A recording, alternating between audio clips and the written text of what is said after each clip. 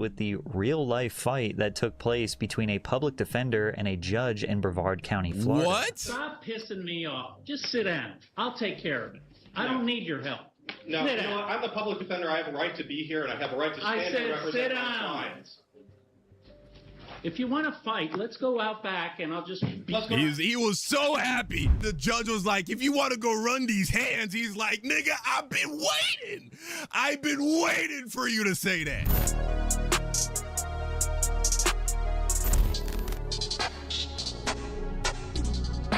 How a dumb movie predicted modern America. Video by Patrick CC. This is going to be a video about Idiocracy, drawing the parallels between modern America and the movie Idiocracy. Idiocracy is a movie that came out in 2006, and essentially it's a movie exploring the idea of what if America was a nation ran by idiots.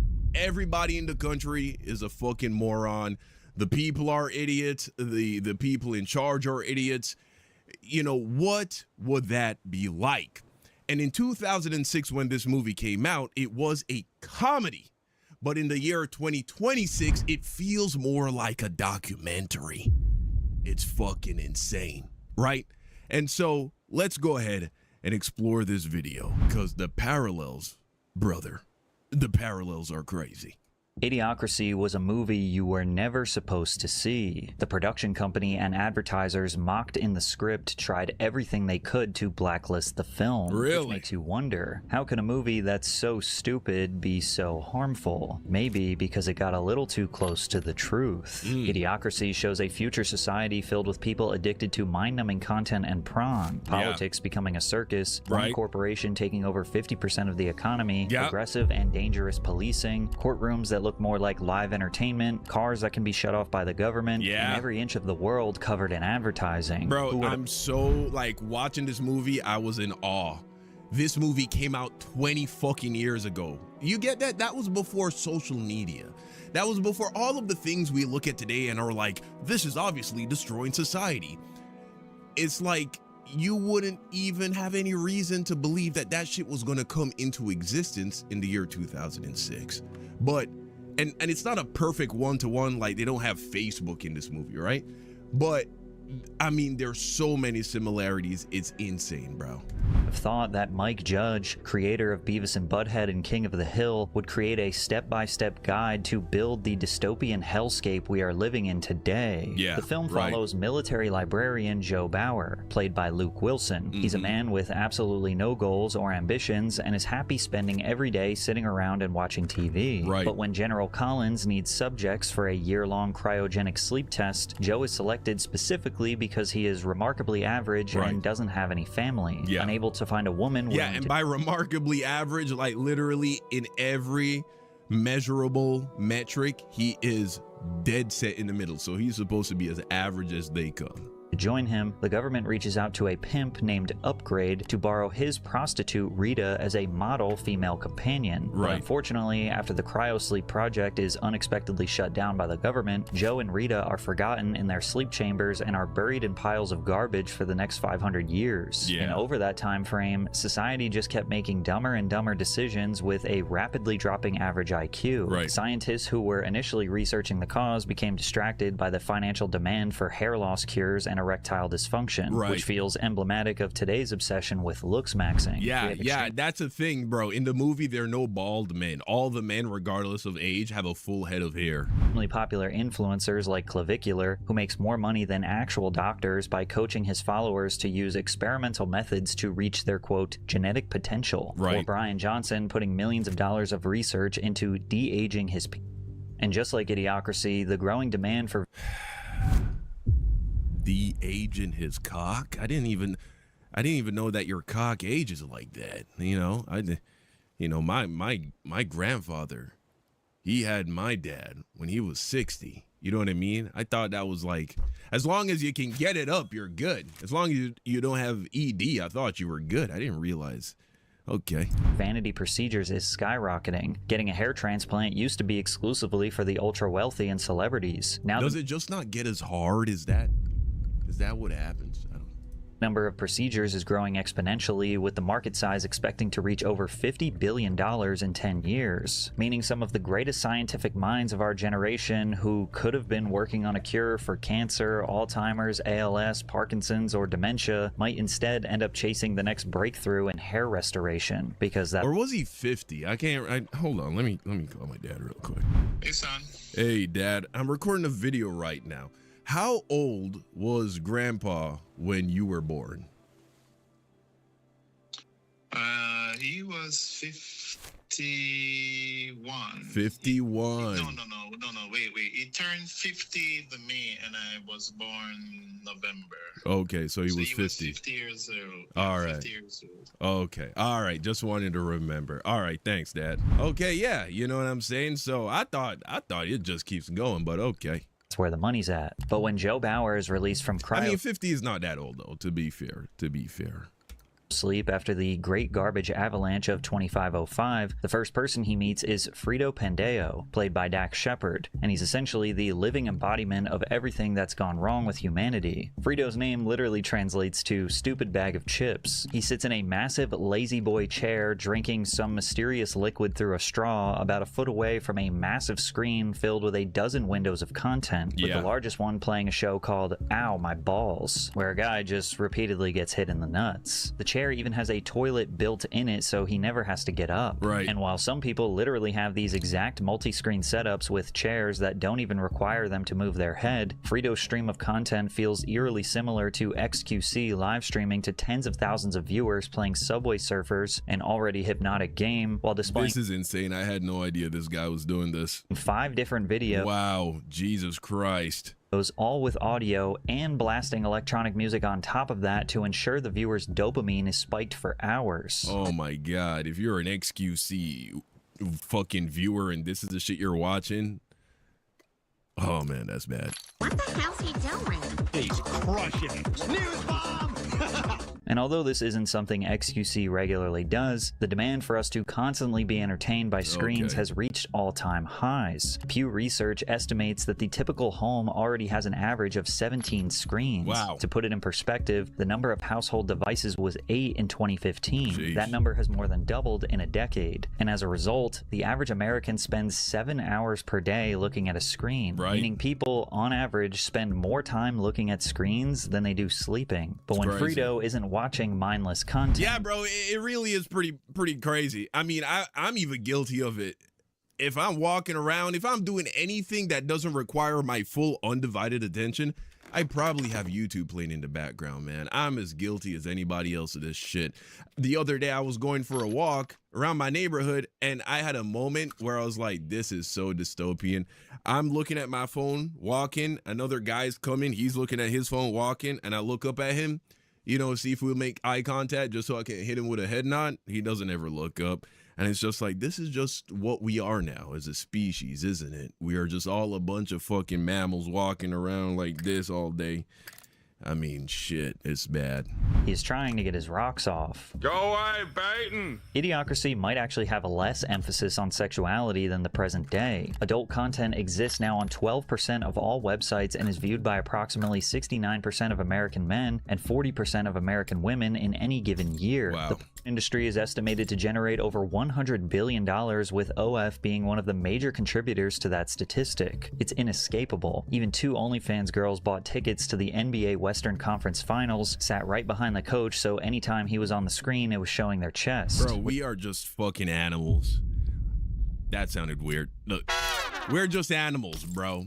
You know, I remember having this thought one time when I got like really high with a friend in California, and I was scrolling through Instagram, and I'm just looking at all the pictures of the people, you know, the guys, they're all like, you know, trying to look all cool and shit.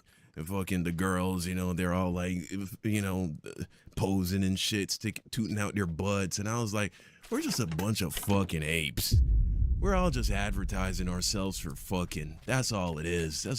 You know, I was really high. Anyway, it was kind of like disturbing. Let me be like, bro, everybody's just like advertising why they're fuckable. That's all social media is. Or at least that's what it was at that point in time. Instagram is different now, kinda. social media in general. But just a thought of these two chicks, just, you know what I'm saying, just like, look at our tits. Look at our tits, give us money. Look at our tits and give us money, right? Yeah. Conference finals, sat right behind the coach, so anytime he was on the screen, it was showing their chest. And then a bunch of guys were like, yeah, I want to give you some fucking money to look at your tits. Which I will admit is smart marketing, but it's just an example of how content that was once in dark corners of the internet or magazines that were in the back of the store now regularly intersects with mainstream entertainment. So when watching the film, a majority of people would laugh at Frito's situation. He's a hilarious character, but the irony is that a lot of people are slowly becoming him. Right. They watch mind-numbing entertainment designed to help them forget about their lives and responsibilities while being guided by a cursed algorithm to aggressively self-satisfy instead of focusing on achieving higher goals. Right. In Idiocracy, hyper-consumerism has taken over the world. Advertising has become so deeply integrated into society that many people have stopped distinguishing between what is an ad and what isn't. Right. Most people have literal brands as a part of their names like Mountain Dew, Frito, and BMW. Yeah. The city-sized Costco is so large that people basically live inside of it and use a train to get to different locations to constantly buy more things. When Joe enters the building for the first time, Frito... Yeah, that's speaking to the way how so many people, their identity is intertwined with some major brand that they have no affiliation with. They don't even own stocks in, but they're just die-hard cultish fans of this brand, and it's like a part of their personality. Admits that he got his law degree from Costco and it's considered prestigious. Eventually it will become your identity. Even the single-use shirts and pants that everyone in Idiocracy wears every day to avoid washing clothes. What? Have brands on them like they're about to race Oh, on that went over my head, that they didn't even wash clothes. NASCAR track. And while it looks bold and stupid in Idiocracy, if you were born after 1995, odds are you've never spent a day ad-free in your entire life. At present, people see roughly 5,000 ads per day. There are 5.3 trillion display ads showed online every year. On average, children see 20,000 30-second commercials each. The only ads I see are billboards and posters and shit. I pay for everything. I hate commercials. Even before I was a YouTuber and I was broke, I was fucking anything, any way I could get rid of the ads, you know, I would do it. YouTube Premium, whatever, the highest, everything, bro. You know what I'm saying? Adults see an average of 2 million of those on a yearly. Now, I know some of you fuckers are using ad blockers, right? And so you're stiffing me, but it's okay. I still love you.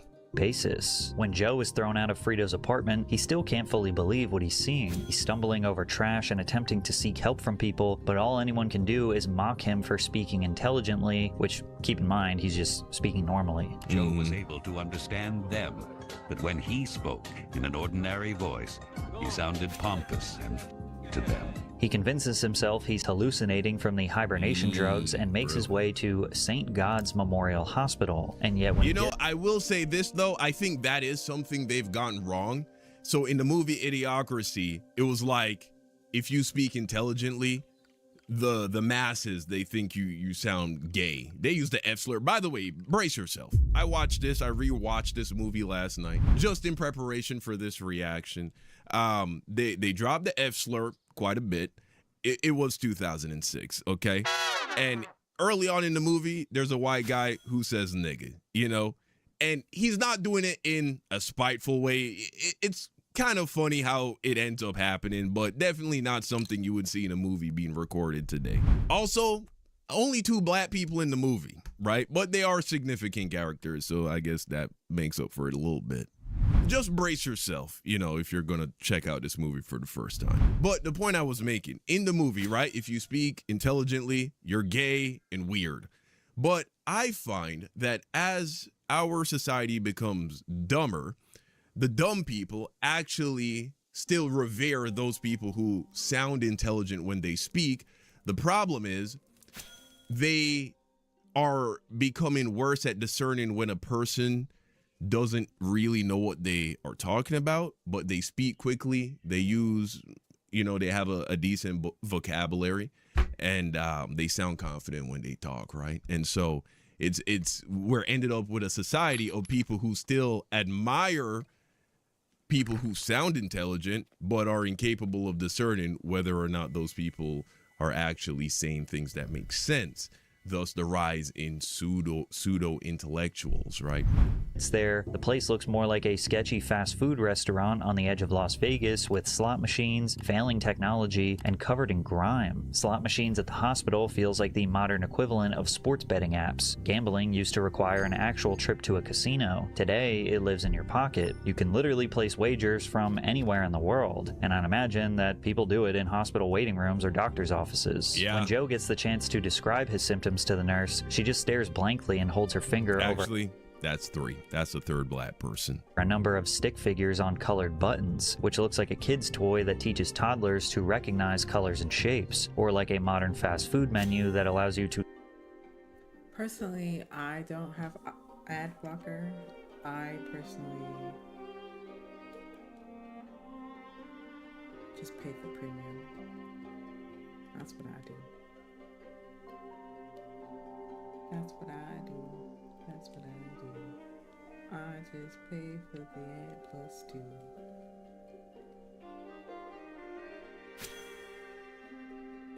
Two out of 6. Prospect Park. This Twaffle's claim. It's a pretty nice place. Pretty nicely paved.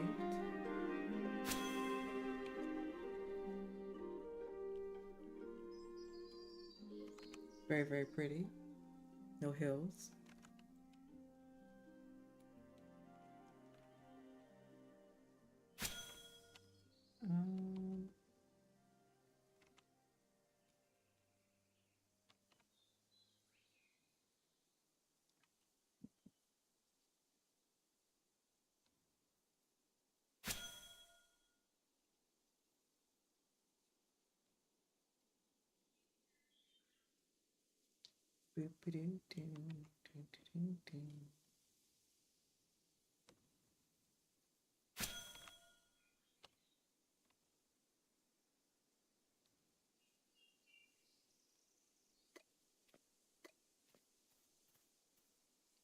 Okay. It's not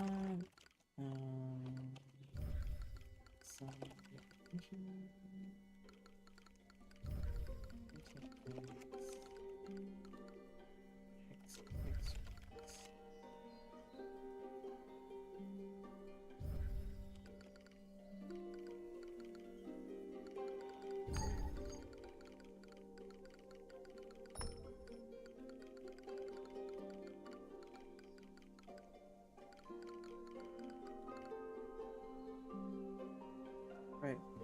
We're gonna watch some more Young Dumb. Simply touch the picture of the food you want. In Idiocracy, the healthcare system was so desperate to make things easier that every interaction is now automated. Right. From the front desk to sharing information with the primary care physician, everything is so ridiculously simplified that a child can do it. And while today we're not quite pushing cartoonish buttons yet, this doesn't mean that hospitals and medical professionals are immune to cutting corners. Right. There are now surveys reporting that some doctors are turning to AI tools intended for non-clinical uses to make clinical decisions. Wow. It's also the first time we see that this alternate... Bro, is that the world we're gonna live in? Where you're fucking gonna be talking to a doctor and telling him your symptoms, and he's gonna be typing on his computer and you think he's taking notes when really he's just like plugging shit into Chat GPT?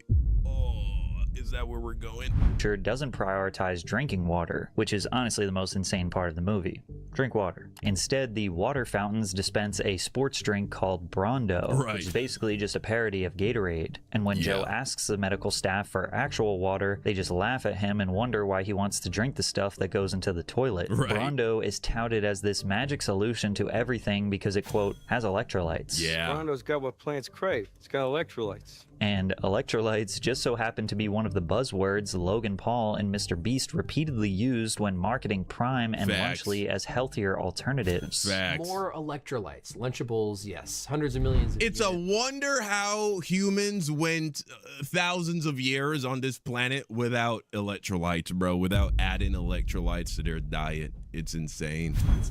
Their product, 80 less. Well, spoiler alert, Don, they didn't. They did not. Did you know that there are more people that are dead than that are alive right now? They didn't survive. We are the superior humans. Calories, 60% less sugar, more electrolytes. It's almost as if you eat even like a somewhat balanced diet, you're going to get all the electrolytes you need, right? So they're advertising that more electrolytes are good. And that is the fundamental problem here, and the lack of misunderstanding with electrolytes and hydration that has frankly gotten out of control with just this electrolyte hydration beverage market. Right. Another small detail in the film is that at one point, Joe is standing in a room with wallpaper made entirely out of dollar bills, which is symbolic of the currency becoming so worthless that it's more useful as decoration I than didn't even see that. actual money. While we're obviously nowhere near that point, Americans have watched the purchasing power of the dollar decline noticeably in recent years. Since 2020 alone, consumer prices have increased by roughly 25%, meaning what costs $100 just a few years ago now costs about $125. Put another way, $1 today buys you only about 80% of what it did at the start of the decade. All it takes is a few major economic mistakes and we'll be decorating our walls with worthless money. One of the more subtle, dark realities in Idiocracy was that everyone on Earth has a barcode tattoo for transactions, identification, and to digitally track where they are at all times. Without one, Joe is labeled as unscannable. That's the smartphone. We already have that. And immediately becomes a wanted man, running around a collapsing civilization, suffering from a deadly drought that's killed all the crops, and a devastated economy with a hyperinflated currency. The stupidity of it all is really funny, but it's hard to not notice how close we are to similar circumstances. For example, payment implants are already being widely considered by countries all over the world. According to BBC, a 2021 survey of more than 4,000 people across the UK. Here's the thing. I don't think the craziest part about this whole, the chip implanted into your body as a identity marker is the craziest part. It's the fact that the government and these large tech companies have an ability to track you, to track everything you do, to track, what kind of information are you seeking out. And reality is they already have that with our phones. They can track where we go. They know what it is that you're looking up on ChatGPT, on Google, whatever the fuck.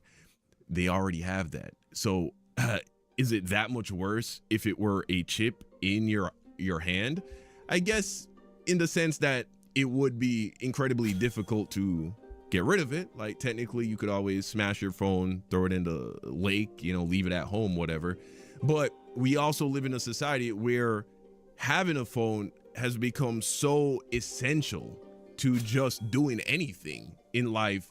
It becomes incredibly hard and inconvenient to just get rid of your phone.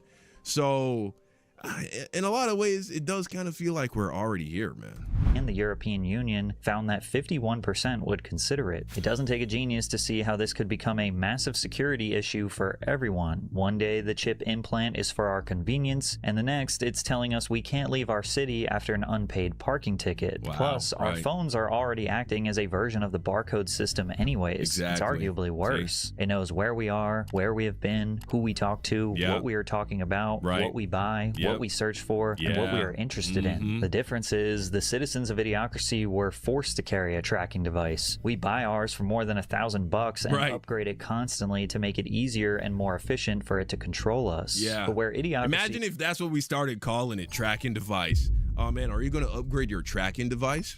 It really starts to feel unsettling is its portrayal of government, because it was supposed to be a completely absurd exaggeration of what a dysfunctional society might look like, and yet a lot of it feels not that far from reality. After running around the city and learning more about the imminent collapse of human civilization, Joe Bauer is taken to trial to face the crime of being unscannable. The police are like cavemen in riot gear, and they pepper spray Joe while being completely detained and not a threat to them whatsoever. It only gets more ridiculous when he's placed in a large human-sized cage before being thrown into a courtroom, only for his defense attorney to be Frito Pandeo. The courtroom is not filled with respectful spectators, but more like a manic mob of sports fans tuning in for some drama. One of them has a large bike helmet with a camera mounted on, recording his point of view, which is essentially the modern equivalent of Meta Ray-Bans. The judge has a spotlight pointed on him as if it's one big theatrical event, and his name is the Honorable Hector the Hangman, and Joe's essentially believed to be guilty before he's able to state his case.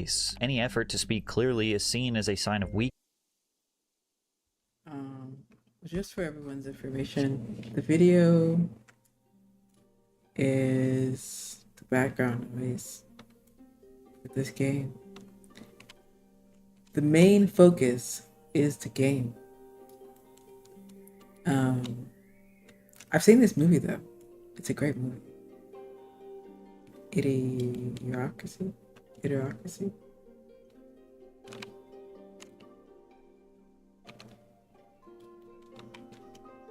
They warned us and we didn't listen. And everyone cheers when he's sentenced to prison without a second thought. And again, while this seems like an exaggeration, it's not like we haven't struggled with a very similar problem. The first example would be court-appointed public defenders like Frito. They're obviously not as dumb as him, but their salaries are determined by county judges. They're less incentivized to take your calls, and they rarely have a voice in court due to being overbooked and underprepared. As far as the angry mob of spectators looking for entertainment in the movie, they might have been satisfied with the real-life fight that took place between a public defender and a judge in Brevard County, Florida. What? Stop pissing me off. Just sit down. I'll take care of it. I don't need your help. No, you know what? I'm the public defender. I have a right to be here, and I have a right to stand here and represent my clients. If you want to fight, let's go out back, and I'll just... He was so happy. He was so happy to hear that. The judge was like, if you want to go run these hands, he's like, nigga, I've been waiting. I've been waiting for you to say that. Oh, hell yeah. And then the defendant is like, nigga, I'm in here for assault and battery. Ain't that about a bitch? I'm in here for assault and battery. The judge and my lawyer about to go run the fade, bro. What the fuck?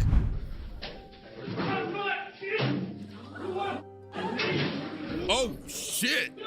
But the people in Idiocracy... That was the judge. The judge was giving him them hands. ...are not the only ones looking for a show in the courtroom. Televised trials are a perfect example of how our justice system has slowly become a form of entertainment, but it comes with major issues. According to courtroom science... You gotta be careful fucking with lawyers and judges and people who work in that world, bro. A lot of those guys, they end up there because they were on the wrong side of the law at one point.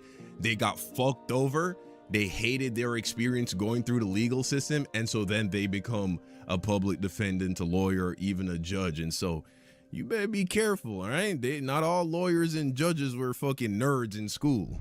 Observers, the challenge for trial attorneys is identifying potential jurors who hold these hidden biases. Jurors may be inclined to hide biases, particularly ones that they feel are less socially acceptable. When asked difficult or sensitive questions, jurors may try to deliver answers that make them sound better, offering half-truths if they know their full opinion may reflect poorly on them. Simply put, televised trials prevent the jury from doing their only job: find the truth. A juror shouldn't be concerned with how their opinions might be perceived by people watching at home. They're supposed to evaluate the facts and follow the evidence wherever it leads. But since Joe was a moderately intelligent guy surrounded by dumbasses, he escapes from prison just by telling the guards that he's supposed to be leaving prison and not entering it, and they let him turn around and walk out. When he gets in the car with Frito, the AI in the car is triggered for trafficking a fugitive on their journey to Costco. They lose control of the car, it guides itself to the side of the road and shuts down, and gives the violent and unhinged police officers their exact location. And if you think this is some Black Mirror moment that could never happen, think again, because a congressional bill was passed that will essentially allow government access to your car starting in 2027. The trigger for all of this sits inside the 2021, all the way back to 2021. Infrastructure Investment and Jobs Act, buried in Section 24220, is a mandate that forces the National Highway Traffic Safety Administration to require advanced impairment driving technology. I love it. That's how they hide it. In your car that's sold to you here in America, that phrase sounds harmless on purpose. Here's what's coming. Cameras locked on your face, sensors tracking your eyes, software analyzing your behavior, your attention, even... You know, when I was working in construction, I had the responsibility of driving what is known as a chase car from time to time. So, you know, we worked with these large, big rigs, doing, you know, the fucking shit it had to do, and you would drive a truck, a pickup truck behind it, carrying extra equipment. I don't want to get into the details of the job, but that was a part of the job. And we had that shit in all of the chase trucks. It had it in the big trucks as well, but in all the pickup trucks. And so I'm actually familiar with this. They recording you, you know what I'm saying? If you fucking look down at your phone or anything like that, you'll get like a notification, and then there's a point system, and if you fuck up too much, then you get in trouble. Emotional state. The system doesn't just look for alcohol impairment, it looks for anything it interprets as a risk. And that's the thing though, that shit fucked up all the time, bro. It did. And you can bet this shit's gonna fuck up too. Are you tired, distracted, stressed? That's enough for the system to decide you aren't fit to drive. Right. Joe gets tracked down by the police. Yeah, you might be fucking Asian or some shit, you know what I mean? And it's like, is this nigga asleep? Turn off the car.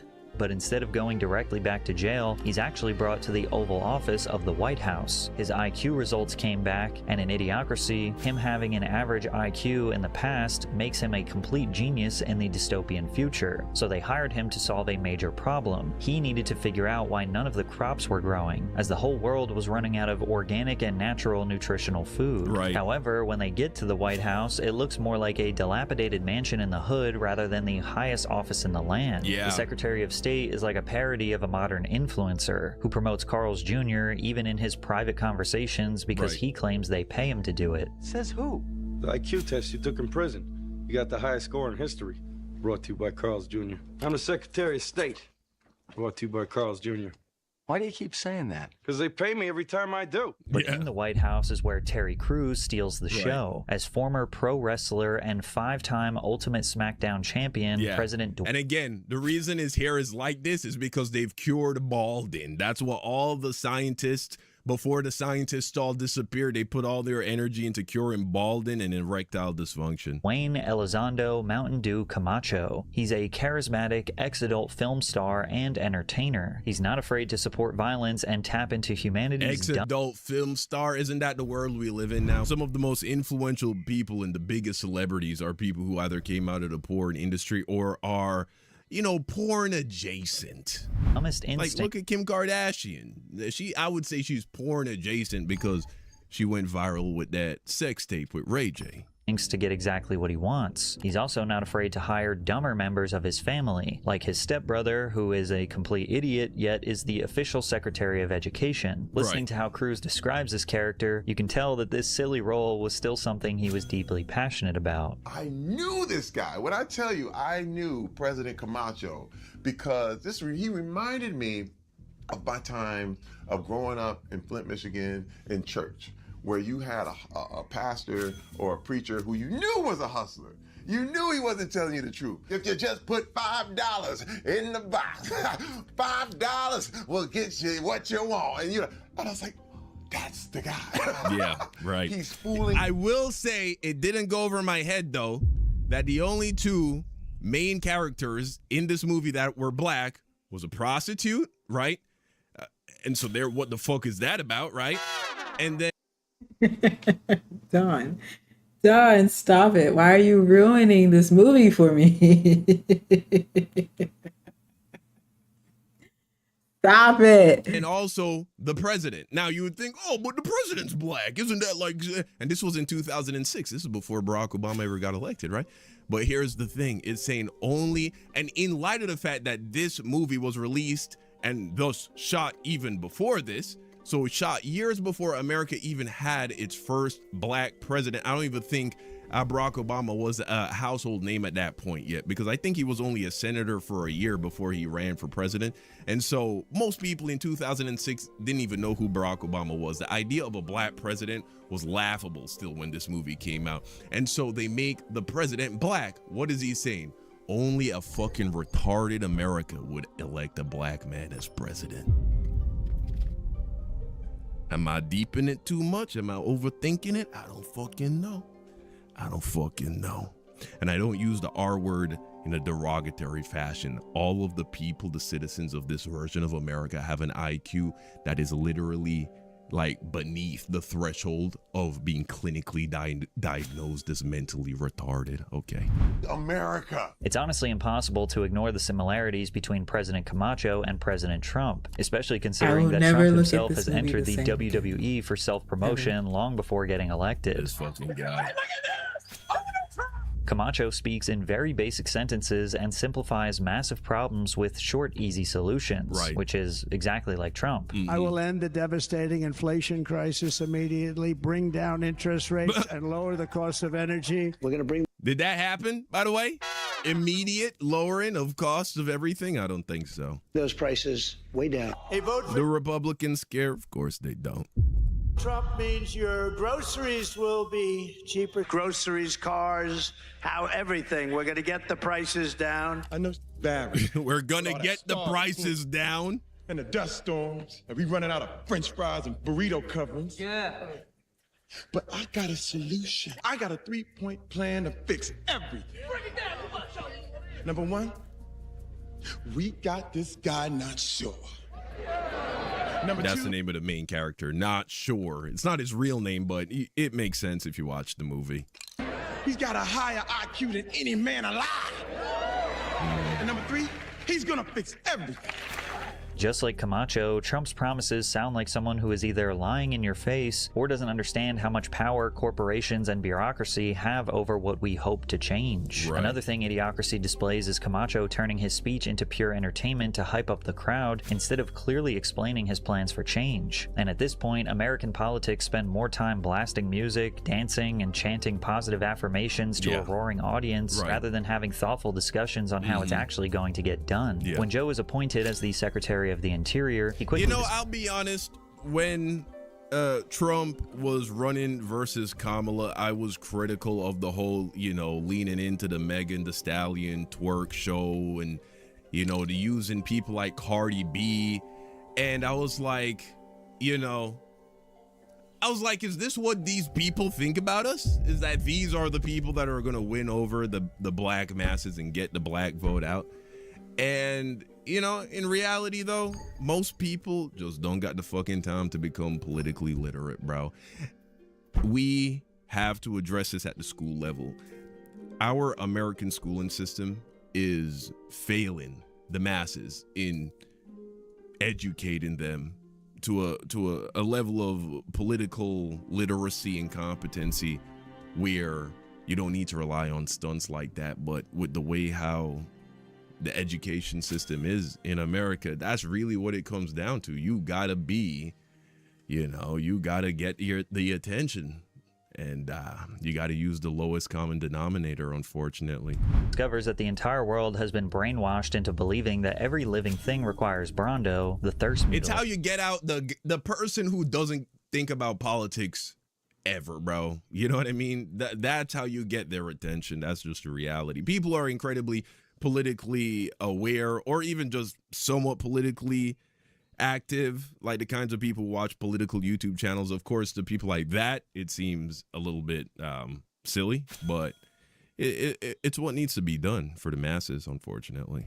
Later, the sports drink with electrolytes is believed to be so essential that they've replaced it with water to put on their crops. The company supports 50% of the global economy and is the direct cause of the failing crops because it has created a layer of salt on top of all the vital farmland, which is a perfect metaphor for what happens when corporations become so large and influential that their financial interests begin to outweigh basic common sense. Right. Nobody stops to ask whether or not pouring the sports drink on the crops is actually working because too many people are making money from the system. Kind of reminds me of how AI data centers are draining us of fresh water at an alarming rate, and how nobody is stopping to think of what will happen when we have no more water to drink. It's not hard to imagine that corporations or one corporation will lead to, or how it's creating a bubble, right? How the whole AI data centers, a lot of people believe that the grand majority of these AI data centers will never be used, right? It's just that in order to keep justifying the investments, they need to keep building.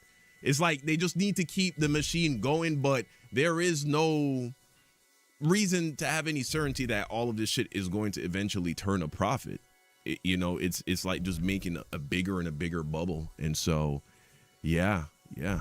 To the downfall of society. What's ironic is corporations are also the reason why this film was considered a complete failure, and that's because the creator, Mike Judge, specifically wanted to poke fun of real brands that people recognize. The designer who created this dystopian, ad-flooded environment, Ellen Lample, said, "I think so many people see that it wasn't done in any kind of malintent except for just to make an overall statement about we are really directed by advertising and how it impacts our life, and we become part of advertising. We help perpetuate the marketing." But what made Idiocracy so funny and immersive was that it satirized real brands. Starbucks, H&R Block, Carl's Jr., and Costco are all made fun of in the film. But initially, Mike's production partner, 20th Century Fox, was legally concerned about the ramifications of using actual brands to make fun of. For example, he wanted to satirize tanning salons in America that were secretly offering happy endings to customers. So he made a joke about how Starbucks coffee now offered extra foam to men willing to pay a premium for their special lattes. We had that in the script, and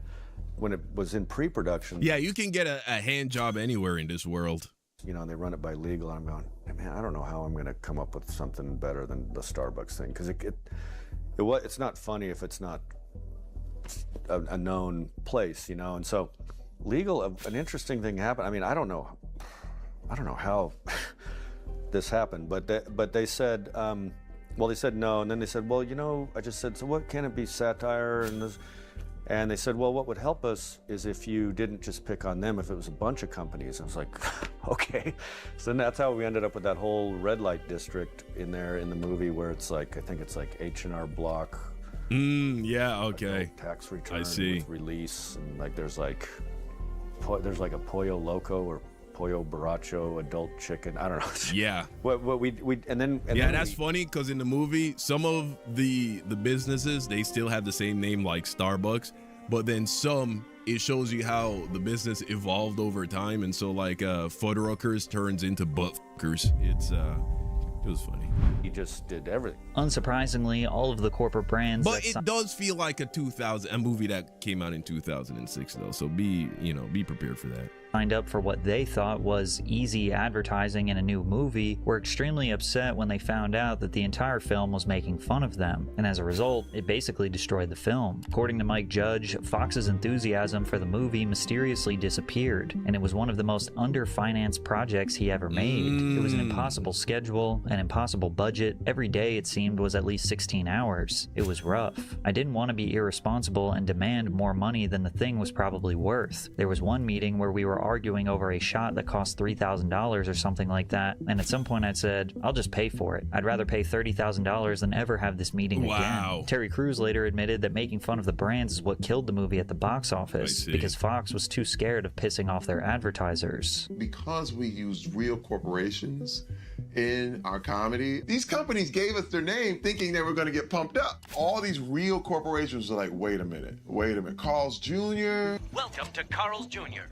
Would you like to try our extra big taco? And so Fox, who owned the movies, decided we're going to release this in as few theaters as legally possible. Wow. So we got a release in probably 3 theaters over one weekend, and it was sucked out into the vortex. Sadly, Mike Judge hoped for a $30 million budget, but he only got $2.4 million. And with brief appearances in a small number of select theaters and little to no publicity, it turned into a guaranteed flop, only earning $500,000 at the worldwide box office. Wow. But this is where things get really interesting. Although corporations seemed to do everything they could to get the movie blacklisted, Idiocracy became a cult classic, making almost $10 million in DVD VHS rentals and sales within the first year of its release in 2006. That's and it only insane. continues to get more and more popular with each passing year because it's so damn close to our modern reality that a dumb comedy looks more like a prophecy. What's funny and scary is that during the filming of one very specific scene, Mike Judge realized he may have not been making a prediction about the future at all. He may have just been exaggerating a reality that already existed. In the scene where Joe runs from the hospital near the beginning of Idiocracy, he finds a movie theater that is showing a film called At. It's a 90-minute recording of a man's butt. Occasionally there's a fart or a little movement, and the people watching are engaged the entire time and find it so funny that it gets several Oscars, including Best Screenplay. But here's the scary part. When Mike Judge and director of photography Tim Surstedt set up the movies and invited 200 extras to the screening, the assumption was that this was so simple and stupid that they would have to actually tell everyone to laugh on cue. Mike said, "We actually had to shoot the Act movie, which wasn't fun. They just sent Polaroids to casting people. I should apologize to them for having to do that." But according to Tim, we literally found a theater a little bit south of Austin in a suburb, and we had the film of the guy's act that was cinched up on their projector, and we had probably 200 extras in there. We rolled the footage and everybody started laughing, exactly as they say in the script. Wow. They thought that with something this dumb, they'd actually have to tell the audience to laugh, but it turns out they just actually broke out in laughter while watching a film called Act. Judge told an interviewer, "I remember saying to Tim, what are we doing? We should just release Act." Nah. I mean, if you're an extra, come on. You're an extra. They're putting you in this movie. It's just an ass on the screen. It's farting. I think you would put two and two together that you're supposed to be laughing. Prevent our impending doom, we'd have to. Or maybe you're not. Maybe you actually wouldn't. Maybe you would be like, "What the fuck is this? This is gross." Oh wow. Our own nature or selfish desires. I would be like, we'd have to that's stop gross. demanding maximum convenience. We'd have to be okay with being bored. We'd have to fight the urge to boost our dopamine with constant content and unhealthy foods. We'd have to embrace the suffering that makes life a little bit harder, because we learned that corporations will swoop in and sell us the fastest and most addicting solution. But the sad reality is that we'd all have to do it together in order to make that change happen. good luck, buddy. Most people will choose short-term comfort over long-term well-being, which is why we are likely going to get to idiocracy sooner than we thought. Mike Judge thinks we are already there. As he stated after the movie's success, "I'm no prophet. I was off by 490 years. So that's the story of how a dumb comedy from 2006 predicted modern America. The question is, are we going to keep going in this direction, or are we going to course correct? You know what? The grim truth is, I believe that what we're going to see is a splitting in society. I mean, we're already seeing it with the wealth and education gap, but I think this is what's going to happen. I don't think we'll ever have a world where everyone is dumb, including the politicians. Maybe sure, the puppets, the talking heads, they might be fucking idiots and entertainers, but the people who are truly pulling the levers, right, and the people who are the most powerful in society, I think they are going to continue to send their children to elite institutions. They're going to continue to pursue higher learning. And then the bottom, majority portion of the population, they will continue to be fed to the slaughterhouse, led down a road of poor health, poor nutrition, pseudo-intellectualism, anti-intellectualism, and I think it's going to just keep going like that for a while. But the beautiful thing is we all get to choose. We all get to choose which path we go down by the way that we live our lives and the decisions that we make, right? So that's the video, guys. You let me know what you think in the comments down below. Thank you for watching, and until next time, peace out.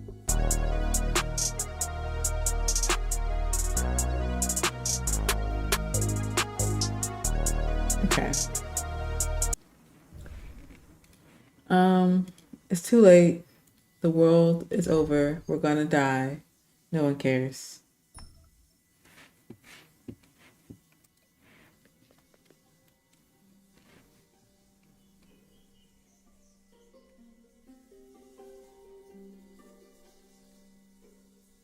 We did it. We're all together. We're all in this together, everyone. Do, do, do. Do, do, do, do, do, do, do, do, do, do. Do, do, do, do, do, do, do.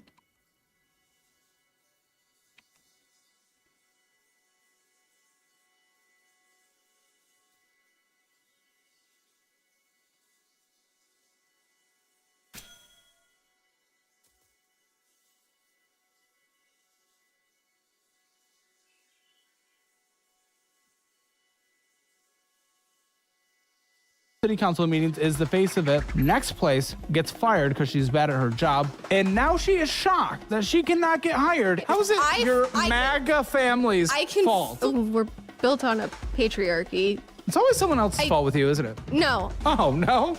No. If you're calling the entirety of the United States today racist and misogynistic, that's pretty extreme. These are the only people of color. All that matters is today. Why do you care about 1803? Why does a year that we did not live in matter? I'm sorry, I was on your side and you f***ed it. I need to get out of there. No, listen! I just launched Liquid Assets, my official GamerSupps flavor, raspberry apple, at less than 40 cents a serving. It's also 0 sugar and under 1 calorie. Use code Caleb for 10% off your entire order. Oh, and 1 out of every 10 tubs has my face printed right on it. Grab Liquid Assets at gamersupps.gg/Caleb or at the link in the description and pinned comment below. This is the best drop GamerSupps has ever run. Link in the description. Hi, I'm Parker. I'm 34 and I'm from California, Central Valley. This is Financial Audit. Yes, it is. Thanks for coming over to Austin like everyone else from Central Valley, California. What do you do there for a living? Expensive, California, notoriously. Not my part of California. Well, it's going to be still expensive compared to the United States, right? I'd assume. I work in a plumbing office. I do customer service now, but I was before we got bought out. So you do customer service? Yeah. That's the job, customer service. There it is. So what do you make doing customer service? $25 an hour. Okay, how the f are you living in Central Valley, California? I live with my parents. 34? Yeah. It was a backslide. Backslide from what? From owning my own house and 2 cars. You owned a house? Yeah. And you backslid to living in... Yeah. How many hours a week do you work? 40.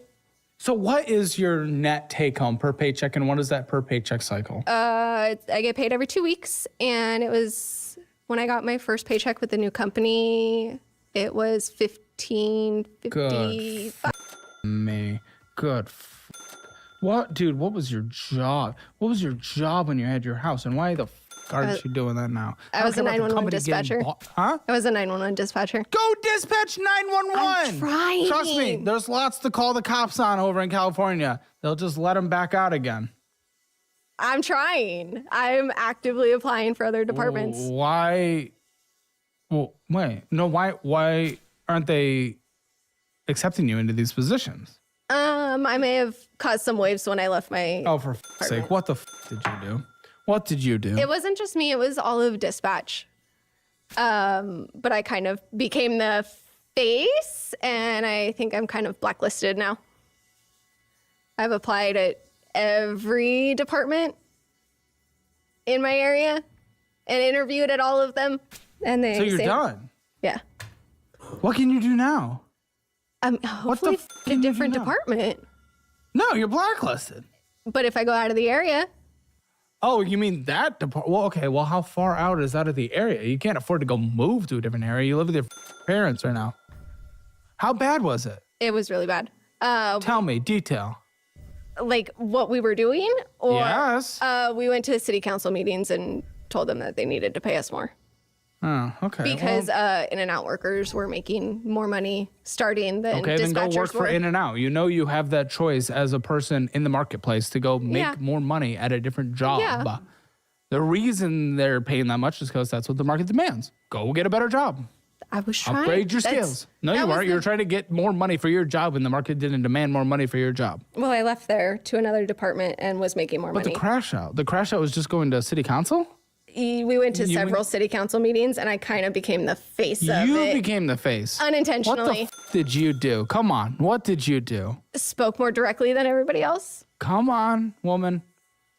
Give me insights here. If this is what his career, I need to know. The vice mayor was a law enforcement officer, and I asked him directly during a council meeting if, in his experience, isn't your dispatcher the most important person?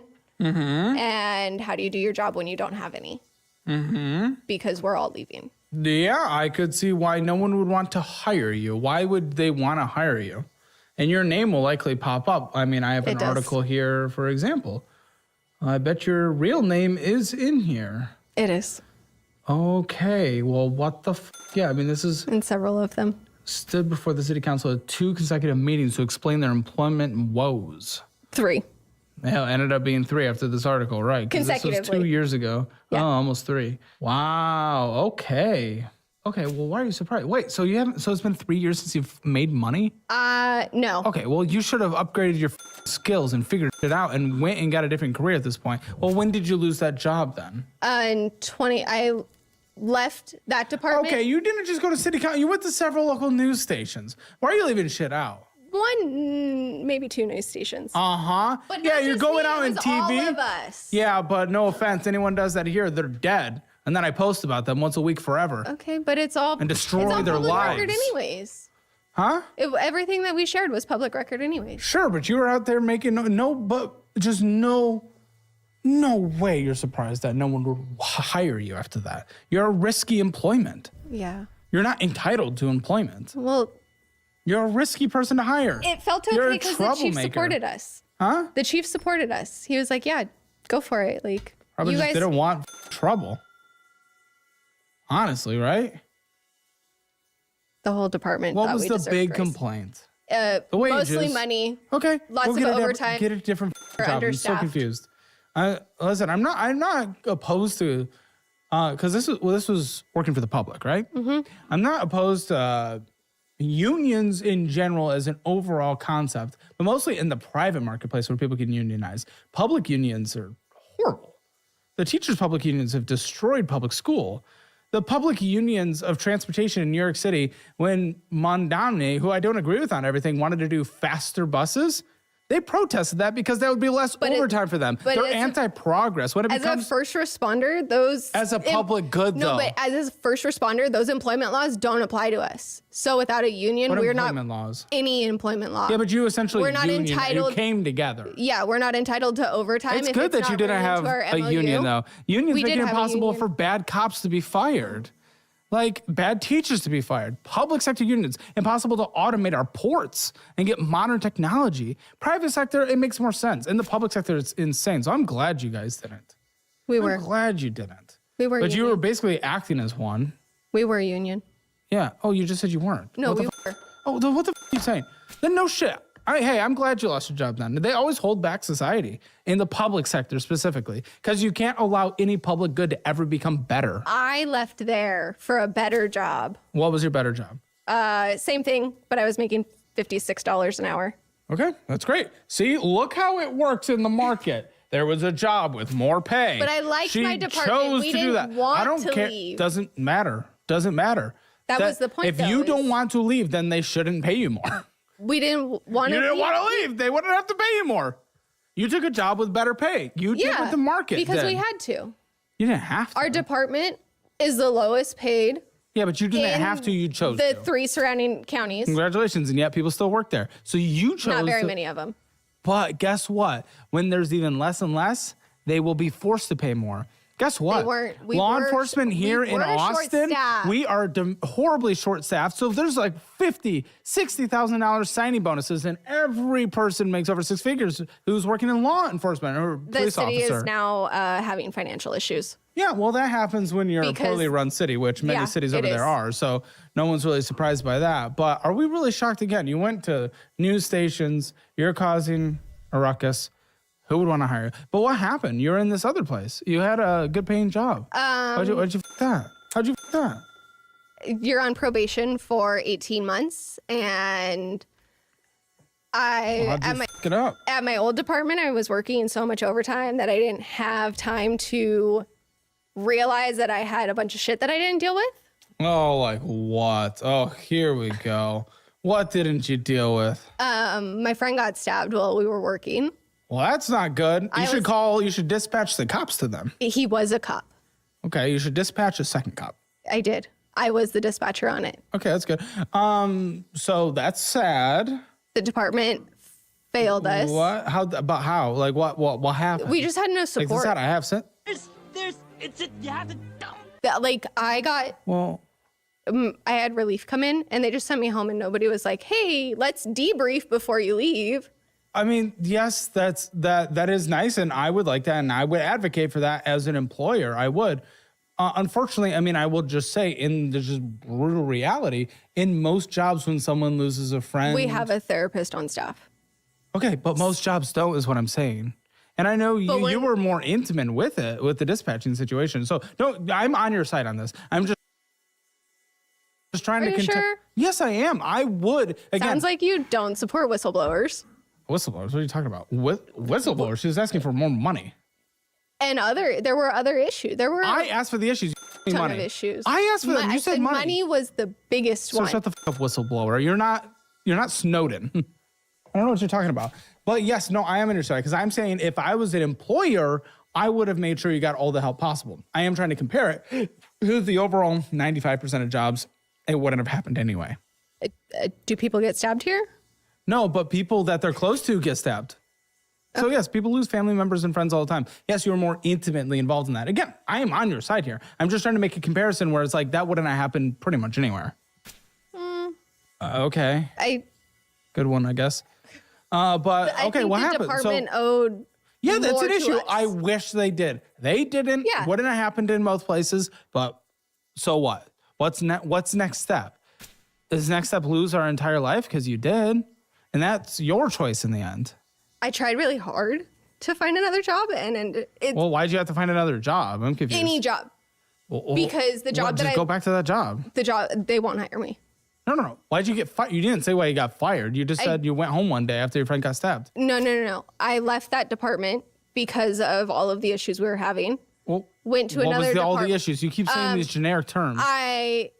We were getting paid shitty. What, the one where you made $53 an hour? No, the one before that. No, I'm talking about the $53 an hour one. Yeah, okay, that one, it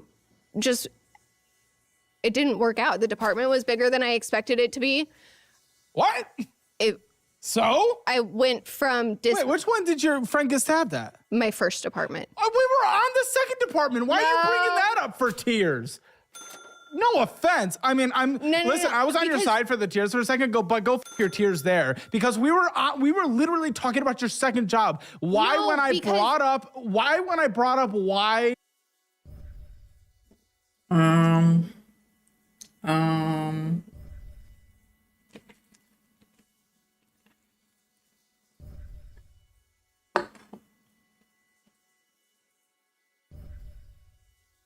we talking about now? The second job? We're talking about the second job, right?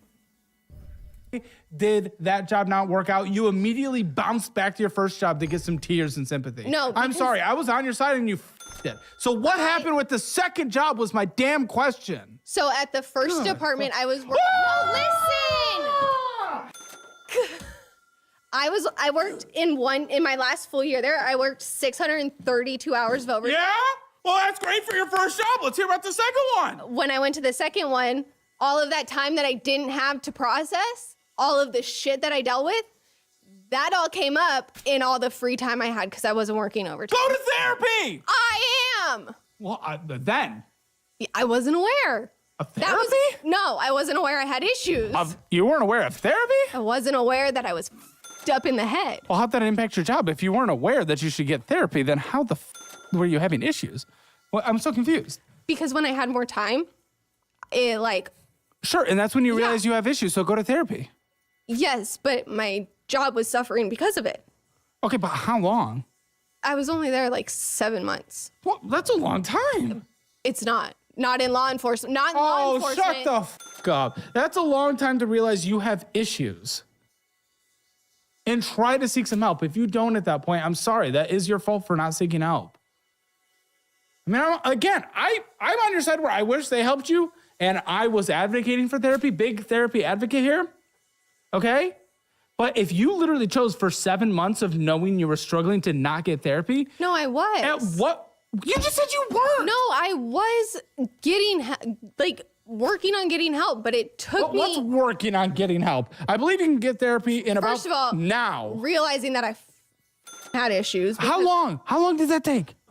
It took a minute to when you start taking. You're gonna make me look like an asshole, but come on, I can read right through this. When you're taking calls that trigger other previous you calls. said you were struggling with your free time, not with the calls you had.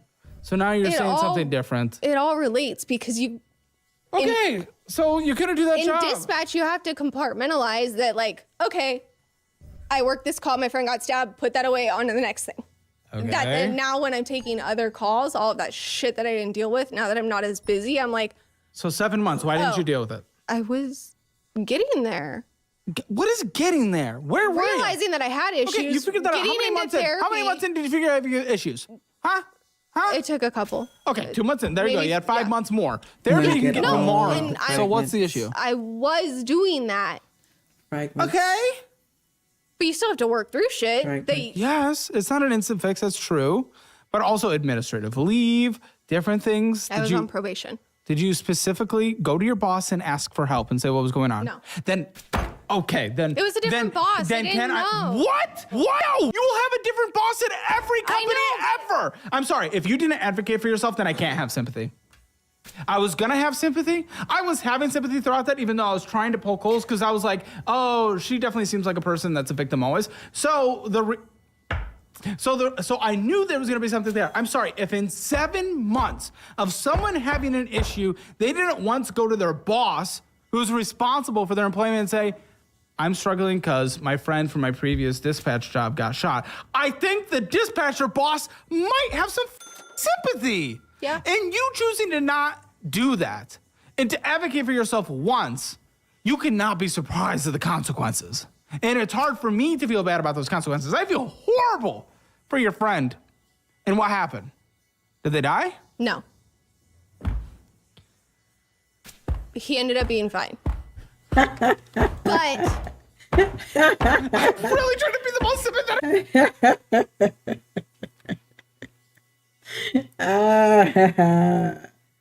Oh, wow. Person in the world, you are taking everything from me. You're taking everything from me. You're taking everything. Stop it. Stop it. I'm so glad he's alive, but he should have died for the sake of your tears. So what? 7 months? Wait, how quickly did he come back? It was a couple months. Okay, when did you know he was going to be alive? When he texted me the next day listen. So 7 months of struggling in the next job?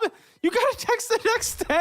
He texted me the next day. That was the first I heard anything. And he was the only person who did any sort of like, hey, what happened last night? Are you good?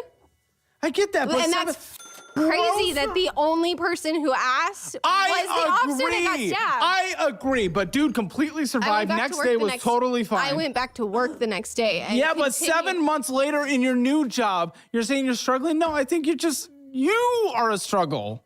At that point, you're a struggle. It wasn't the trauma from that. It was compounding trauma from a bunch of events. But this is starting to sound more like TikTok trauma than real trauma. No, I worked a bunch of crazy shit in the span of my last year there. And I worked dispatching? Yeah. My last pause real quick. Whoa, no, I'm gonna let you finish. I'm going to let you finish. Can I just have a quick thing? Kanye. Quick thing. Relax. Quick thing. You experienced a bunch of crazy shit in dispatching? Yes. No shit! That's dispatching! Do a different job! I worked 632 hours of overtime that year. I didn't have time to process any of it. Okay, yeah. Sure. Continue. I worked 7 days. So I was working 60 hours. I promise you can finish. 70 hours a week. I never let women finish. Finish. It's the vibe you give. Well, I struggle with the mission. Gotta really get in there.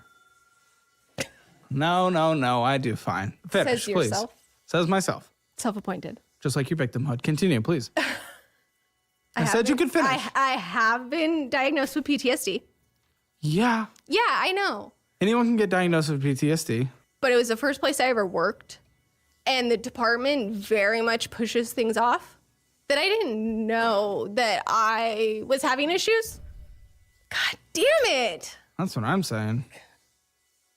No. I mean, I feel, trust me, it's an incredibly difficult job. We need big support for dispatchers.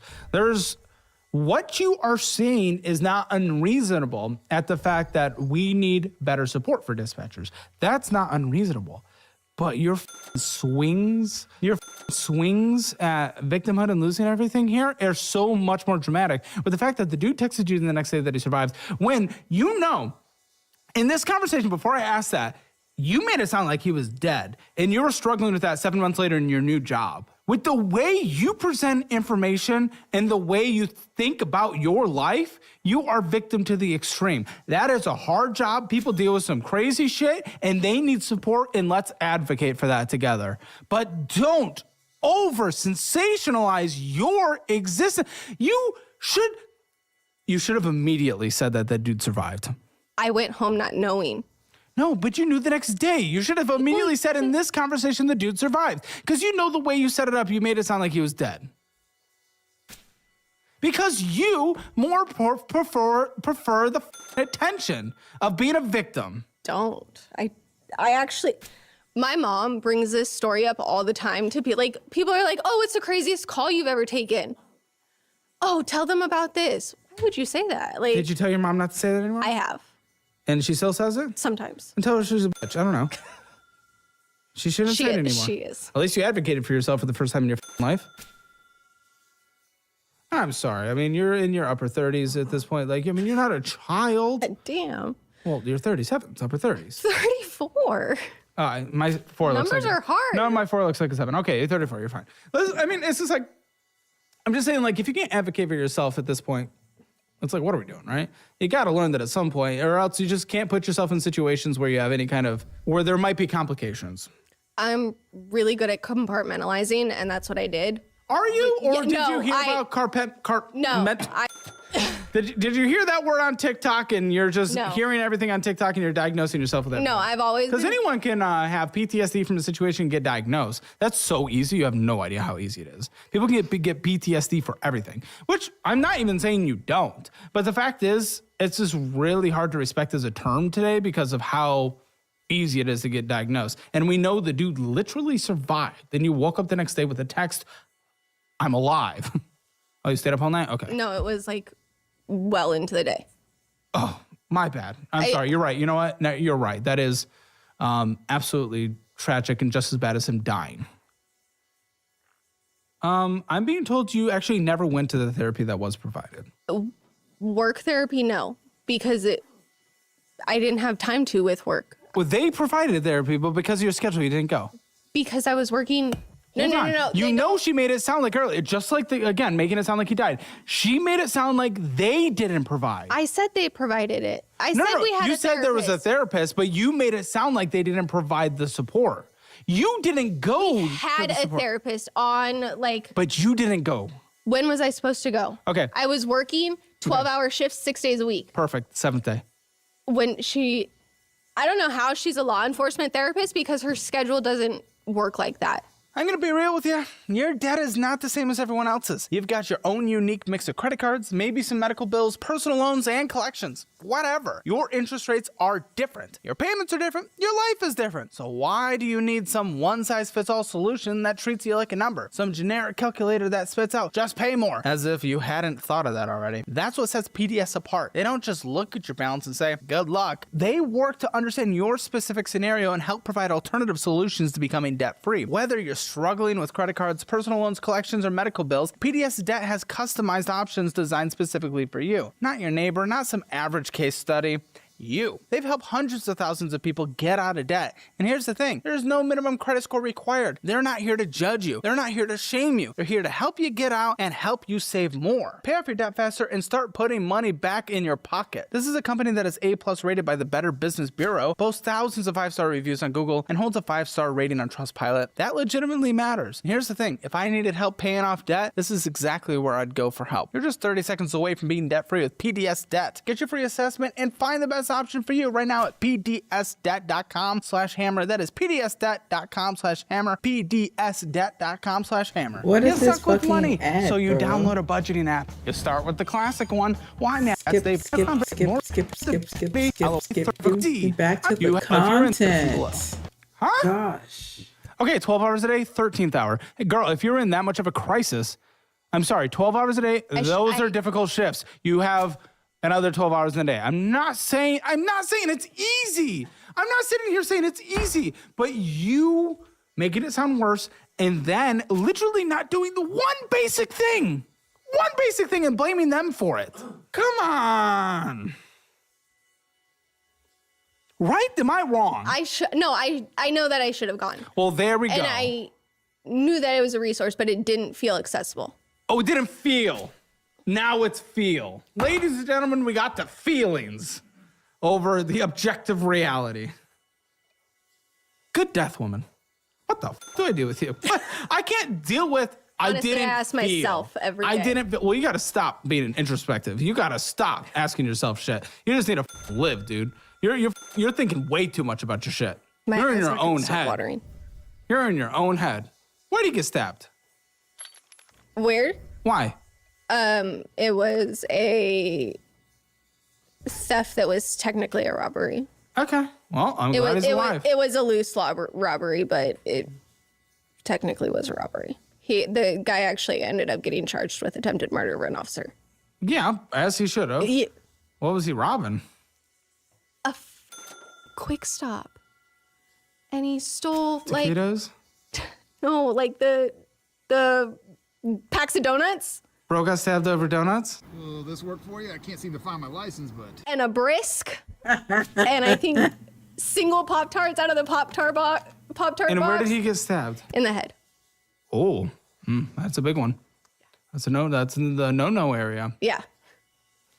But you knew the next day he was alive. So, when's the last time you worked in law enforcement? November 2024. Okay, 2 years ago. Yeah. You don't still claim law enforcement like discounts, do you?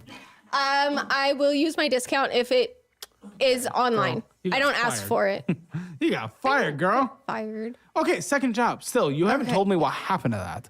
The department was bigger than I expected. I went from dispatch. No, listen, the city population was 150,000 people, and it doubled during the day because of the large businesses in the city. And I went from dispatching just police to police, fire, and ambulance, and I was overwhelmed. It was. Weren't you working only 40 hours a week at that point, though? Didn't you say? Yes, but the call volume was more than I expected. Like that. So you left. I was released from probation is the technical term. You got fired. Yeah. Okay, and after that point is where you're saying they will not hire you anywhere. Was at that time I was at another department, like per diem. What? Yeah. So even still, you got hired at that point. No, I was hired there before. I was per diem, so like when they needed coverage, and I just went there full time. And what happened? I have no idea, actually. No. Did you get fired? I came in one day and they said, we actually don't need you anymore. Oh, well, that might be fair. But like, nothing happened. I didn't ever... Oh, no. You're per diem, then you decided to go full time. Yeah. Maybe they didn't need it. That's fair. I mean, that's reality. Yeah. Especially with government budgets, local government budgets, very difficult. It's a super small town. Exactly. Very difficult. Okay. So, lady goes on local news, multiple city council meetings, is the face of it, multiple news reports. Very good. Next place gets fired because she's bad at her job. Blame whatever reason you want. And now she is shocked that she cannot get hired in this. By the way, I'm not shocked. By the way, I know. want to go back. Have you not expressed the amount of trauma that you get from this job? That is a crazy job. I don't think you're fit for it. Why would you want to go back? It's not our responsibility at this point to take care of you. If you deal with an issue there, if you keep going back, you're the abused wife that keeps going back. Don't. I really enjoy it, and what? Then you don't claim trauma from it. I know. It's complicated. What do I do with it? No, just get another job. Fries in the bag. I have a job. Yes. And I hate it. Well, yeah, you don't really make enough. So how'd you lose your house? I sold my house before I lost it because I was unemployed for so long. Did you walk away with a pile? A little bit. How much? 25. Where is it? Most of it's in a savings account. Okay, when was that? When I sold my house? Yes. August of last year. Okay. Is when I closed. So since then, what has life been about? I guess you were complaining in the pre-interview how your MAGA parents made you buy it. I don't know what does that have to do with it? Do MAGA parents just make kids buy houses? No, they've always that's what you do is you buy a house and you get married and you have America. kids. It's pretty standard, I guess, yeah. So they push me. They're like, oh, you should do this. You should buy a house. And okay. I'm really. I don't think that's a MAGA thing. I think that's just it's a culture thing. I think everybody's parents are like, where's your house? Where's your car? I can count on two hands how many times people are like, you can buy a car for like this much money. You can buy a car. I don't need a car. I can walk or I can cartwheel. I don't need a car. Really good at doing what you're supposed to do. Well, it sounds like it rewarded you. You walked away with a net gain. Yeah, but I also live at my parents' house now. No, but that wasn't their fault for saying buy a house. That was your fault for getting fired from a job and going on television. That wasn't their fault for telling you to get a house. It's always someone else's fault with you, isn't it? No, Oh, no? No. Okay. How is it your MAGA family's I can fault? fully acknowledge that I left my first apartment and I ruined my life. Then why were you complaining about your MAGA parents? Because I wouldn't have ever bought that house. It sounds like they helped you. Not really. They said, here, you should buy a house. Good, but and you walked away with a net gain. What's the complaint? I'm so confused. And how does it tie to MAGA? I'm so confused. I don't agree with MAGA on everything, of course. But I'm not blaming them for this notebook ripping. Just like American dream shit and push you me to do it. It's made $40,000. What are we complaining about right now? Please walk me through it. I'm gonna need a little assistance. I'm calling for a dispatch of assistance from you to me right now. Like they pushed me to buy a house, and I don't think I was ready for that. And the consequences were that I didn't know what I was doing. And the consequences yes, of that I ended up making money, but I wouldn't have ever bought. I hated my house. Okay. I hated and the city it was consequences in. of that were. I don't know. Then why are you complaining about your MAGA parents pushing you to get the house? I don't get it. Because I didn't want it. Then sell it. I did. Exactly. So why are you complaining about your MAGA parents pushing you to get this house? I don't know. I feel like Are you a leftist or something? I am the furthest left person that I know, but I live in. That's not a good thing. You definitely shouldn't be the furthest right or left of anyone you know in life. But I live in MAGA country, so. Yeah, but you're still in California in the end. But yes, you're right. It is certainly more red there. But even still, in a red area, I'm in red Texas. There's lots of blue around me here in Austin. You know, that's not how it works, right? And even in blue Austin, there's lots of right-wing people here. Like I said, I don't agree with MAGA on everything, of course, but I don't think that means being far left is reasonable. Extremism is never good. And if you're the furthest in one direction you know, that's extreme. Furthest left when everybody I know is MAGA. Girl, I'm sorry. If you're trying to blame your MAGA parents for pushing you to get a house that you literally walked away positive from and you couldn't tell me one downside, it sounds like you have some kind of derangement. I don't care to own a home. Okay. Cool. Why do you blame MAGA parents for that? Like is that not crazy? That's like let me think of an example. Who's like a reasonable person on the right? All the talking heads are all extreme right. I was gonna say, do any of them exist? Well, no. To you, no, of course not. Anyone even slightly center left to you is probably a fascist. But oh, wait, you voted for Trump in 2016, though? Yeah. Oh, because your parents made you. What? That is, you have no agency, do you? No. Girl, you're older than me. I voted in 2016. You have no agency. Who's a normal commentator on the right? Let's just say Ducey. I don't know his public opinions, but I called into a show once, okay? Ducey, okay? He's the correspondent from Fox to the White House, Ducey. Let's say he bought a house, and his parents were... They voted for Obama, and he said, crazy communist parents forced me to buy a house. Do you not see how that's just insane? Like, why are you attaching it to their political identity? You have to be a crazy person at that point.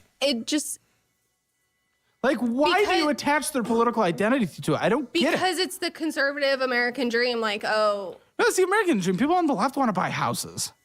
What are you talking about? Like, the people on the right now, economically are advising actually, like, don't buy. That renting makes more sense. Like, they've always just pushed the, like, do the X, Y, and Z because that's what you're supposed to do. Force you to vote for someone. I've never They didn't force me, but that's just how, not even just me, but everybody in the area is just conditioned.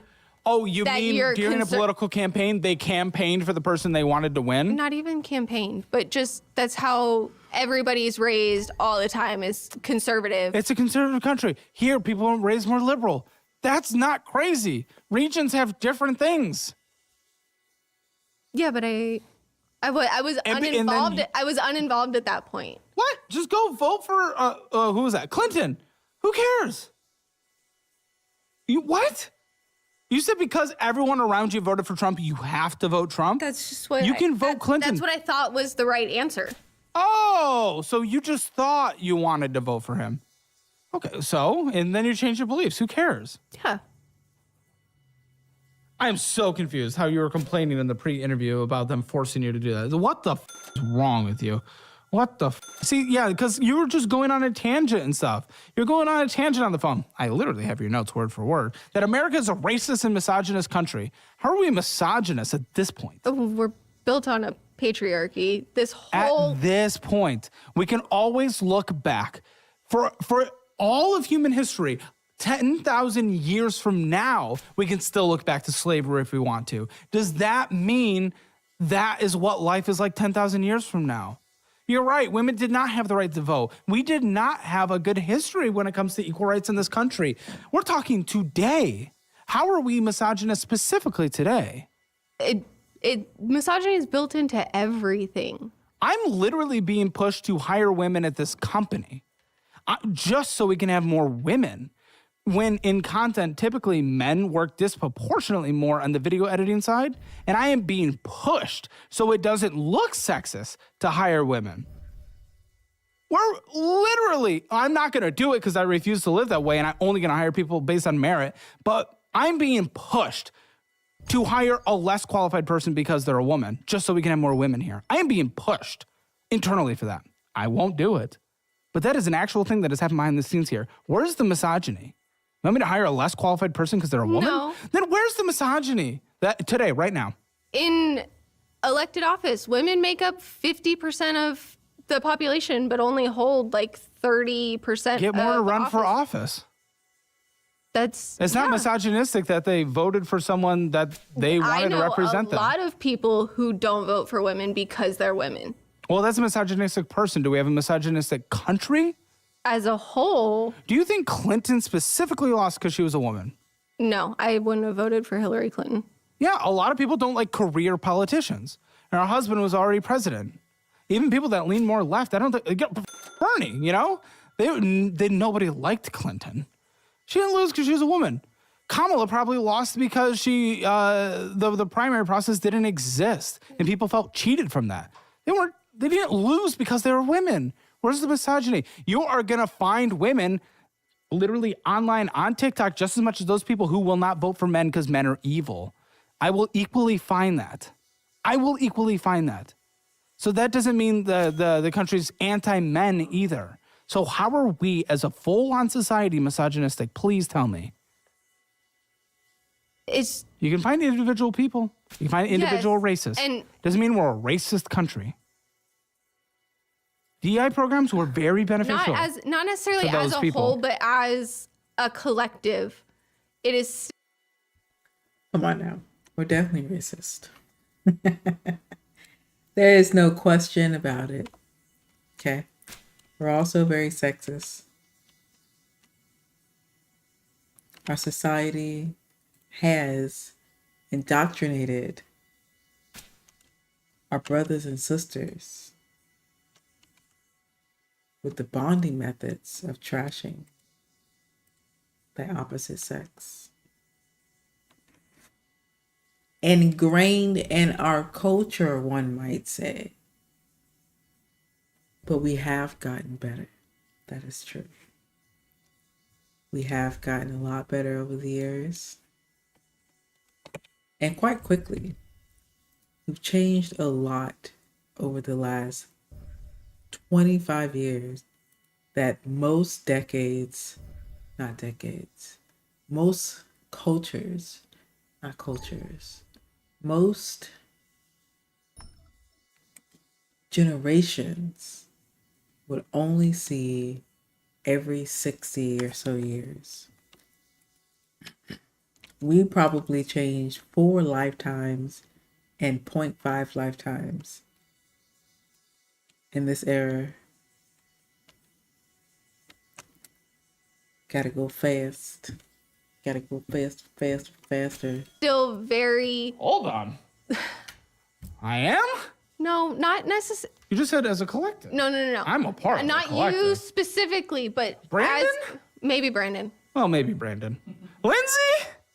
No, not Lindsay. Lindsay's a girl. She's a girl. She's a girly pop. And I'm a girl's girl. Mika? He's just a Who may little or may Puerto not- Rican over there. Like what? Is he a big... Okay, I'm going to give you a chance again. How are we as a country misogynistic and racist? It's systemic. I'm waiting for examples of how we are. We can look back forever.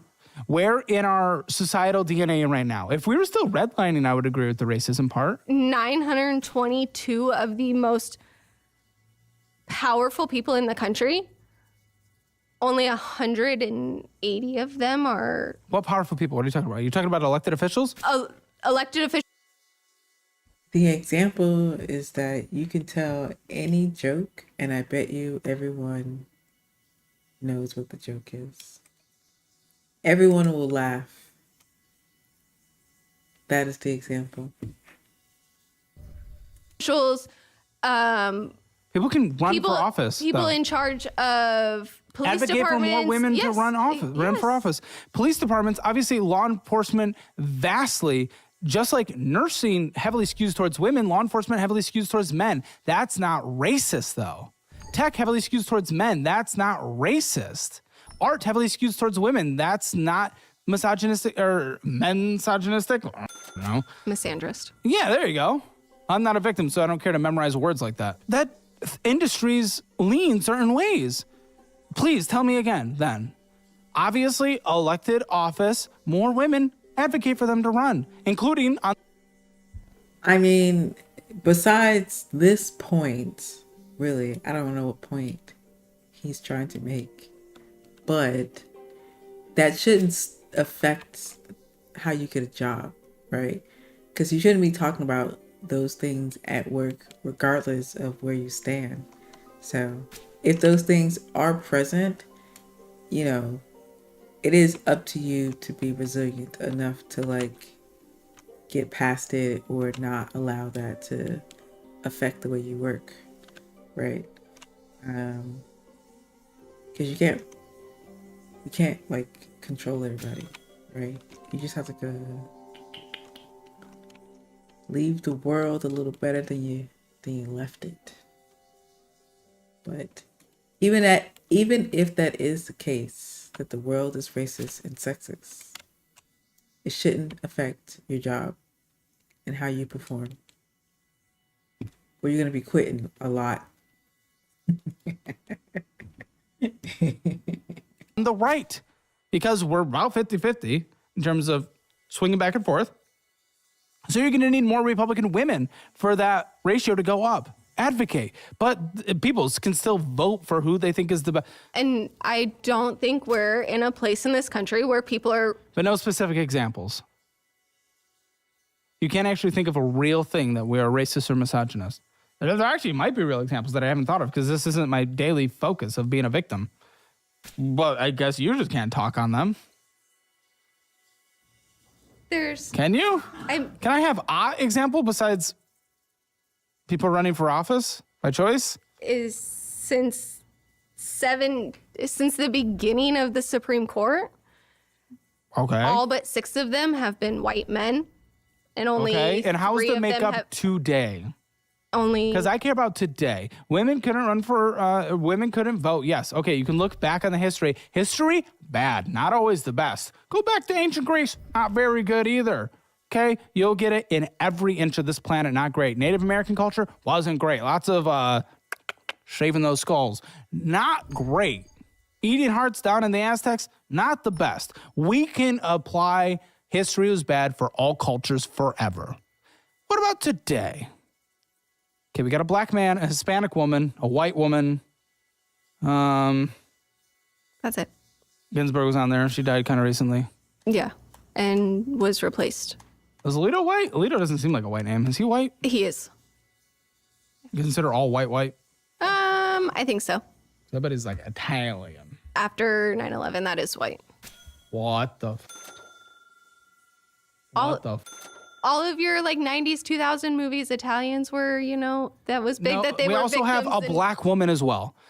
As someone who cares about identity politics, I think I said we had a Hispanic woman, a black man, and a white woman. I thought we you said also black. have, I thought black. and then we have another Hispanic woman and a black woman. Hold on, we're 1, 2, 3, 4, 5 minorities and 4 straight white men.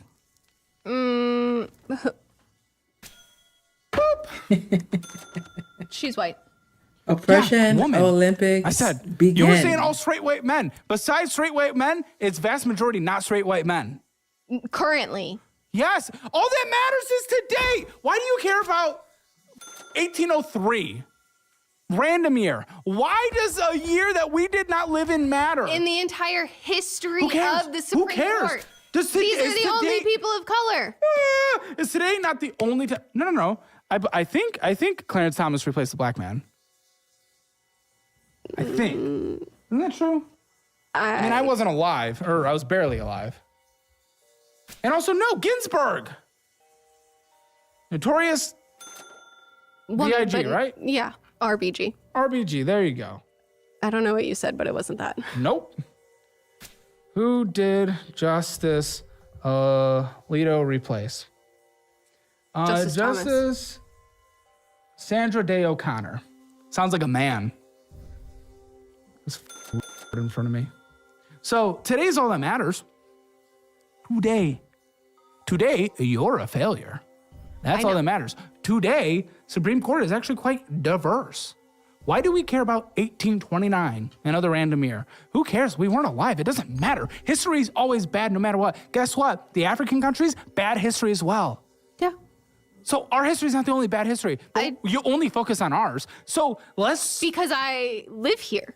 Yes, you live here in the present, in today. So focus on today that it has gotten better. And we can appreciate that and celebrate that and move on with your life and do something productive instead of bitching and moaning. My GamerSupps flavor is finally here. It's called Liquid Assets, and it tastes like raspberry apple and success. Use discount code Caleb to get 10% off your entire order, plus free gifts you actually want. Drinkware, stickers, full-on apparel, even some seriously limited edition swag. And 1 out of every 10 tubs has my face printed right on it. And the whole offer stacks up 6 times. The more you buy, the more you unlock, and the better your chance to see my sexy face on your tub. Get 100 servings of delicious, zero sugar, less than 1 calorie liquid assets for less than 40 cents a serving, plus all the freebies until they're gone. GamerSupps is fully stocked and shipping worldwide right now. All you need to do is head to gamersupps.gg/Caleb or click the link in the description below. This stuff is a game changer. Ladies and gentlemen, I got something new to help you that we have personally built right here on CalebHammer.com. We have new Caleb Hammer financial resources. They are the ones I would personally use, which is why we made them for you to use. As you've already heard me talk about, personal loans are okay when you're good at debt. I personally use them when I can leverage them for a situation. So we have good personal loans on CalebHammer.com. We also have auto insurance now. You can check for free. Oh my gosh, all these freaking ads, man. Caleb, no one sign up for any of his loans. No one sign up for his auto insurance. It's crazy. What is with these ads?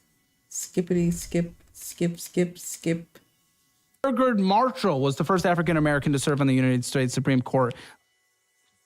Lyndon B. Johnson. Okay, so we understand that, right? No. No?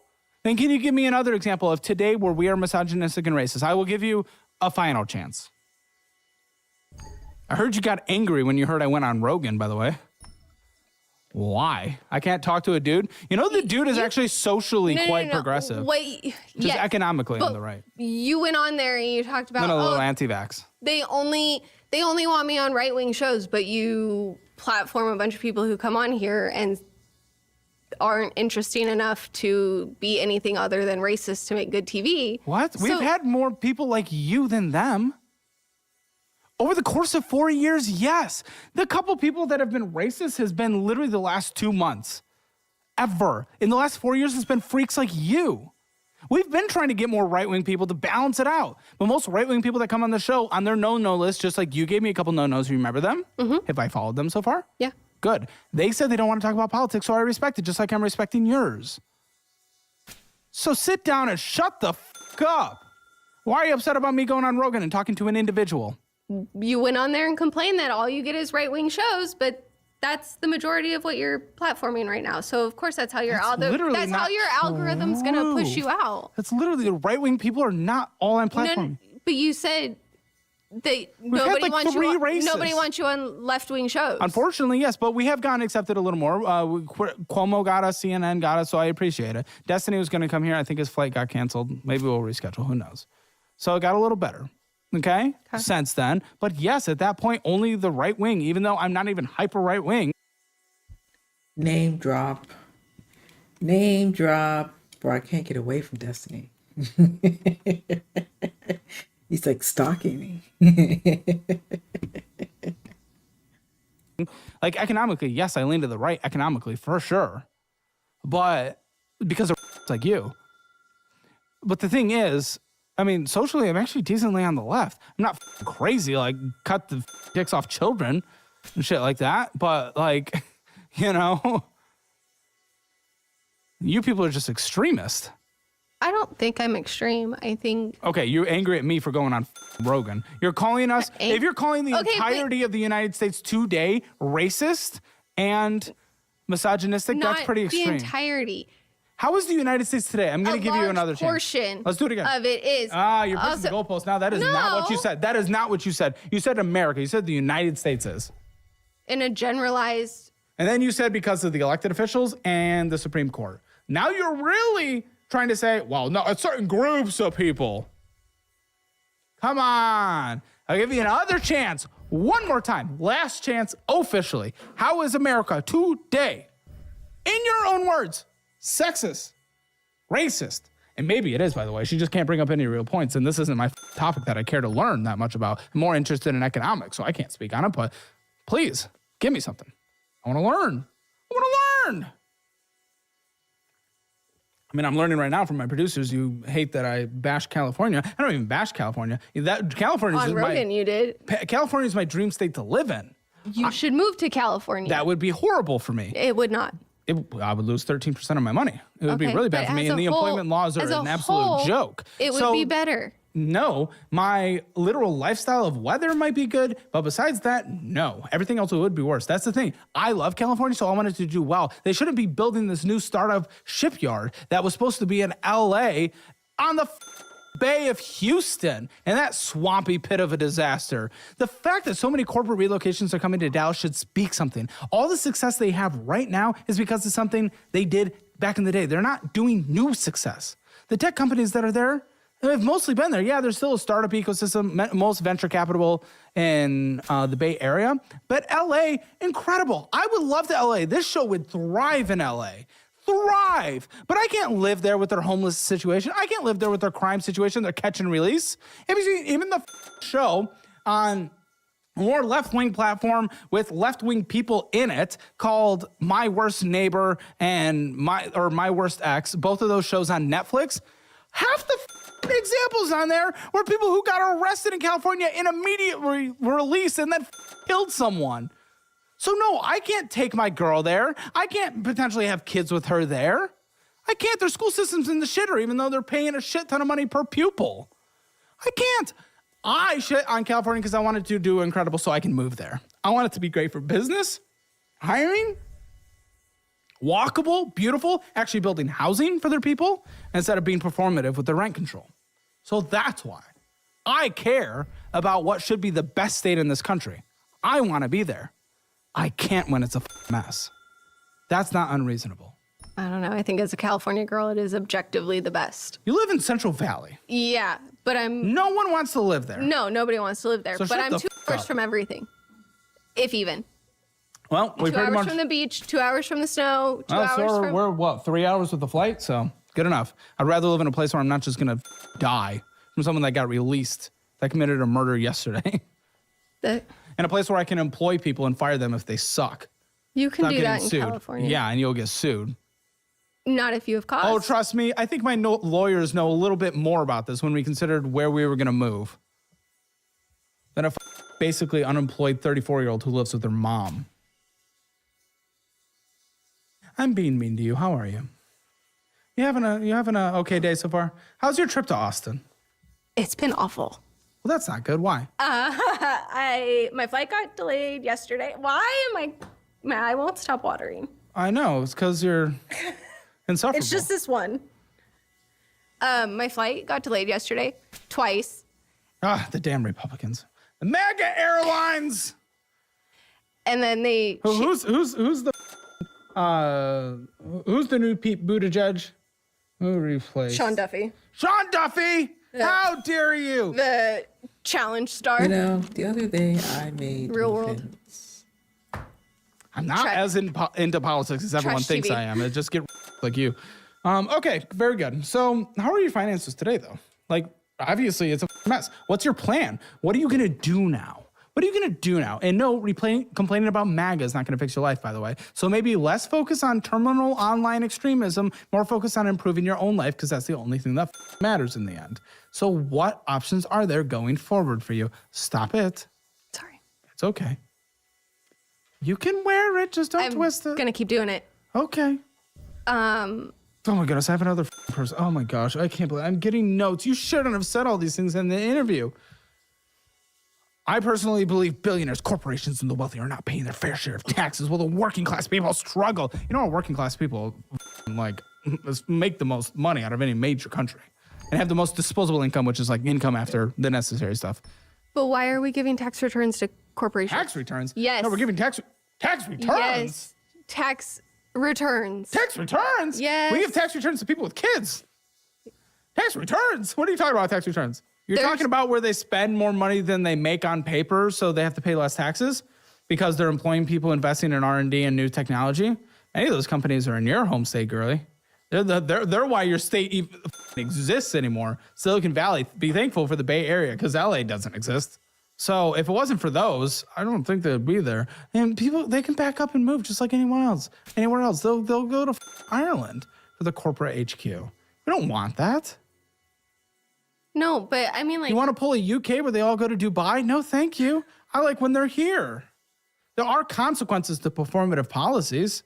And also, what do you mean tax returns to there corporations? are like Fortune 100 companies that have gotten tax money back from. What context? What context? Is it when they got they went to a new area and they reached a deal with a city? No, like a Chase of. This is probably from a couple years ago, but Chase Bank got a tax return. I know.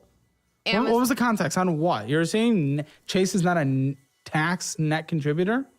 I haven't heard of this specific Chase thing. I'm going to check it, but. Chase Bank was one of them. I know like Amazon paid $0 Well, that was in different. corporate taxes. Hold on, but that was because they spent more than they made for the longest time. They weren't a profitable company until recent years. You know that, right? Are you saying companies should have to pay taxes on money when they're not profitable? So me as a business, let's say we make $1 million this year. If I spend $1,100,000, I should pay taxes on my lost money?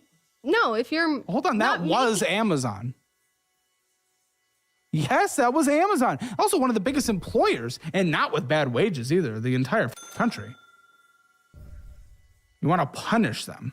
not punish them, but I don't think they should be getting. Well, they're paying great taxes now. What, you want to be AOC and prevent brand new campus coming to New York with thousands of new jobs? Consequences of performative policies? No, I think that, okay, specifically, there are like 8 Amazon warehouses within driving distance of me. And they don't do anything to better the community. Well, I would say the people that work there. They build their warehouse off of a 2-lane road and like. You know, a lot of people work there, right? Yes. That's benefiting your community. Those people put money into your society. Upgrade the infrastructure that you're building in. You mean the roads? The roads, yeah. That would be good. Now that's the city's responsibility. Advocate for the city, not the corporation. Roads are a public good. Yes. Why are you complaining about Amazon? They're literally employing thousands of people in your city who are going and spending money at restaurants and other. Dude, you're broken. What is it, please? Okay, get your point. So, very specifically, there's an Amazon warehouse, and I just saw a Walmart one right next to it the other day. Crazy.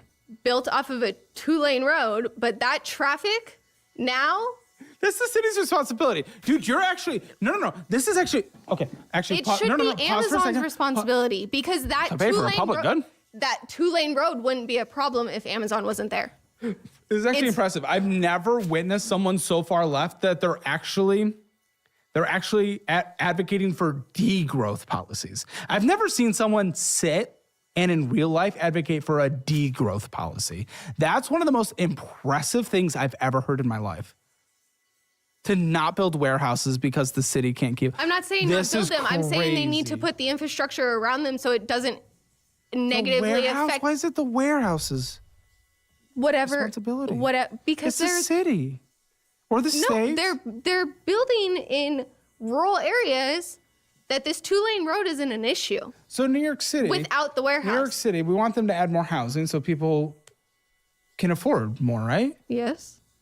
Should it be the people who build the housing's fault to add an extra lane to the highway because more people are moving in? They should have some sort of responsibility in it. They pay taxes, property taxes, which those warehouses certainly do, and income taxes and whatnot, paid to the state, redistributed to the city in the state of California thanks to their new jobs. It's your city's fault for not allocating the resources properly. Advocate for that. Girl, there's lots of things I can complain about Amazon for. Some of the working conditions with heat, that shit was bad. You and me can be on the same page for that. But you went and advocated for a degrowth policy. That's one of the most insane things I've ever heard in my life. And putting the responsibility... I'm not saying they should be fully responsible, but they should... They're paying taxes. They're paying taxes for that infrastructure. If the city decides to not upgrade it, that's on the city. Vote for someone different. Okay, she's most likely referring to JP Morgan Chase, the parent company of Chase Bank, receiving a net $1.1 billion U.S. federal income tax refund on cash basis for 2025. Let's get the context, though. Why did they do it? Because they overpaid estimated taxes in the prior year. You're so... Oh, I love it. Thank you for making my show possible. For literally not knowing anything. Because that was such an easy lookup. Same thing would happen here. We have to do quarterly estimated taxes, and if I pay too much, then I would get money back.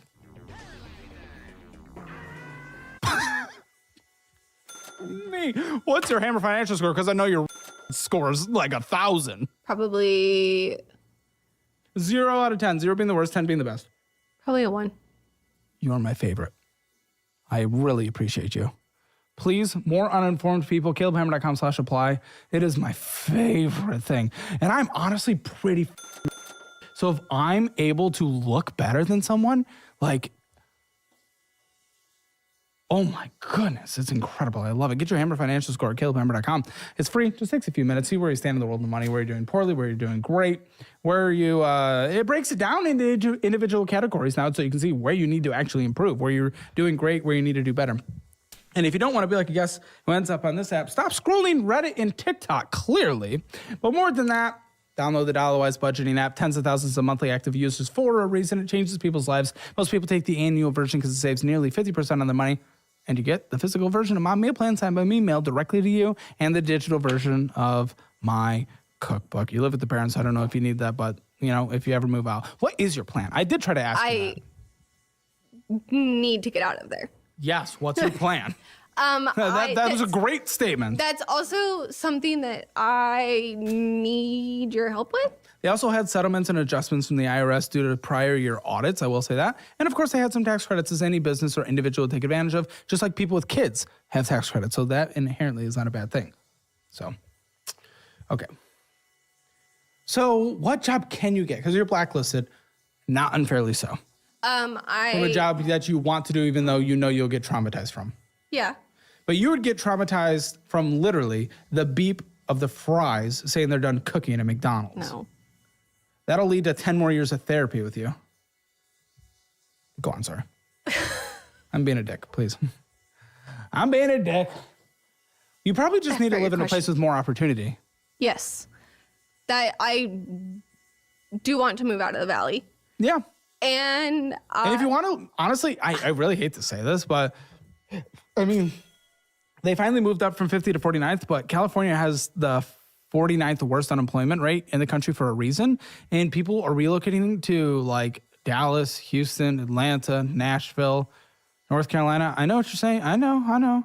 Well, they're not horrible, but for reasons, because there's jobs and opportunity, because it's risky to hire in California. It's expensive to hire in California, and people are leaving. So I'm not saying you have to do that, but that is something I'd consider, because you're going to probably move to another city in California, and they're not the best job market, especially with your lack of skills and resume. And my question for you is, are you guys pretending that the weather isn't awful here? No, it's really bad in the summer. 3 months of the year, it's dog shit. Gorgeous winters and falls and springs. I don't like any of those. Gorgeous winter, fall, spring? It feels like it's raining, but it's not. That's humidity. Yeah, I guess it was a very humid morning. I apologize for your new trauma. And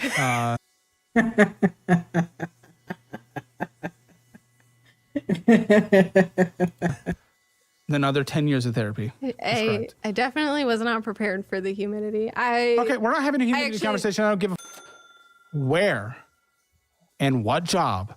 Because what the you will not survive off of this. I know. Please, lady. Okay, what are the options? San Diego, Los Angeles, metros. San Francisco. Been mainly looking in the Bay Area. Okay. Do you work in tech? No. What the are you going to do? You're going to be a barista? No, you're going to work in the services? I've been applying for dispatch jobs. Maybe? Dispatch. No one's they're gonna look your name up, dude. No one's gonna hire you. And that's not unfair. You f***ed it. I'm sorry, you f***ed it. Rip? Okay. Not even rip to your friend. He survived. So it doesn't even matter. Rip to your career in that. New career time. I got you a course career certification in whatever you want. There is tech certifications. Take that, go to the Bay Area. They like certifications there. Maybe you'll do something, okay? Okay. Accounting. Do accounting for them. I don't know. It's still a brutal job market out there. Even with all the VC money, it's a brutal job market.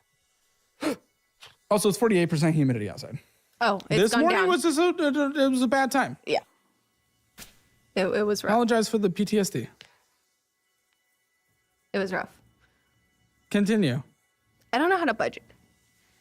And I need help with that. That doesn't matter if you literally don't ever get a job. I have a job. No, you're not gonna survive in California at 23 an hour. 25. 25 an hour, you're not going to survive. What are your goals? Because you went from home ownership due to your evil MAGA parents. Okay, very good.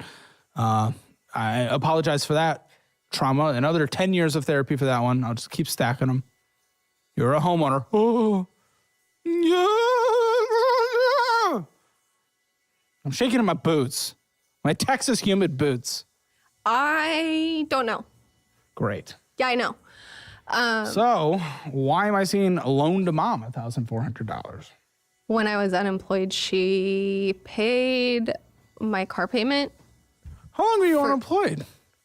California has an incredible welfare state for losers 8 months. like you. So, my unemployment was less than my mortgage. I'm f***ing with her. If you go on unemployment for losing a job, you're not a loser. That's there for you. If you stay on it forever and you never look for a job and you're like the people who reacted to on the Caleb Hammer show over on our second channel, then you're a loser. Sorry, go ahead. I was unemployed for almost 9 months. Why did you actually seriously go work at McDonald's? I don't know. I applied it like Target, Home Depot, Starbucks. Yeah, but you know what you did with your resume on all those, I guarantee you. You made it look like you wanted to take them temporarily just so you could pay the bills and go and get a better job. Just found out because the company that I work for now was... Why are tears happening? They're not. Okay, it just sounds like it. No, my one eye just keeps watering. No, I hear it in your voice. Continue. Oh. Starbucks is bullshit and a waste of money, and you already know that by making your coffee at home and investing the rest. So now you need to do that with your energy drink as well. Make gamer subs at home for just 40 cents a serving. And honestly, it literally tastes better. And we proved this accidentally via a blind taste test in our Hammer Elite show, Fat and Fatter. The #1 ranked energy. Bro, I'm gonna have so much Hexite energy. Listen, so much of it. Does this tell me what Hexite energy is used for? Hexite. I have thousands already. I'm gonna have so much. It doesn't like tell you what is this for? A crystallize of Hexite that is brimming with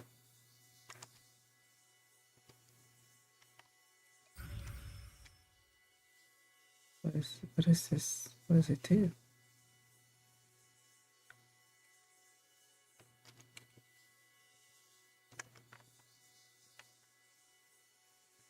What does it do? Energy drink is gamer subs. Literally, the cherry flavor is insane. Listen, you can also get free samples to see if you like it, or 10% off your order at gamersubs.gg, or click that link in the description below. Type in code Caleb.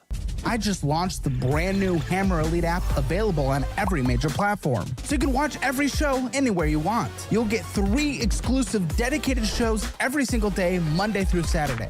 Refer a friend after you sign up and you get an additional 30 days of Hammer Elite access for free. Download the Hammer Elite app by using the link in the description or pinned comment down below. This is the best membership you'll ever join, and that's a promise. I just found out the company I work for was bought out, and the HR lady told me last week that my resume is awful. Yes. Nobody is surprised. Again, as always, nobody is surprised. How are you? Why did you not put? You live in California. That's where a lot of the AI is being developed. Why did you not put it into AI and ask it? It would have told you that you are. And not only did your mom lend you money, she probably lent you an extra chromosome as well. Like, you are everything. You are broken. Don't know what else to tell you. Do you owe her a monthly payment? Yes. Okay. I know we're going to call your mom in the post show. Tell her to stop supporting her ass. She is an evil MAGA mother. So, probably kick you out for looking like a gay. Right? No, my sister's gay. Wow, what an evil radical Republican your mother is for supporting your gay sister. I hate Republicans as much as I hate Democrats, but you're making me like them more. You shouldn't. They're annoying. So what's the payment plan for this? Your actual plan, not the plan, because I know there's no literal minimum, but what's your plan? You're licensed to be a hairdresser. Yeah. Go dress some hair, creature. Come on. I do occasionally. I don't have very many clients anymore. Well, no shit. Go work at a salon, you freak. You have to have clients in a salon. Yeah, but you can get some random drop-ins and build that list again. But you have to pay booth rent, and then you're not making money. Okay, we'll go to the most popular one you can find that has a booth available and try it, right? Fine, let's make $25 forever. Right? You don't know what to do, at least that's an option. You get a hairdresser instead of being unemployed for 9 months. I was trying to get my clients to come back. They have We're sick and tired of you crying every time you cut their hair? They were not so happy with my work schedule I was dispatching. When you were unemployed? Yeah, but they stopped coming while I was dispatching. And you're trying to get them back, though? Yes. Why wouldn't they at that point? Because they found someone else, right? Yeah. Okay. Why did mom give this to you? Yeah, go work at a blowout bar. I'm being told you don't need to have clientele. They're everywhere. People just book and generally don't care who they see. There's not any around me. Okay, then like that I I'm said, aware of. you have to go. That you're I don't think there's any. There's no. Glad you followed it up with that. Let's go to the map. I've never seen one. Oh, you've never seen. She's never seen. In my area, She's never seen. It doesn't exist. I didn't say they didn't exist. I said I wasn't aware of any in my area. I've never seen Las Vegas in person. Must not exist. Never been to Vegas? No. Oh. I should. Okay. Interesting. What's your address? What are we bleeping up? My house address? Mm-hmm. Oh, okay. Her town's small, but you're literally what? 15, 30 minutes from major cities? Yeah, no blowouts there. Girl. I don't think there's a blowout bar there. In the major cities? No, I don't think so. Girl. Okay, I'm seeing so many places. I don't know all that are blowouts. It's hard to see on the map, but I have at least to check out 1, 2, 3, 4, 5, 6, 7, 8, 9, 10, 11, 12, 13, 14, 15 places, 16 in the city just south of you. That's not even going to the city west of you or the city east of you. Do some research. Come on, what are we doing? Okay, 25 minutes away, we confirmed from your address. I didn't know there was one there. No shit, you didn't look because you have no ambition. Disney rewards. Quite a princess you are, huh? I wouldn't say that. $3,328.62. A $69 minimum to payment. 12 years to pay off. Still be unemployed. Okay, we have fees, we have interest, and we have balance transfers and purchases. You're collecting them all. Yeah. Why? Fees on it? Oh, yeah. Oh, you betcha. Why? I don't know. Okay. As always, the transfer for someone like you makes no sense. In the Caleb Hammer financial tools network, we have personal loans. We have debt forgiveness programs. We have car insurance, and we're adding more. Those are great tools for people like me, for people out there who can manage their shit and have proven they can manage their shit and use it as a tool. For you, a credit card transfer makes no sense. What are you doing? I was trying to avoid the interest. There is interest accruing. Okay. She's trying to avoid the interest. She's financially smart, which is why she went to Boardwalk Pizza, Churro Bayou, Timland Popcorn, Lockers Disney, Lightning Lane, Pizza Planet, Lightning Lane, World of Disney, World of Dinzy, Beverage Kiosk, Lightning Lane, Dutch Bros, DoorDash, Dutch Bros, DoorDash, Red Robin, Dutch Bros, Red Robin. Yeah, that's being financially smart. That's doing really good as a 34-year-old who lives with her mom. It's not. No, this is embarrassing. I know. Almost as embarrassing as your not well thought out or well researched political views. Yeah, why are you doing this? That's not good. You shouldn't be doing that. No. Yeah, why? Why are you doing that? Was my question. Interesting. That is curious. Yeah, it's a big one. Here they come. God damn it. If you want to take a moment, it's okay. I'm with you. You okay? What's going through your head? I already feel like a loser. I already know all of that. But I also don't feel, I don't know that welcome's the right word, but I feel like a guest in my parents' house. And that then going grocery shopping and putting stuff in the fridge or the cabinets or doing any of that stuff that I would do when I owned my home feels like a burden. Why? My dad makes comments all the time about me being there. What kind? He, most recently, the one that I can think of, he said something along the lines of, well, we didn't know you were going to be here for 5 years, and it hadn't 5 years? It hadn't even been a year. Okay. But the dramatic, sarcastic comment of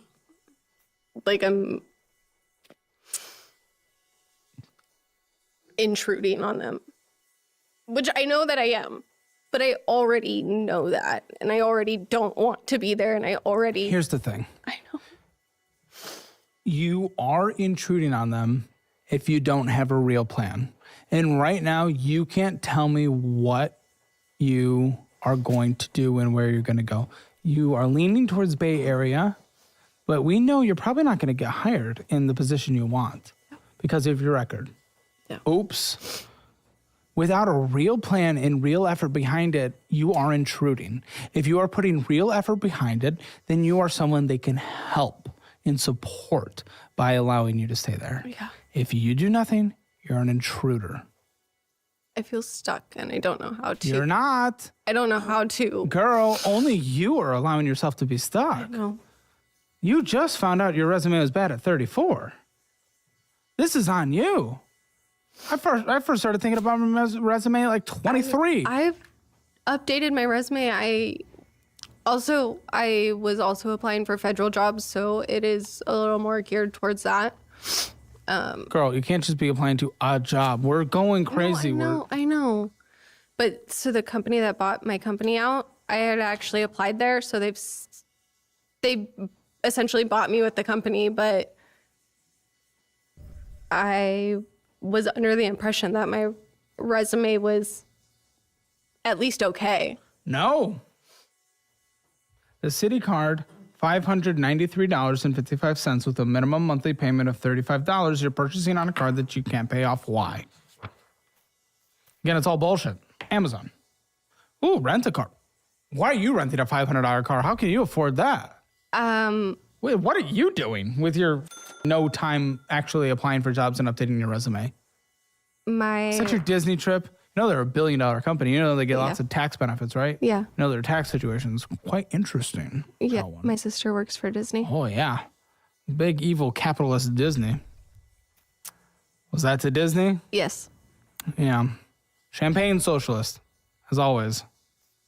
You know you people are the most hypocritical people. I'd say people on the far right are really annoying, but people on the far left are hyper hypocritical. Like it's crazy. And both scare the out of me.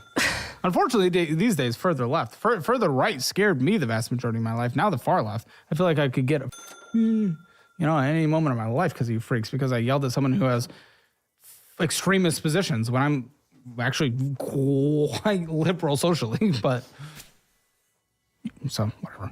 Rant. You know that, right? You guys are really fucking hypocritical. I don't. Evil corporations, capitalists, and then you just give them all your money. I know. And Amazon, weren't you just hating on that warehouse that delivered that to you? Yeah. It's a shame they're able to get there on that 2-lane road to your house. I don't shop on Amazon very often, but if I do, it's who cares? It's because I can't find it around me. Just do it, man. Doesn't matter. Or live to your principles, your cheap principles. Have no real moral backing other than performative and virtue signaling. Wells Fargo, what's going on? That one has my storage unit on it, and a storage unit, dude. Just get rid of it. It doesn't matter. Get rid of your shit. Get Facebook Marketplace stuff when you start over again. It's gonna cost money to move it all. You can't afford to live anywhere. You can't afford a storage unit. Big corporation Target. Big corporation Chewy. Massive corporation Spotify. Huge corporation Walmart. Yeah. Giant corporation Walmart. Dutch Bros. Walmart. And a lot of that's bullshit too. It ain't groceries. No, it is groceries. Not all of it. That $2.34 was a snack. No, Walmart splits them up. I don't know why, but some charges or they'll refund it for something missing, or they overcharge you and then refund the money. I don't know. Maybe.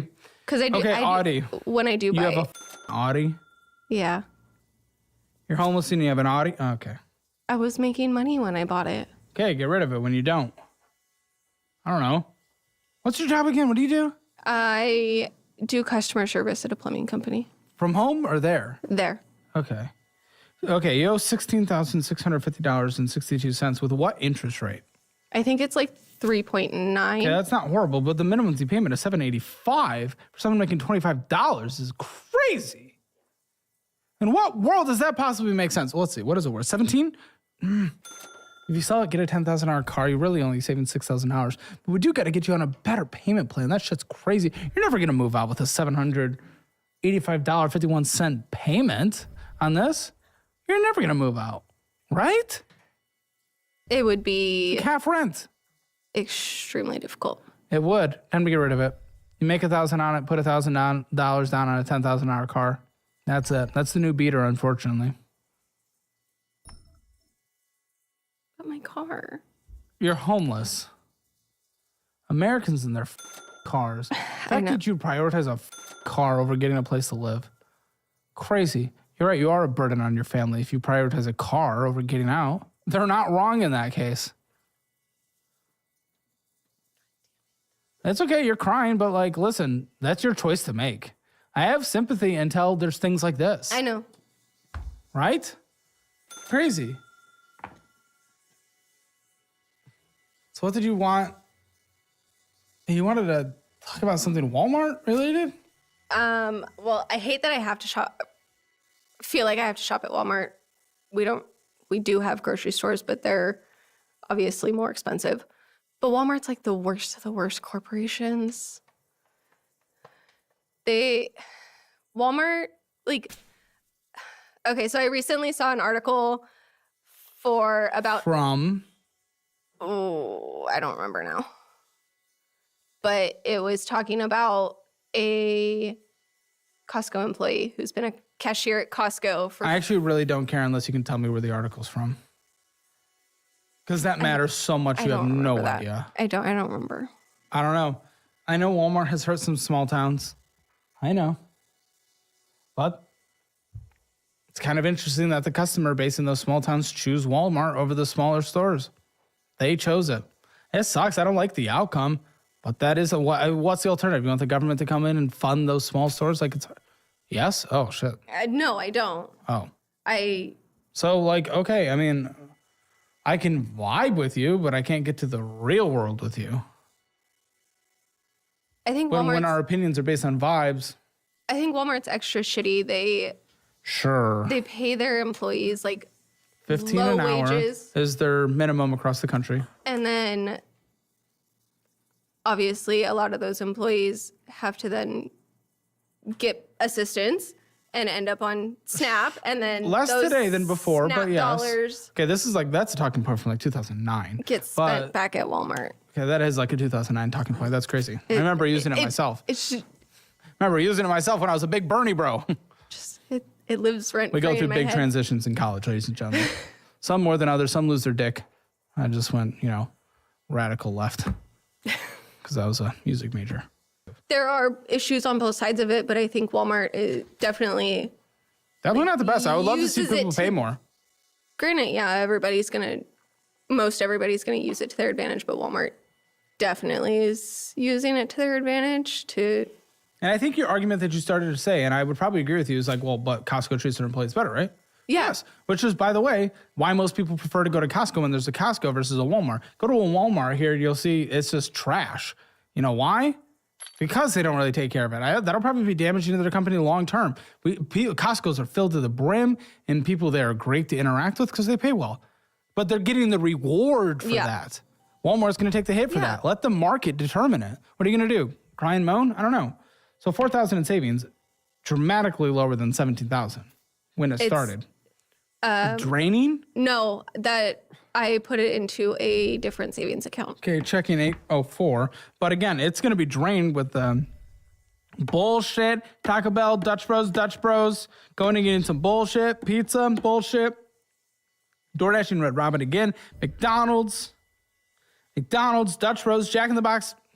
Bro, you don't cook. No. Oh, that's not good. I'm sorry, you're getting a comfortable life. Come on, all your money's going to just feeding those dopamines. Why would you move out? Why would you do ambition? Come on, I've been there. I know this. Jack in the Box, Dutch Bros, Hollis, McDonald's, Panda.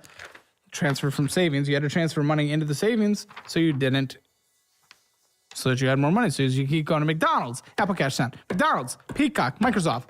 Savings isn't being drained huge or super quick, but it is going down, which is a concern because you have transferred some to checking little by little. So 15 in that high yield savings account. Okay. That's good. I'm happy to see that. That's a good start for your moving out journey. You just need to get a job, figure out your resume situation.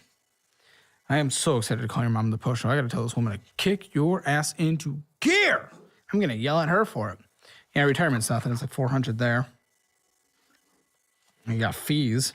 Oh, 8,000 in this one. Okay, that one's decent. For your age, very bad, but at least there's a number. Many people don't have a number. Wait. Nationwide what? It's a 457. Okay. 12,292. Okay. Good. Let's get your budget. Well, I mean, your budget. You don't freaking have, like, costs. But the budget isn't the important part of the conversation. It's about what you do from here. But let's just do it anyway. Make it make sense. 3,100. You don't pay any rent to them? I do. Oh, okay. Well, it does matter then. How much? 500. Does that go to utilities and everything as well? Nothing extra for that? No internet? That. Okay, debt payments. Let's see. Car, get rid of it. Not even a choice. Get rid of it. $1,000 down on a $10,000 car. It ain't luxury, girl. Because your debt payments right now are $914.51. Gas, vroom, drive. How much? Not much now. Will be when you go drive it to the blowout bar. My work drive actually got shorter just as of 2 weeks ago. How much? So How much? I would say probably $150. Phone bill. $60. Yeah, switch to helium if T-Mobile's good in that area, similar towers to that. Okay, then maybe not. It is good from the vast majority of people out there. Car insurance, how much? I think it's $169. Not the worst. You don't have to do groceries. Well, how does the food work if you stop eating out? Would you have to shop for yourself? For most of the stuff. Okay, let's give you 300. Let's just be generous, which most of, let's be generous. Meal prep, meal plan. That's what you're doing. It'll be good for health as well. TP fund, anything else you need to survive. We'll do about $100. That is tampons, it's toothbrush, toothpaste, all that good stuff. Again, some of it will be provided by the house. Some of it not, like toilet paper will be, but medical health care, any copays, monthly basis? Yeah, they're pretty high. How much? Probably like 500. What the therapy? No, I have one prescription that my insurance doesn't cover. Okay. And subscriptions? I'll try to do $40. You have any pets? I have 2. What? Cats. Okay. $100 pet insurance. How much for cat food, cat supplies? Probably like $100 a month. Okay.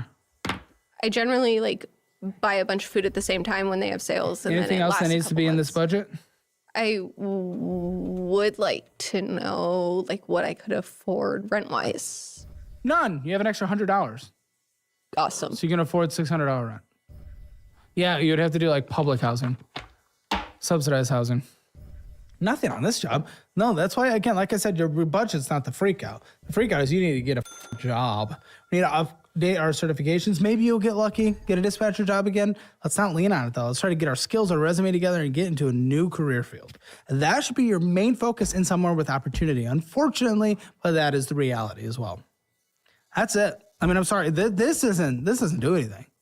You're going to have to sell the car. The minimum payment goes down a little. Let's say $500 to $500. That saves you an extra few $100 here. So, but that's pretty much it. From there, you just got to, you can pay off your Wells Fargo like that immediately once the car's sold and all that good stuff. And you got to chip away at the Disney and City. And that might take a year or two with the current job, but with a better job, much quicker. And then all of a sudden you're out. You're out. Actually, since those are draining you, one thing I might do is I'd use the majority of your emergency savings and pay off those credit cards. Okay. Because they're draining you. I mean, you're losing more than you're gaining in any kind of high yield interest. So math problem right there. Just get rid of it. What do I do with all my retirement accounts? Leave them. Roll them over eventually, but it's fine. It just all in separate places? It doesn't matter right now. That's the least of your concern. Okay. As long as they're invested in something, they're going. So don't worry about it. You shouldn't be thinking about that for a while. Pay off these debts, get rid of the car, get a new car, get a better job. Those are the operations. Okay? I'm going to call the mom of the post show. Big confrontation we got to do here, but let's get the Hammer Financial Score first. While spending in a budget, spending money you definitely can't spend, clearly, which is why debt is going up and savings is going down.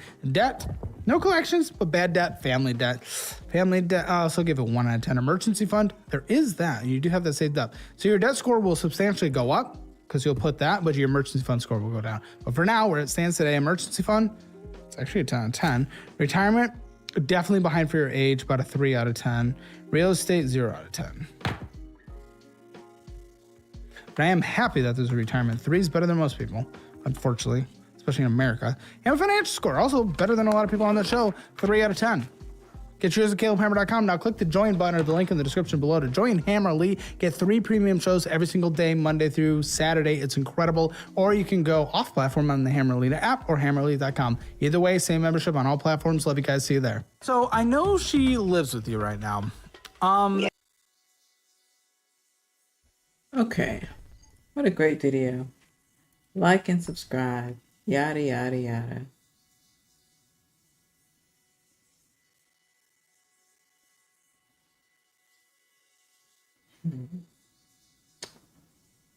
What is next?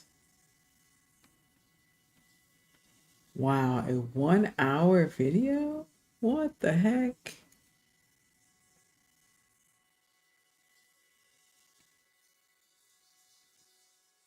What the heckies? What the heckies? The speculators have been waging an all-out war on the American dollar. I have directed the Secretary of the Treasury to take the action necessary to defend the dollar against the speculators. That's so fucking insane, right? America gets all these countries to invest in the American dollar, to buy American dollars, saying, hey, our money is backed by gold, right? Something tangible, something valuable. And then when we print more money than we have gold to back it, we then demonize the people who have been buying American dollars and saying these motherfuckers are trying to fuck our shit up. How dare they try to cash in that money for the gold we said it was worth.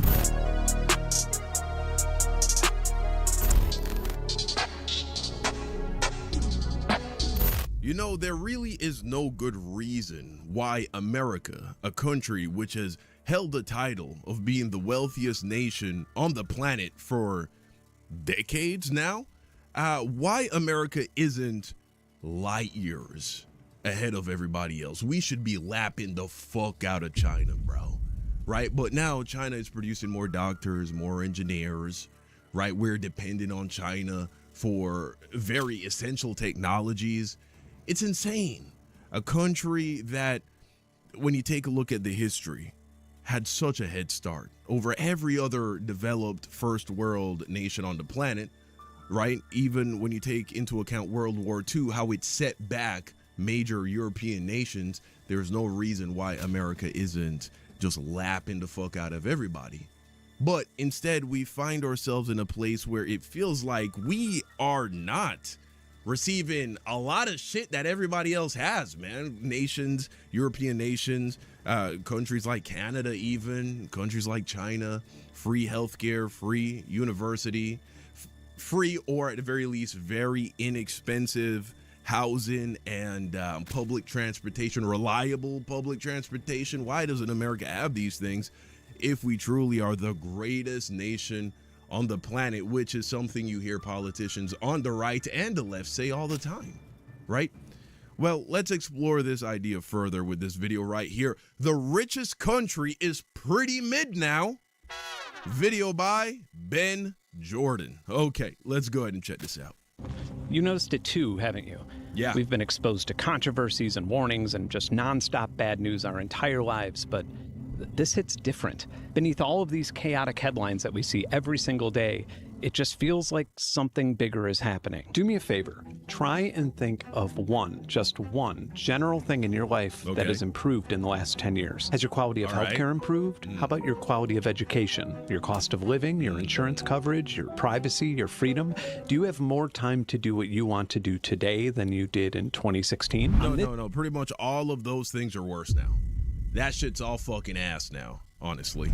This day, 1 decade ago, the Dow Jones closed at around 18,000 points. Since then, it has skyrocketed, closing today at 51,000 points. So congratulations, unless, of course, your quality of life is not 2.83 times better. In that case, I made a video for you to watch. Okay, all right. But this video isn't about evil CEOs. So rich people, wealthy people, they're having the time of their lives, apparently. Okay. Those are how capitalism and wealth inequality are out of control. You probably already knew those things. This is a theory, maybe a conspiracy theory, but a theory nonetheless that I've been sharing and discussing and refining for years. For you, it's merely some lenses that you can try on when reading your newsfeed. It's an introduction to what comes after capitalism, something I can only call leveragism. Leveragism? That doesn't sound good. Looking for a sign. So you're telling me what comes next is not some kind of leftist socialist utopia? That's not where we're heading? Oh no. Leveragism, huh? Never heard of that. Capitalism on paper is dependent on economic and technological growth. On paper, the idea is that everybody gets a slice of the pie, and if we make a really, really, really big pie that keeps growing, then everybody can get fat. And not only is that example kind of a literal one when we look at the American obesity epidemic, but capitalism also led to agricultural innovation and global supply chains and wealth creation in developing countries that played a huge part in decreasing global hunger. It's worth recognizing that in 1970, 1/3 of the people on this planet were starving, and now that number is down to about 8.2%. How much of that achievement can be awarded to capitalism can be debated, but ignoring that this drop in famine happened in a time when all but 4 countries rely on a capitalist structure would be disingenuous. Let's revisit that on paper part. So, like, even if we limit our examples to Coca-Cola, who I seem to frequently use for economic examples for some reason, capitalism leads to a lot of evil shit. In 1954, Coca-Cola financially and politically supported a CIA-backed military coup of Guatemala. Then, in the early 2000s, Coca-Cola was... Bro, imagine that. You're a fucking soda company.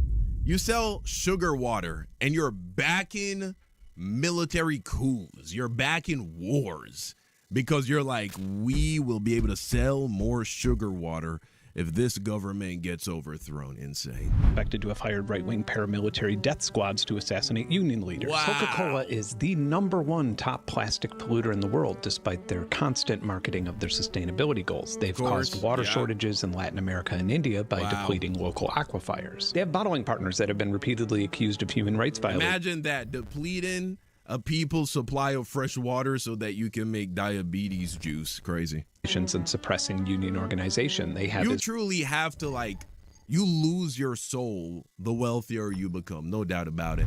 And once you get to a certain level of wealth, once you're in the space of billions of dollars, and remember, a millionaire is closer to being a homeless person than they are to being a billionaire.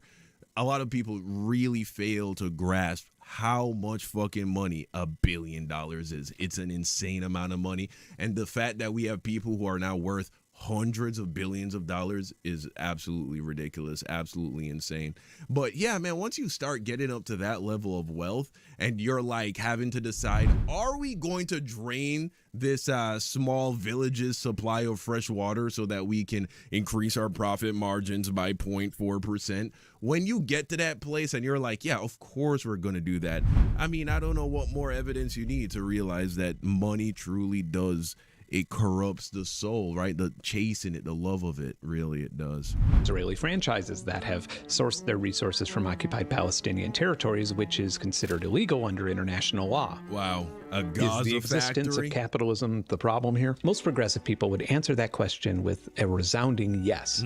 I think it's debatable. Oh, really? I would argue that most of these things that Coke did violate the rules written by capitalist governments, and the problem is greed, which is a byproduct of jealousy. Since capitalism is frequently associated with hoarding more resources than your neighbors, we tend to associate capitalism with being a douchebag, and that's totally fair. So much so that we even get popular memes and fake Karl Marx quotes like, there is no ethical consumption under capitalism, which is a completely sane and reasonable thing to shout at lemonade stands and farmers markets. The reason I'm discussing this to begin with is to highlight what American capitalism means on paper, and how apparently... I don't think capitalism itself is the problem. It's the greed, right? It's the greed. Nobody has seen that paper in decades. It's just that capitalism, it gives you the ability, you have the potential of exploiting how capitalism works to amass enough resources that you can then use those resources to do things like bribe politicians and, modify the government in your advantage that hurts other people and continues to make you wealthier and wealthier. And so that's how people end up demonizing capitalism itself. But technically, no, you're not an evil person because you made lemonade and you sold it at a profit. One thing that I regret not covering enough in my last video was what happened between the Great Depression and the 2000s. Let's go back to 1933, and I think we need a whole tone scale for this. Okay. Hey, I'm in 1933. Shit sucked. Nobody has any money. I've been eating shit like dandelions and potato soup and a bunch of poorly thought out ways to eat hot dogs. All this happened because a bunch of people got really greedy and borrowed more money than they could ever pay back and invested it in wheat. What is the deal with that? Really?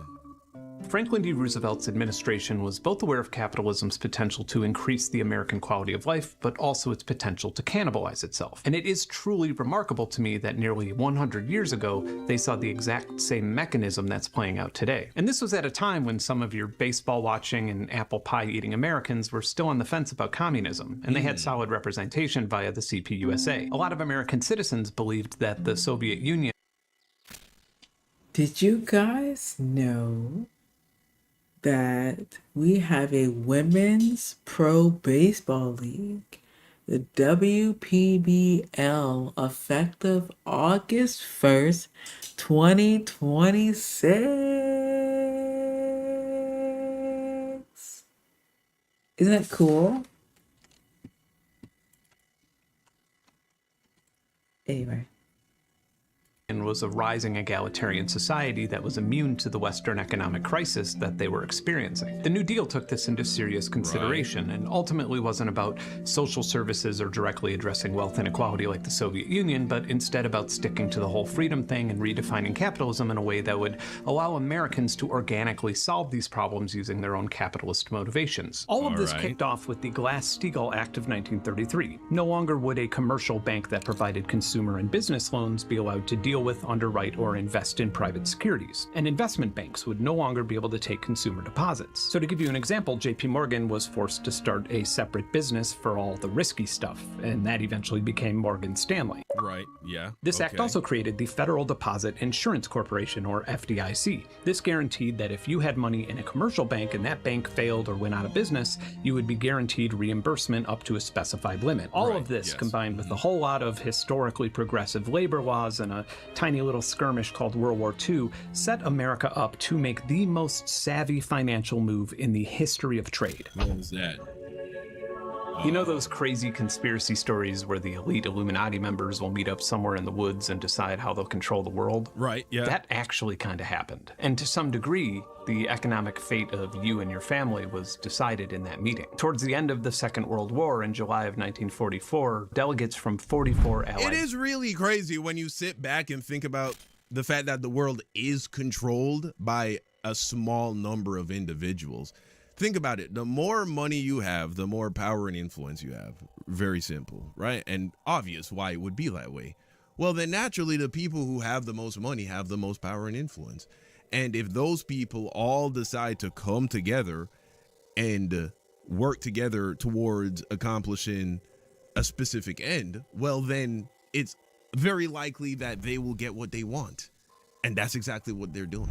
Nations met in Bretton. Meanwhile, what do we just have to fucking go along with it? You know what I mean? Woods, New Hampshire, with the goal of designing and negotiating a post-war financial system. At the time, pretty much the entire world was economically devastated, but due to our size and which is why nobody has been punished for this Epstein shit, essentially, right? Geographic isolation, American soil was mostly untouched by the war. We also held between 70 and 80% of the world's gold reserves and were easily the largest manufacturing economy on the planet. The Bretton Woods Compromise offered a way that countries could facilitate international trade with a trusted currency without having to lug literal bars of gold everywhere. The United States pegged the US dollar strictly to gold at a fixed rate of $35 per ounce, and it was guaranteed that any foreign bank could turn in $35 and receive receive a physical ounce of gold from Fort Knox. Wow, then every other nation in this agreement pegged their individual currency to the US dollar, which was then used exclusively for trading commodities such as oil with one another. Normally, if a country spends more money than it takes in, their currency and spending power would devalue, which would cause domestic inflation.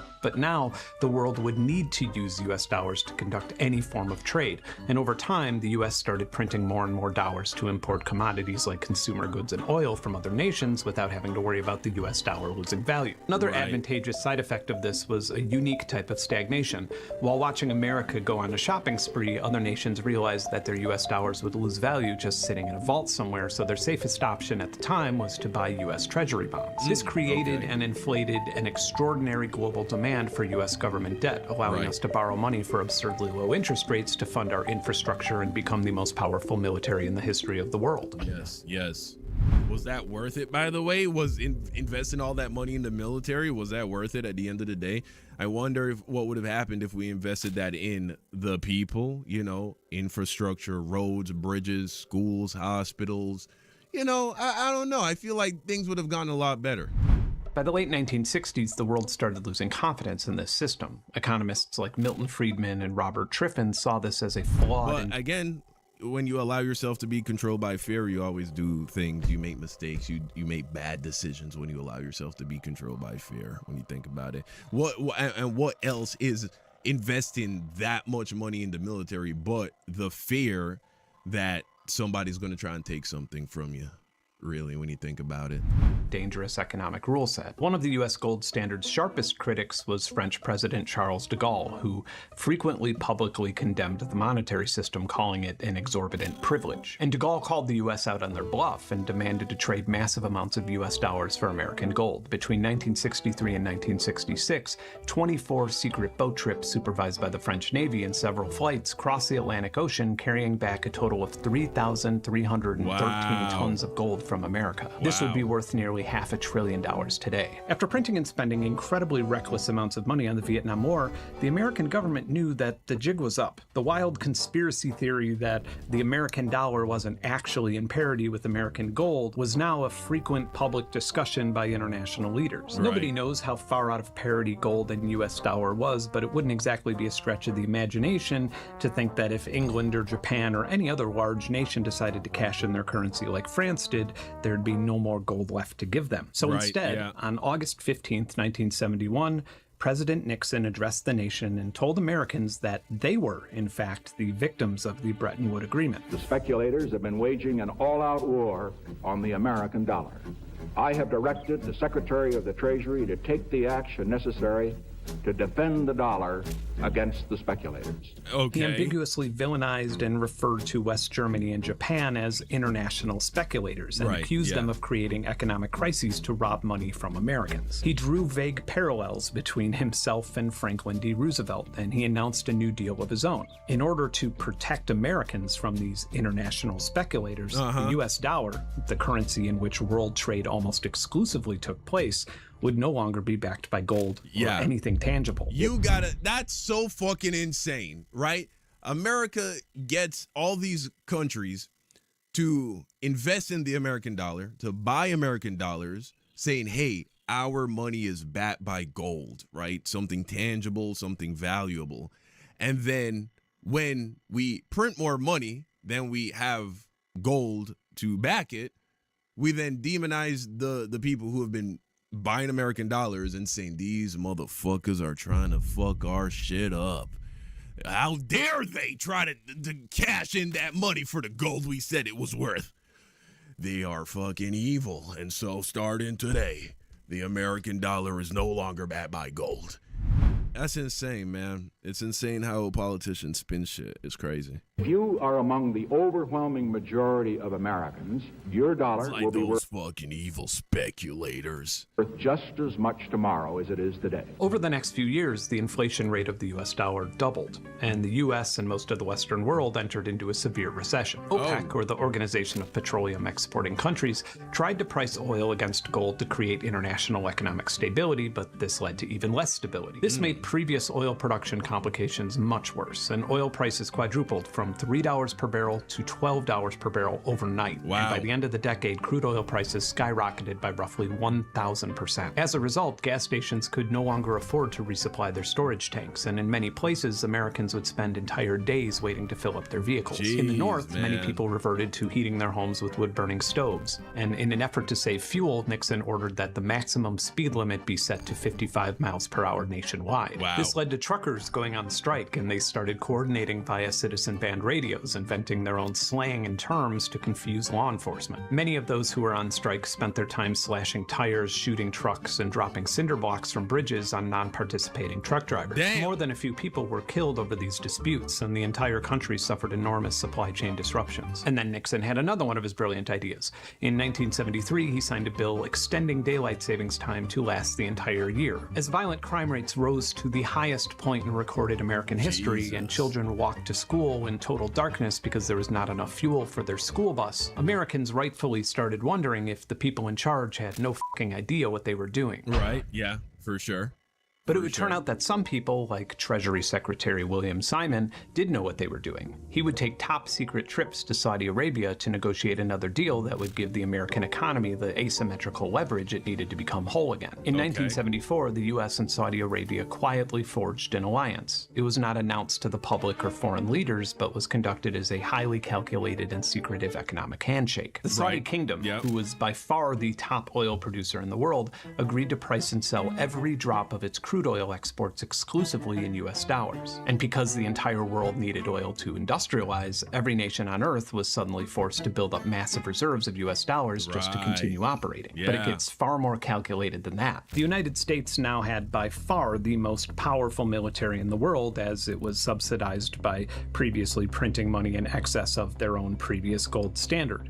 And the US agreed to give the Saudi monarchy an ironclad security guarantee. The US would provide cutting-edge military hardware, training, and an implicit promise that the American military would intervene and protect the Saudi royal family and their oil fields from any threat. And in return, the Saudis agreed to recycle their excess oil profits directly back into the US economy by purchasing billions upon billions of dollars in US Treasury bonds. And in this same decade, between 1970 and 1980, Saudi Arabia's GDP went from $4 billion. And now you see why we haven't gone to nuclear energy. Now you see why green energy hasn't been a greater push for green energy in a lot of developed nations, because America has leverage over a lot of nations. A lot of nations needs America for something.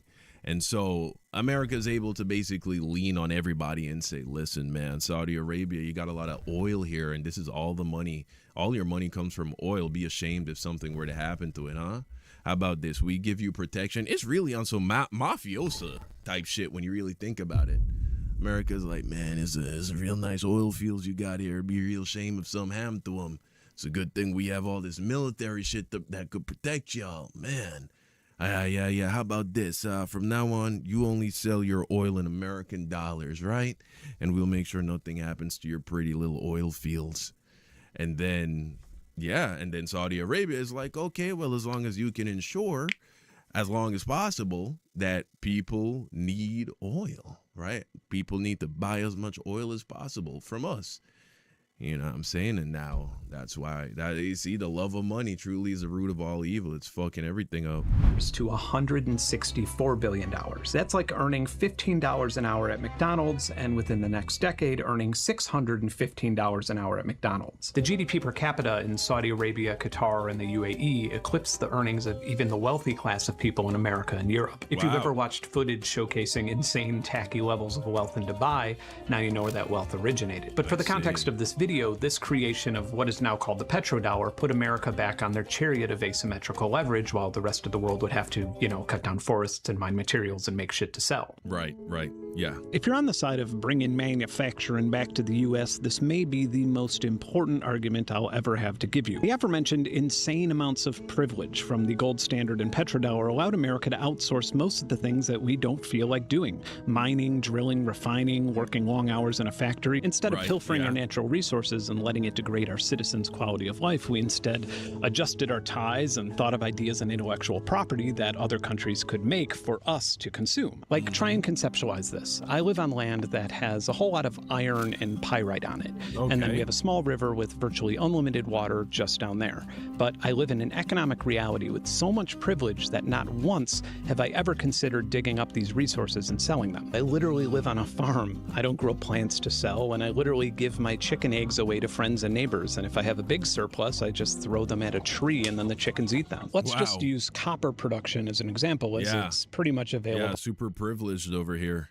Everywhere on Earth. In Congo, an average of 6.8 tons of copper is extracted or processed per square miles. In China, it's an average of 6.5 tons. In Mexico, it's 1.76 tons. But here in America, with our vast, enormous copper deposits, it's 12 pounds of copper processed per square mile. Instead, we import the majority of the copper we use from other places so we can keep our land looking pretty and our air smelling clean. So when I hear billionaires squawking about bringing manufacturing and mining jobs back to the U.S. and then advocating for the removal of immigrants who are willing to do those jobs, I think to myself, did they somehow miss the last 80 years of economic prosperity? Is it fucking possible that they don't understand how any of this works? Or is it entirely possible that they do understand how this works, and the problem is actually that too many Americans are too comfortable? And that probably sounds crazy, but stick with me, because first we need to philosophically understand leverage. Okay, all right. Leverage is a term frequently used by economists, although maybe not frequently enough. Studying leverage on an investment is about as fun as writing down thousands of metrics and using logistic regression to predict a fight instead of just betting against Jake Paul and then watching him get knocked unconscious and you winning $100 in the process. So you decide to rent a home in a small town where every house costs exactly $100,000, and you're saving up to buy one.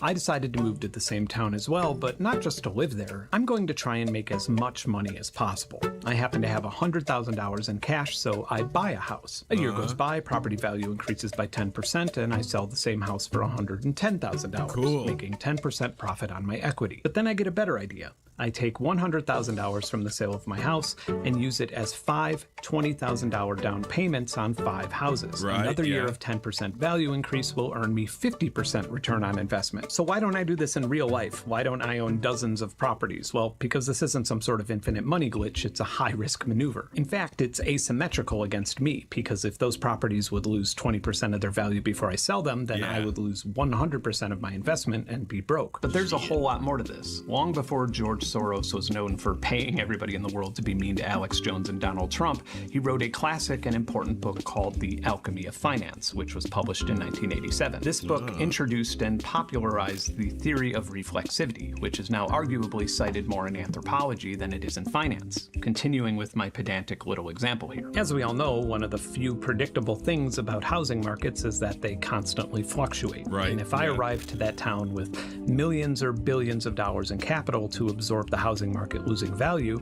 I'd be able to tip the scales in a way where I'm not as exposed to the asymmetrical risk. If I buy enough of these houses in this little town, I'm actually not only contributing to the increase in the appraised property value, but I'm able to maneuver the local economy to my benefit. I could perform a little magic trick called the dividend recap. I could create a shadow company and then sell the houses to myself far below their actual value. Then, when this causes comparable houses to be appraised at a lower value, I can buy them and rent them at higher prices until I create a housing shortage, which will then inflate the value for when I decide to sell them. By the way, none of this is hypothetical. This is exactly what Blackstone did via Invitation Homes after the 2008 financial crisis. And Blackstone, for example, is now the largest owner of individual houses in the United States, and then we're renting them. This is where capitalism starts to look very evil, right? Because there's nothing. You buying a house as an individual, the house goes up in value, right? The property goes up in value over time. The community gets developed, right? More people are buying up other houses. Supply goes down, demand goes up because the neighborhood is nice. Your house goes up, you sell it for a profit. That's so nice. But then when these fuckers, these billionaires come in and do this shit, where they like manipulate the cost of the houses because they have so much fucking money, they can just buy all of these houses at once and then do all this bullshit that you just described. That's fucking evil, you know, because we working class Americans, we're the ones who have to fucking now try and navigate that system that they invented. to people as opposed to selling them. It's a good business for us. It's a new thing, but it's also good for America, and it's good to be able to provide housing for those people who need it. In fact, they built a highly sophisticated algorithm to scan real estate markets and intentionally overpaid for houses to price out families who wanted to live in them. Over the years, plenty of white papers commissioned by private equity firms openly detail these theories. They describe housing as a supply-constrained asset with inelastic demand that can systematically block the working class from building generational wealth through homeownership. Instead, this guarantees that workers' income can be siphoned back into Wall Street equity. In 2026, this is now commonplace in nearly every industry. Nearly every price tag you see is partially hypothetical, obfuscating the objective value that the commodity holds. The consumer sees a product, service, company, or rental property. Private equity sees a debt service. Let's visit another painful real-world example that you'll probably remember. In 2004, Toys R Us and Babies R Us were profitable and, due to the real estate holdings, considered stable with a B+ rating by Standard & Poor. Their financial flexibility was rated as adequate, but due to big box stores like Walmart and Target, they needed to make some changes to remain that way. But then, KKR, Bain Capital, and Vornado Realty Trust smelled their favorite type of blood and took the company private. It didn't exactly take a clairvoyant to see that Amazon was going to be another big threat to Toys R Us, as they had just launched a dedicated toy warehouse, but Toys R Us had about $100 million per year to reinvest into growing an e-commerce platform that could compete against or integrate with Amazon. But instead, they used that money to leverage more debt. So much debt that nobody with a calculator could ever imagine them being able to carry it. So much debt, in fact, that the interest rates were 4 times higher than the $100 million they would otherwise be using to reinvest in growth. This massive pile of borrowed money would pay for over $470 million in management fees and dividend recapitalizations, not revitalizing the business. That's because this private equity buyout was never about making Toys R Us more profitable or selling more toys. It was about using the company as a debt service. For a long 12 years, the store downsized. Employees were underpaid and eventually terminated. Buildings once associated with children's Christmas gifts, acting as anchor stores for entire malls, now rotted as they sat vacant. And it's worth noting that these same vampiric shitbags did the exact same thing to KB Toys, Gymboree, and Sports Authority. It's almost as if they have a fetish for suffocating our child retail nostalgia. The transition from a growth-based economy to an authoritarian one is difficult when your life is part of it, but this clears up when you zoom out over a period of years to examine the business models. It's a play that's not dissimilar to private equity's manipulation of the housing market, but instead of robbing your family of an opportunity to build generational wealth, it robs you of the opportunity to consume information freely. And of course, an incredible example of this would be AI, but I need to make an important disclaimer here. I'm not really big on anti-AI rants. AI is a broad term covering technology that has, for example, legitimately transformed medicine and healthcare research. It's also transformed how effectively insurance companies can deny claims for people who need life-saving treatment. And in a way, I'm not even talking about AI, but about the mechanism in which it's being used to exploit multiple industries and the world economy itself. Last September, NVIDIA announced a $100 billion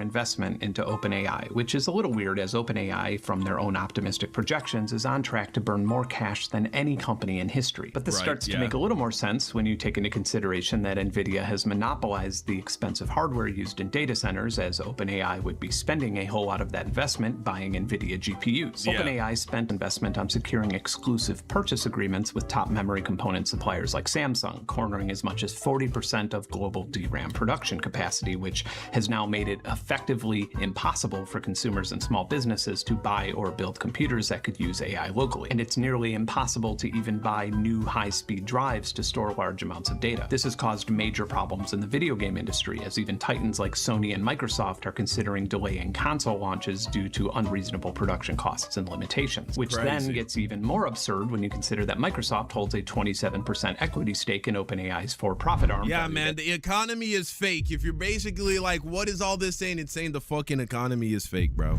$135 billion.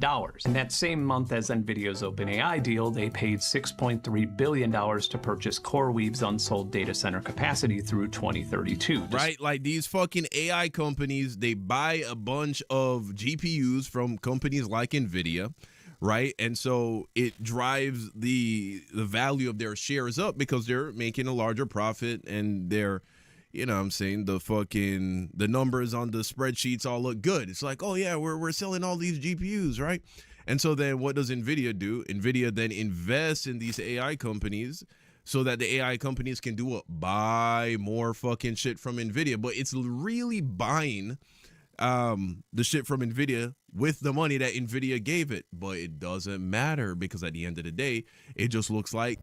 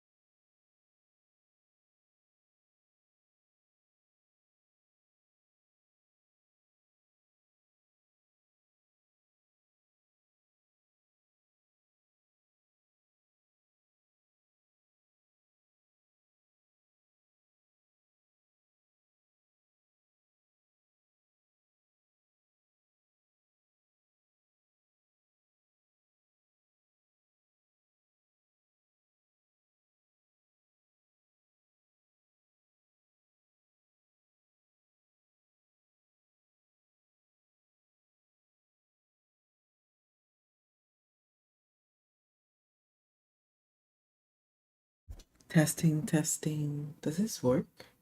Testing, testing.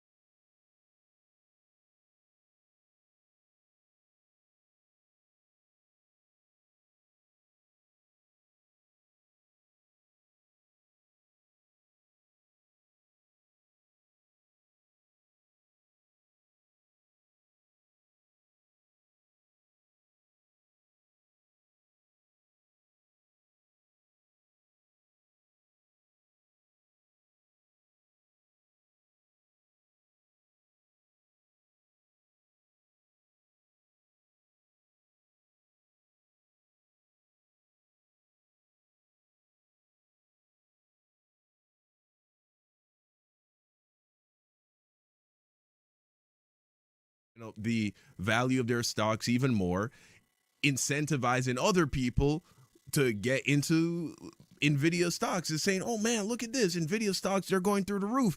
I should buy an NVIDIA stock. And then that also drives up the value of their stocks. And so traditionally, right, you would just fucking make shit and sell that shit. And if you can sell a lot of shit, your company is worth a lot of money.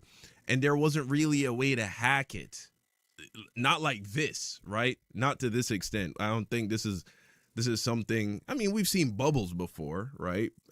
Really, I guess this is something we have seen before, but I don't know if we've ever seen it to this extent and seen it grow this fast and see it so clearly, but still the bubble hasn't burst yet. It's weird.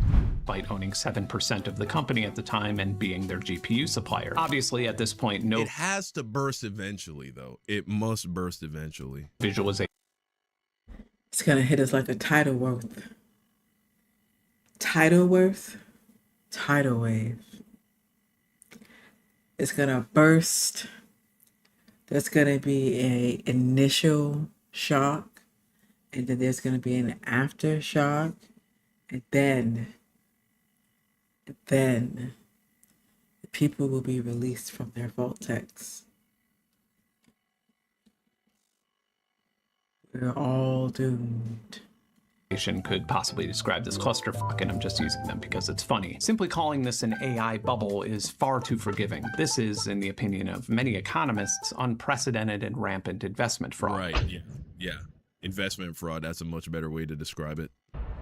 I'm sure this isn't news to any of my viewers, but Google has deprioritized its functionality as a search engine and replaced your experience with Gemini. I suppose to an extremely optimistic user, this is an evolution of a search engine. Now, instead of having to look around and sort through important context, you are instead served an answer to your question whether you desire this feature or not. Here's an example, and I literally just tested this on the first try. Yesterday, The Verge published a short interview with me where I was asked, "What is your happy place online?" So let's just skip the chore of reading an article and ask Google. It turns out that my happy place online is a VR game for MetaQuest called Walkabout Mini Golf, which is weird because I have no idea what the fuck that is. This is because Gemini has confused me with Roger Lynn, the creator of the MPC drum machine. My actual answer to this question was a free music programming language called Strudel, and this information is literally in the metadata of the first link in the actual Google search. There are some differences between my actual life and my Gemini life. Gemini claims that I married some lady named Jackie in 2021. And approximately 7 years ago, I started bleaching my eyebrows platinum blonde to match my hair. Then I switched to shaving after reading about the chemicals in the dye. But I now really like having no eyebrows because it allows my eyes and lips to stand out more. This is all innocent and amusing until it's not. In 2025, Hassan... Point is, if you just fucking trust the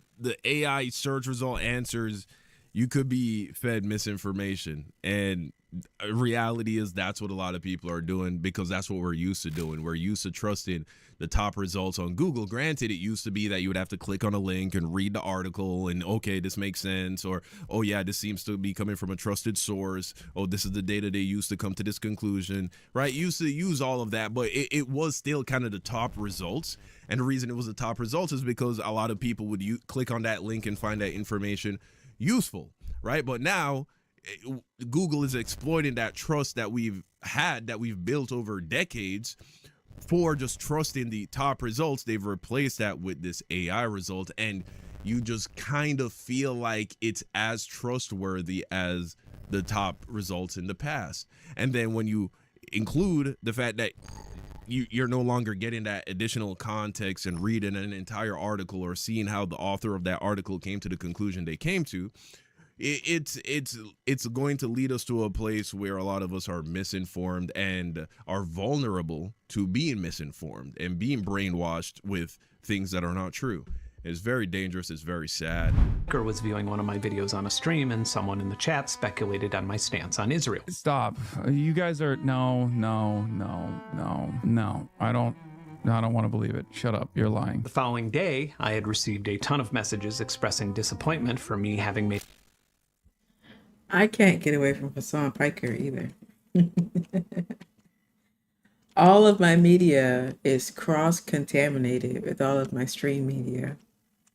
Oh, Jesus.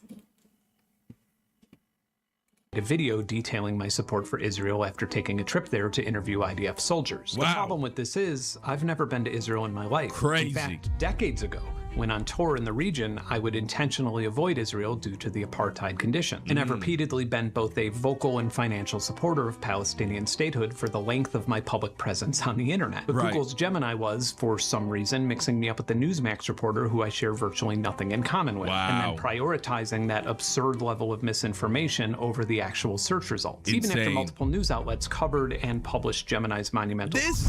You see, here's the thing. Google should be held legally liable for this. This is dangerous and a problem. See, in the past, you can't really hold them responsible for believing bad information that some guy uploaded as a blog post to his Squarespace website, right? Some guy writes an article with bad information and you believe it. That's on you. That's on him. It's not on Google. Google is just serving it up, showing you what's out there, what other people are saying. But now Google is stepping into that position of wanting to tell you what is the truth. And so Google should be held responsible for spreading misinformation. This is terrible. Up in detail, searching Ben Jordan Israel didn't bother identifying that Gemini itself caused this problem and claimed that I had addressed it over a year before it even happened. So right now you're probably thinking, why is this guy not literally suing Google right now? In the case of Robbie Starbuck, who Gemini had wrongfully claimed was a sexual predator, Google's defense in a request to dismiss his lawsuit called the case misleading because there was no evidence that anyone didn't know that they were hallucinations. They even went to the extent of accusing him of misusing the platform to create the AI hallucinations as evidence because they weren't technically documented or immediately reproducible. These are not rare glitches. Wow. These types of hallucinations happen a lot. No, for sure. AI definitely hallucinates a lot. I remember a few months ago, I was trying to do some research with the assistance of ChatGPT on the Charlie Kirk situation, and it would just go back and forth between telling me that Charlie Kirk was actually still alive and was not assassinated, and then it was just all over the place. And I had showed my wife when it happened too, and it was crazy to observe. I almost made a video about it, but then I said never mind. But it's insane, man. You got to be careful with this shit. That's why I always like to, with a lot of these AI softwares, when they give you an answer, they'll link to the source that it's taking this answer from, because remember, these are just stupid machines at the end of the day, incapable of actually thinking critically or at all, really. It's just drawing information and data from the internet, and so it will oftentimes link to the source and you can go and read it yourself. And so that's what I like to do, especially with important information. Almost the majority of the time. Last October, the BBC and European Broadcasting Union published a study that showed that 45% of AI news queries produced, and I quote, erroneous answers. Wow. This is an enormous problem and liability that breaks the very thing that these AI models are supposed to be doing. These companies are enormous multi-billion-dollar conglomerates with strategists and economists and massive legal teams. So why in the world would this profoundly and confidently unreliable technology not only be recklessly prioritized, but forced on users of virtually every major technical platform? Because it's clearly intellectual property theft. The Verge paid Terrence O'Brien to reach out to my manager and set up an interview and then write a short article to accompany it. News sites like The Verge also pay for errors and omissions insurance in case Terrence said something erroneous that would damage my career. And they pay for this with subscriptions and ad revenue. But Google said, we don't feel like paying that writer or for any of the other shit, but we do want that ad revenue, so we'll just have a bot scan the information in the article and then prioritize our regurgitation of it ahead of the actual link. And if we make a completely insane mistake that no reporter would actually make, then we'll shrug and say, we didn't do it, it's AI. That's exactly what they do with image generators. Why take photos when you can make money from other people's photography? Why bother paying a musician royalties when you can just scan their music and sell regurgitated versions of it? Why license a book and pay a writer when you can just regurgitate the text inside the book? And at the same time as this happens, the same government and Justice Department that literally imprisons people for sharing music files, classifies critique of generative AI as anti-tech extremism in the most recent U.S. counterterrorism report. Insane. And the people that are profiting from this shit were already the richest people, bro. They already had all the fucking money, and now the government is protecting them, essentially, allowing them to steal from individual creators, people who aren't even worth millions of dollars, people who aren't even making tens of thousands of dollars or hundreds of thousands of dollars from their work, definitely very rarely millions of dollars from their work. And then this multi-billion-dollar company is just stealing it, essentially, and then they're profiting from it. It's crazy. When news organizations, software companies, record labels, or any type of IP-based, right, as it says in the Bible, the rich get richer, the poor get poorer, business lose enough revenue to AI theft, then they'll have to lay off the workers who created the IP, and then they'll be incentivized to integrate AI into their That's why it's get rich or die trying, am I right? company to keep things going. And if all goes to plan, then across the board, your devices will fully use AI to summarize and organize articles written by or assisted by AI. And the data centers required for this transition, even after inflation adjustment, exceed the cost of building America's railroads and highways. According to Forbes, by 2030, the cost for this expansion will exceed $1.7 trillion. This is an amount of burned cash and investment unlike anything any economy has ever experienced. It's far more than the estimated cost to permanently end world hunger. It is then on the other end of this transition. But we're constantly doing stupid shit with money instead of ending world hunger or making sure every American has access to clean drinking water, right? Or affordable housing. Cannot access media or information without their infrastructure, that you will be required to chip in and pay the debts. It is then when tech will have done to intellectual property what private equity firms had done to Toys R Us. This isn't my wild theory. That's literally the pitch. These companies are openly scaling AI to 100% adoption. That's why the investment keeps coming and the largest bubble in history hasn't popped. Believe it or not, part of me supports and is even excited about this. It is a circular problem that's feeding into itself. People are using AI more often because companies have already bought into programs that give their company money to use AI. So they're pushing the AI programs and pushing the teaching people how to use the AI because the program has already spent the money on the AI features. And now you just have to teach the users how to use it. And then the users in return become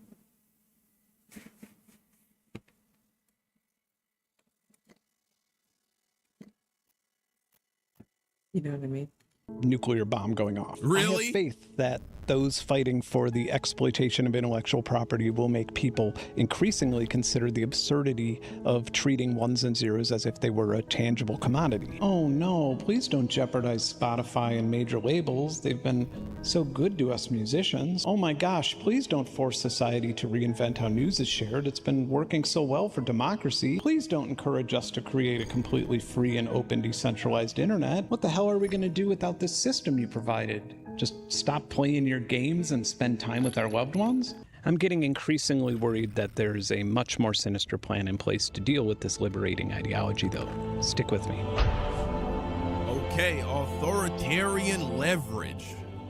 If Elon Musk and his entourage of private security pulled up my driveway right now and he rolled down his window and said, "Hey, I love your channel style. I'll give you $10 million to make a video about the dangers of transgender culture," I'd tell him to get the fuck off my property. This isn't some edgy precedent either. For sure. This same situation plays out with nearly every brand that emails this channel. I know what I want in life, and I know that I'll be happier not making a video I don't want to make than I would be with 10. These billionaires got to get off on that shit, right? Going to somebody who stands for something and getting them to compromise on it and completely like fucking pull a 180 for just some money that to them is nothing. Elon Musk is now a trillionaire, bro, which fuck me, right? But he's now a trillionaire. To him, $10 million is literally nothing. It's like couch change, but to the average person, incredible, life-changing money. You would change the course of the next few generations of your family. And so you got to be like, damn, all I got to do is say this bullshit about trans people and I fucking get that.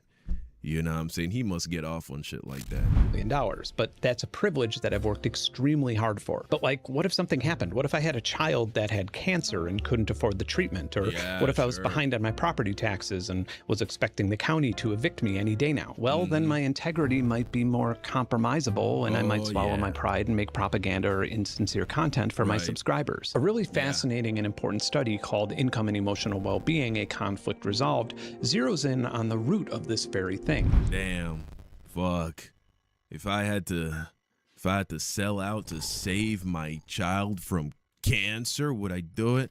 Nah, I know I would be able to rely on y'all. Or I'd do a fucking GoFundMe or some shit if it really came to that. These researchers found that money and happiness but not everybody's in that position, right? So people compromise, man, to protect their own. Are closely intertwined, but this usually flattens out between $60,000 and $90,000 a year. This also happens to be the average income where a person or family of comparable earners can turn their income into wealth. They can own a house, they could start a business, they could save for retirement. Of course, people in this range still have to work and they would still be affected by setbacks, but for the most part, they've escaped complete financial control. They can afford to take the risk of reporting sexual harassment, or they could start a union without the immediate threat of being homeless if they're illegally fired as a result. What's fascinating, though, is that those making $130,000 per year are generally just as happy as those making $80,000 per year. Really? They don't need to be wealthy. They can live in a small suburban home and have to keep the AC off on a warm day to keep the power bill down. They can drive a mid-range vehicle and eat generic cereal, and they're just as happy as the people who don't have to make those compromises. It's almost as if economic happiness is defined solely by having just enough income to say "f*** you" when you're mistreated. Each little marble here represents towards $1 billion. And depending on how the SpaceX IPO goes, Elon Musk's net worth will land somewhere between $800 billion and $1 trillion. So let's just say $900 billion. And this is the total purchasing power of the city of Austin, Texas, and every person who lives there. Wow. $268 billion. This includes everybody's earnings, investments, business revenue, real estate, and so on. Now, if we were to draw a line representing the point in which Elon Musk's purchasing power dipped below the amount he needed to live a comfortable life, we would quite literally need to use a microscope on a single marble. But if we go by that study that I mentioned earlier versus Austin's GDP per capita, that line for the combined people in Austin is right here. If their purchasing power suddenly dropped below this level, the average family would not be able to accumulate wealth. Their life in Austin, Texas would be spent working from paycheck to paycheck, hoping for some sort of windfall or miracle to get them past the vicious cycle of debt. So this, combined with having enough purchasing power to eclipse a major city you live in, creates a completely different mechanism of wealth. Whether it's a company or an absurdly wealthy individual, when a single actor's purchasing power is comparable to entire communities, it is more valuable to them to remove billions of dollars from here than it is to add billions of dollars to here. All of a sudden, some of the confusing... Oh, they're trying to make us poor on purpose! The people who push bro, I was just having a conversation not too long ago with somebody in my neighborhood, somebody who I can just tell. I see his house, I see the cars he drives, I know what he does for a living. I know this guy does not make more than $150,000 a year max. That's how much this guy's probably making, right? And I get into a conversation with him about billionaires and how they're fucking evil. And you can just feel the discomfort, right? You can just feel it was an old white guy. Yeah, I just ran into him walking around my neighborhood, right? Older white guy. He's really not old, but he's like probably like his 50s. And, I'm a friendly person. And so even though I imagine we disagree politically on pretty much everything, you make small talk when you're passing by people sometimes. And we start talking about the billionaires, and you can just see the Fox News brainwashing getting activated, and it's like this guy wants to defend Elon Musk. He just doesn't like it. It's like, bro, come on. And so, this is what they're doing. It's all about leverage. It's all about I having a lot more money than you. And eventually it gets to a point for these billionaires when it's just easier to do things to make us poorer, to widen the gap, than it is to make themselves richer. And the crazy thing is they're doing both at the same time too. It's fucked. And chaotic things that are happening in the world start to make sense. Capitalism doesn't work without growth. That is in its core definition, whether it's the Industrial Revolution or agrarianism or a crack dealer. Here's a question that I've been screaming for years and have not once seen it asked on any debates or news channels. Why the would so many capitalists support closed borders and contribute to political campaigns that lowered the population? Even if they were evil Mr. Burns-style capitalists, wouldn't they want underpaid Latin Americans mining steel and aluminum and then going home and buying more groceries and prescription drugs without insurance and renting their private equity-owned apartments? I really want to believe that so many conservatives and fake libertarian billionaires are so weirdly racist that it somehow conflicts with and defeats every capitalist principle that define their entire lives. I want to believe that Trump and Elon and Peter Thiel and Bill Ackman are stupid and the ruling class is somehow exclusively filled. They don't, bro. That's the thing. Oh, it's so easy to get sucked into it. But Elon Musk, is he a racist? Yeah, for sure he is. But the racism you see him pushing on Twitter, it's not just because he's this fucking like obsessively racist person that can't control himself. He's up to something, this guy. This guy, Elon Musk, he's up to something. There's somehow him pushing this racist shit on Twitter and on X is making him wealthier and making us poorer. All right, let's see if brother here can explain how that's happening, because I don't know exactly what's happening, but that makes sense. With morons who failed upwards over and over and over again. Like, why would a fucking trillionaire give a fuck, even if he's really racist? Wealthy people have been racist forever. This is the first time one of them decided they're just going to constantly talk about it, on a megaphone.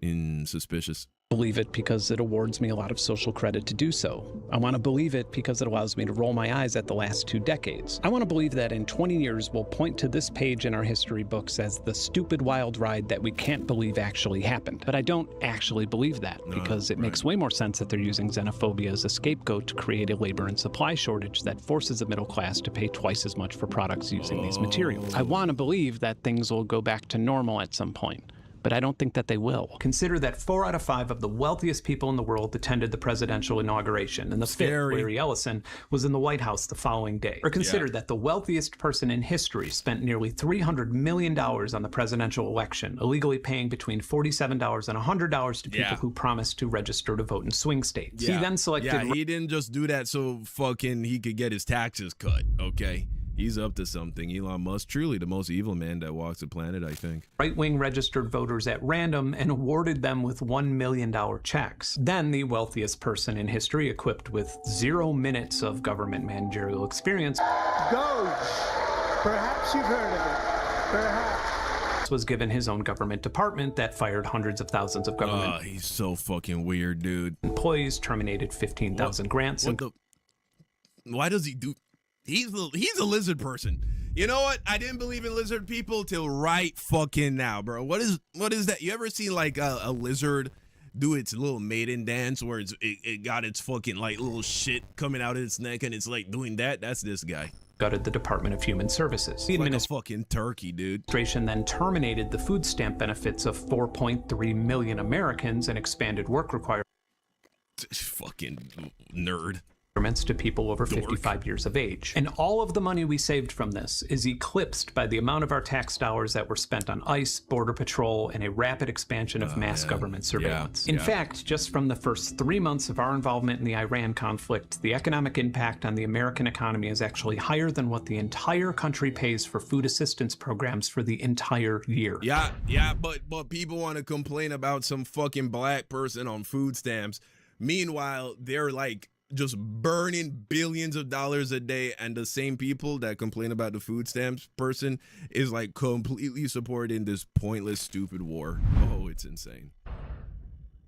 So most people's retirement savings and 401ks are in things like passive index funds and ETFs. And passive index funds are traditionally safe, conservative investments for people who like dying on a mattress more than they like gambling. They're very mainstream and diversified, and they don't rely on an investment manager to make decisions. Instead, they rely on benchmarks. In fact, they're legally required to buy mainstream stocks listed on the NASDAQ 100 to diversify investments and reduce human error. So the NASDAQ 100, or NDX, has historically had a strict index methodology to try and prevent fraud. So for example, if you had a startup and you wanted to bring it public and have it listed on the NASDAQ 100, you would have to go through a mandatory 3-month seasoning period so your stock could shake out early speculators and get closer to its actual value on the market. And if you're like most people and you don't know how the ins and outs of how an initial public offering or IPO works, let's just dig into that for 1 second for some context. So before a company launches an IPO on an index like the NASDAQ, they have an underwriter, which is usually a large investment bank like Goldman Sachs or Morgan Stanley. IPOs tend to be a bit volatile and chaotic, and so if that stock launches and things aren't going so well, an underwriter will buy shares at a higher value to create an artificial floor to keep it from crashing. Doing this is really risky, and propping up a company's entire public market cap for a period of 3 months or more could be extremely detrimental to the underwriter. Well, with the SpaceX IPO launching,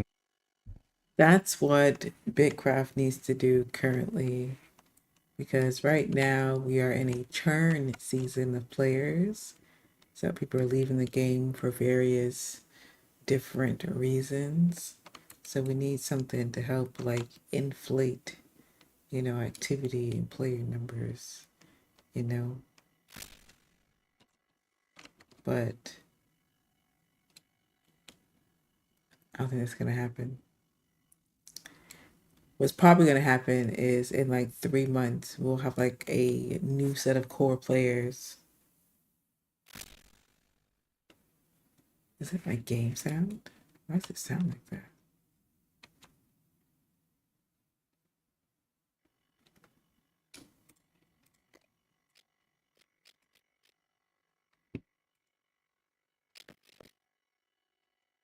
My sound is crazy.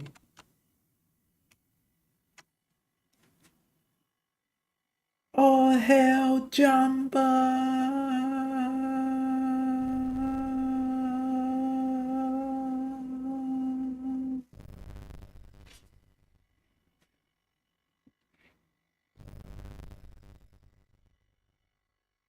I need to restart my game, I guess.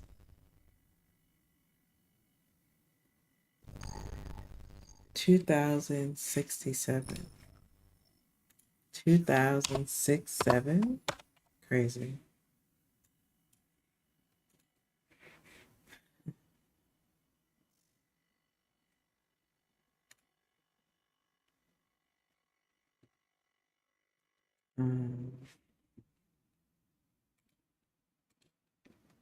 Let's do this.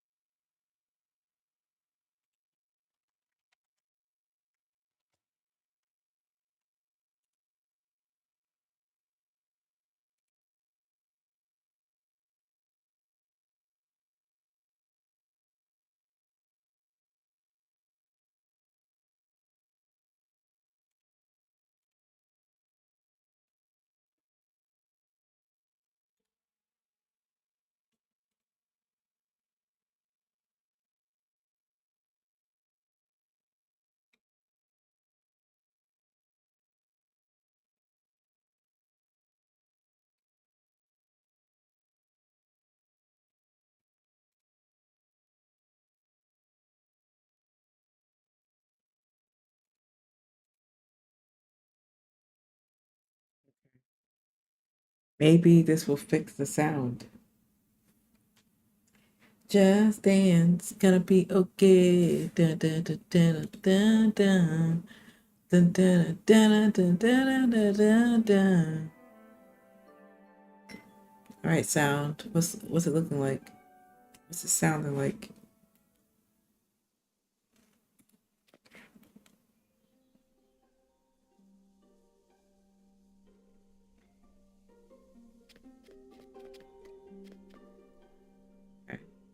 Pretty normal.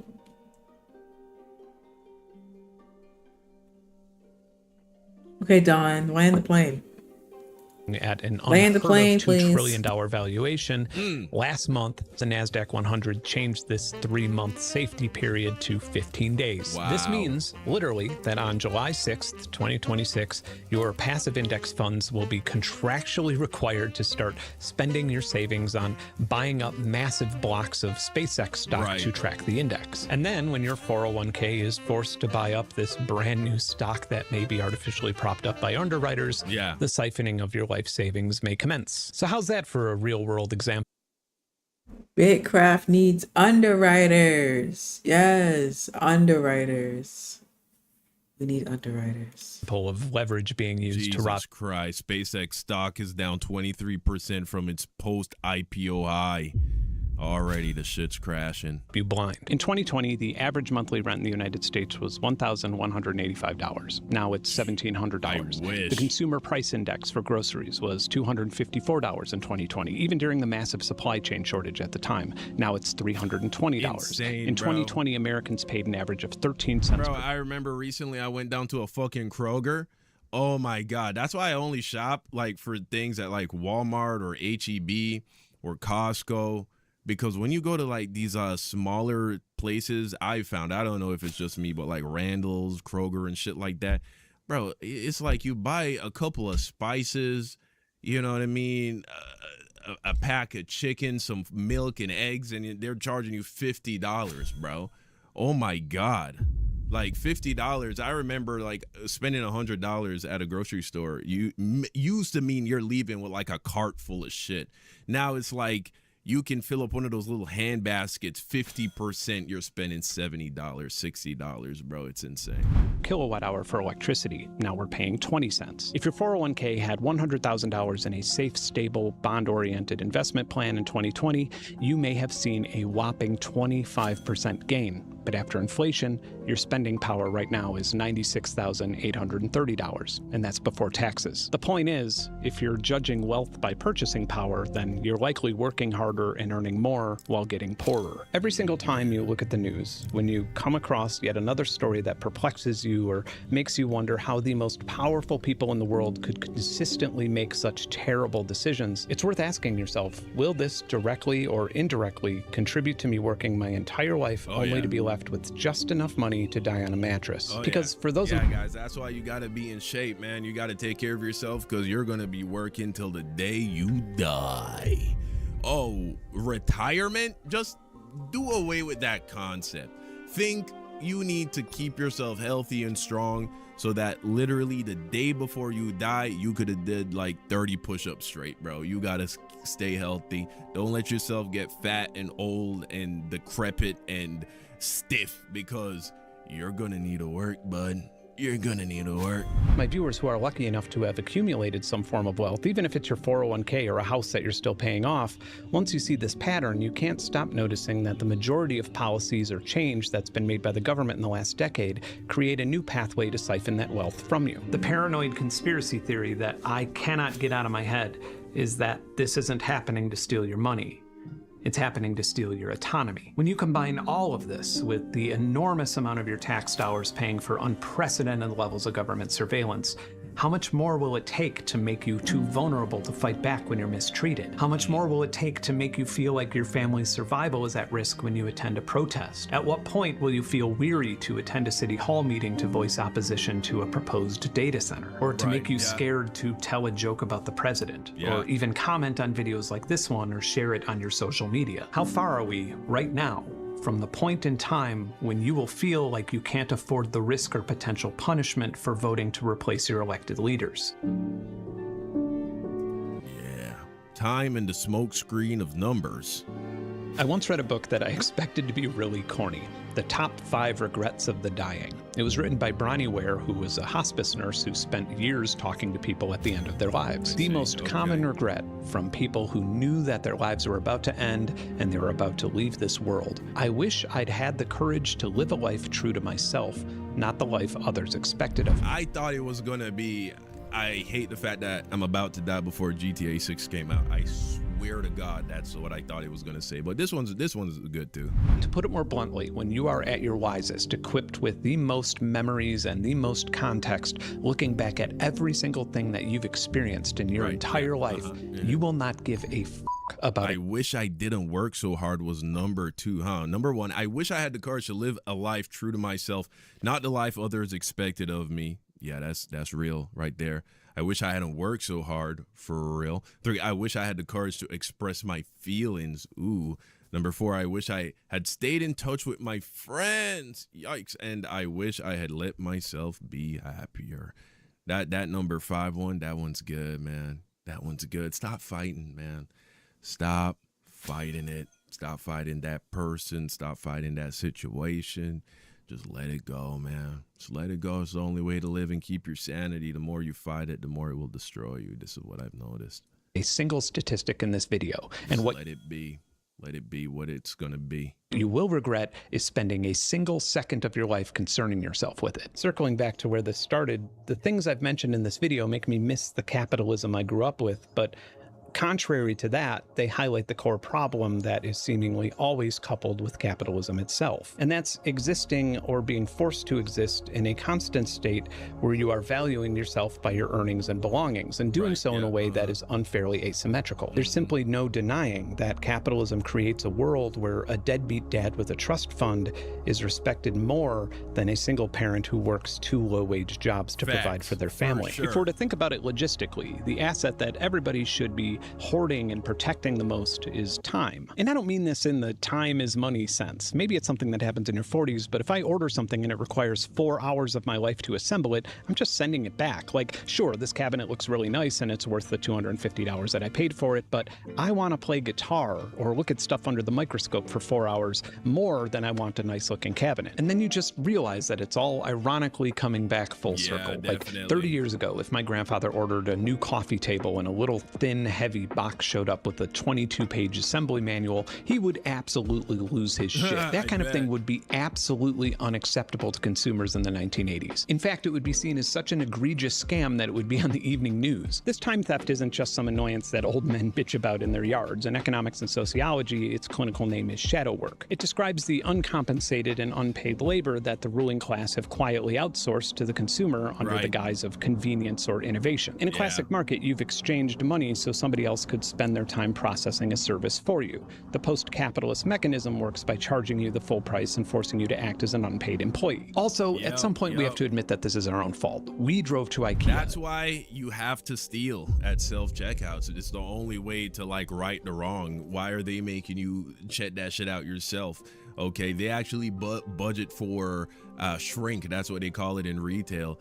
When you steal from them, they're like, oh yeah, we save money not paying cashiers, and so people are gonna steal, and so really they want you to steal. Actually, I'm joking. Obviously, I'm joking. Don't steal. It's not worth it. Bedroom set, and then searched the warehouse for the parcel number, and then lifted the boxes and rented the truck to transport them, and then assembled the furniture in our own homes with our own tools. Instead of laughing at the very proposal of being expected to do all these things on our own free time without compensation, we felt like it could save us a few bucks. And we were greedy about the wrong thing. We were greedy about the thing that wildly changes value without our control, the thing that is controlled by people who don't care about us, but who repeatedly, throughout history, time and time again, break our social contracts with them. Perhaps the thing that Franklin D. Roosevelt didn't account for nor could have predicted when he drew a map to make capitalism work for everybody was this inevitable phenomenon. Whether you're working 3 jobs at the same time just to keep the lights on, or literally the wealthiest person in the history of civilization, it seems like capitalism's flaw is a very abstract one. It robs us of the ability to prioritize the appreciation of living. That's the biggest thing about the rat race that fucking sucks, is that it just sucks away all of your time. You spend your entire day just going and going, trying to make money. Oh, I gotta make money. I gotta do this thing so I can make money. You don't live life, right? We don't work to live. We live to work in this day and age. And then the little bit of free time that we have left, what do? We spend it brain rotting. Right, laying in bed and rotting. Right, what do the fucking look smackers call it? Ladarin, lay down and rot on TikTok. That's what people are doing now, and so I encourage you to try and not do that. Right, not do that. But that's the video, guys. You let me know what you think in the comments down below. Thank you for watching, and until next time, peace out.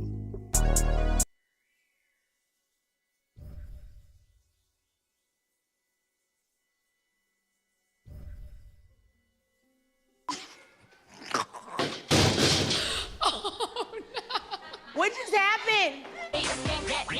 Welcome to the Bad Girls Club. Bad Girls. Hey, house meeting, nicknames. This is eyes, because those eyes are to die for. Freestyle because my name is Judy and I'll run the much of club. Throwing ones, throwing 20s on the strip. Oh, man. Ew, are you crazy? Maybe so. You didn't. And you know why? Because I'm pretty, I put and this is my phone. Because Voodoo, I know Shawty Low, and I know Gucci Mane, and I've been in blah, blah, blah. But she is bigger than me, so in the back of my mind, I'm like, God forbid if I ever get into an altercation with this girl, I think she might have a good shot at kicking my ass. I may be crazy, but I think something is really wrong with Priscilla. Instead of fighting me, she's fighting the voodoo doll. What? Don't. This bitch, get the away from me and my voodoo doll.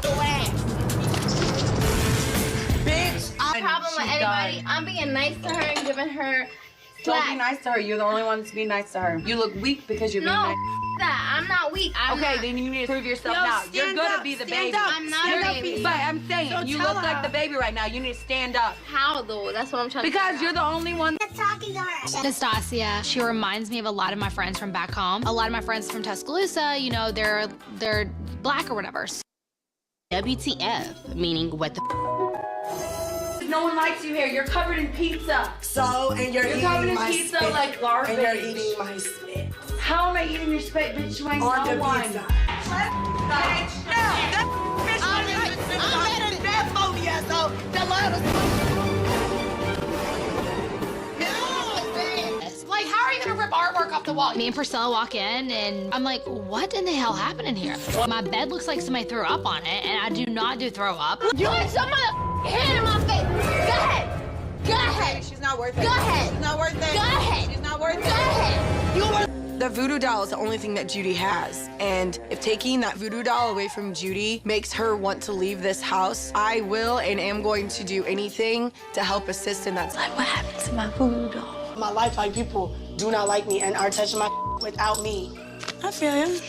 They don't want me to touch their. Why would they, you know?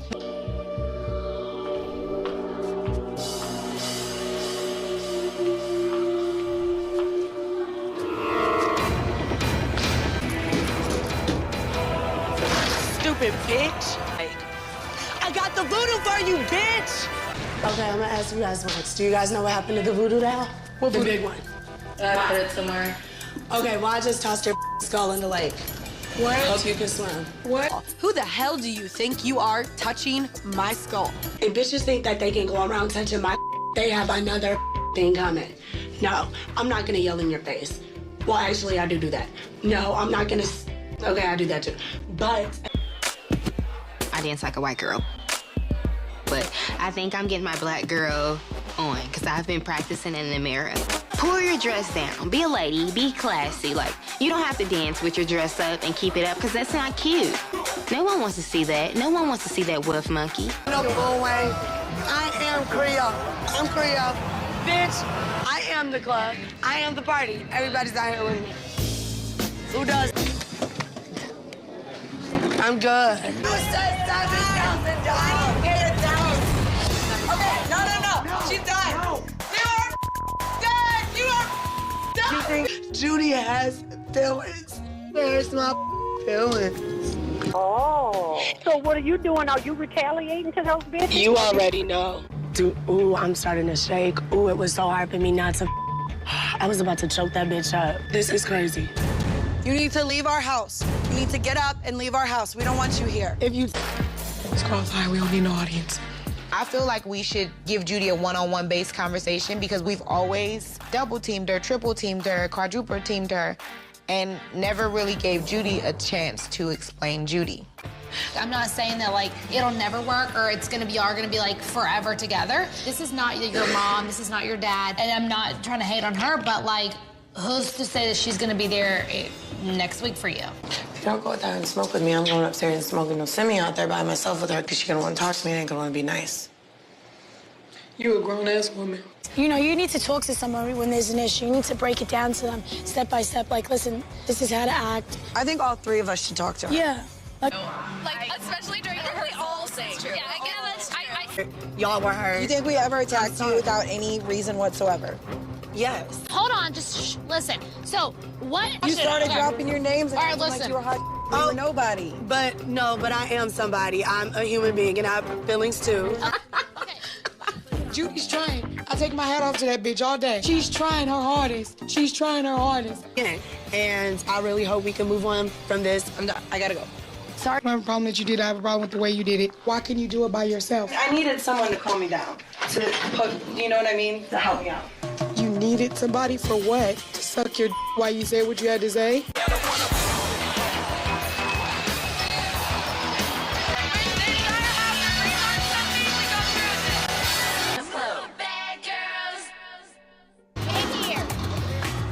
Dreadhead. I think I'm just more so, like, talking to him to piss Tasha off, but he's cute. Like, he isn't ugly. Try to talking to her. Tiara, bless her heart. Why would you not want a dude that likes me? I mean, I think most girls would want a dude that likes me because people are jealous of me, but... I don't give a bitch. I gotta pee. Bitches better leave me the alone. Why didn't you come back and get us when you knew y'all were supposed to? Because we didn't want to. We changed our mind. It's just disrespectful. You do what you do, though. It's okay. We already did. You did what? We didn't come back. Angie lied. That's what happened. Angie lied, bitch. How'd I lie? Bitch, do not get up in my face. I will get up in your face because I didn't lie. Y'all was late again. We waited for y'all. Everything was. You can kiss my ass. Bitch, You're a little up in my face? Because it ain't I'm stopping my mother. I need to talk to Sasquatch about because because she obviously set the plans up. That's why Stop me, bitch. Come on, stop me, bitch. Stop me. Go ahead.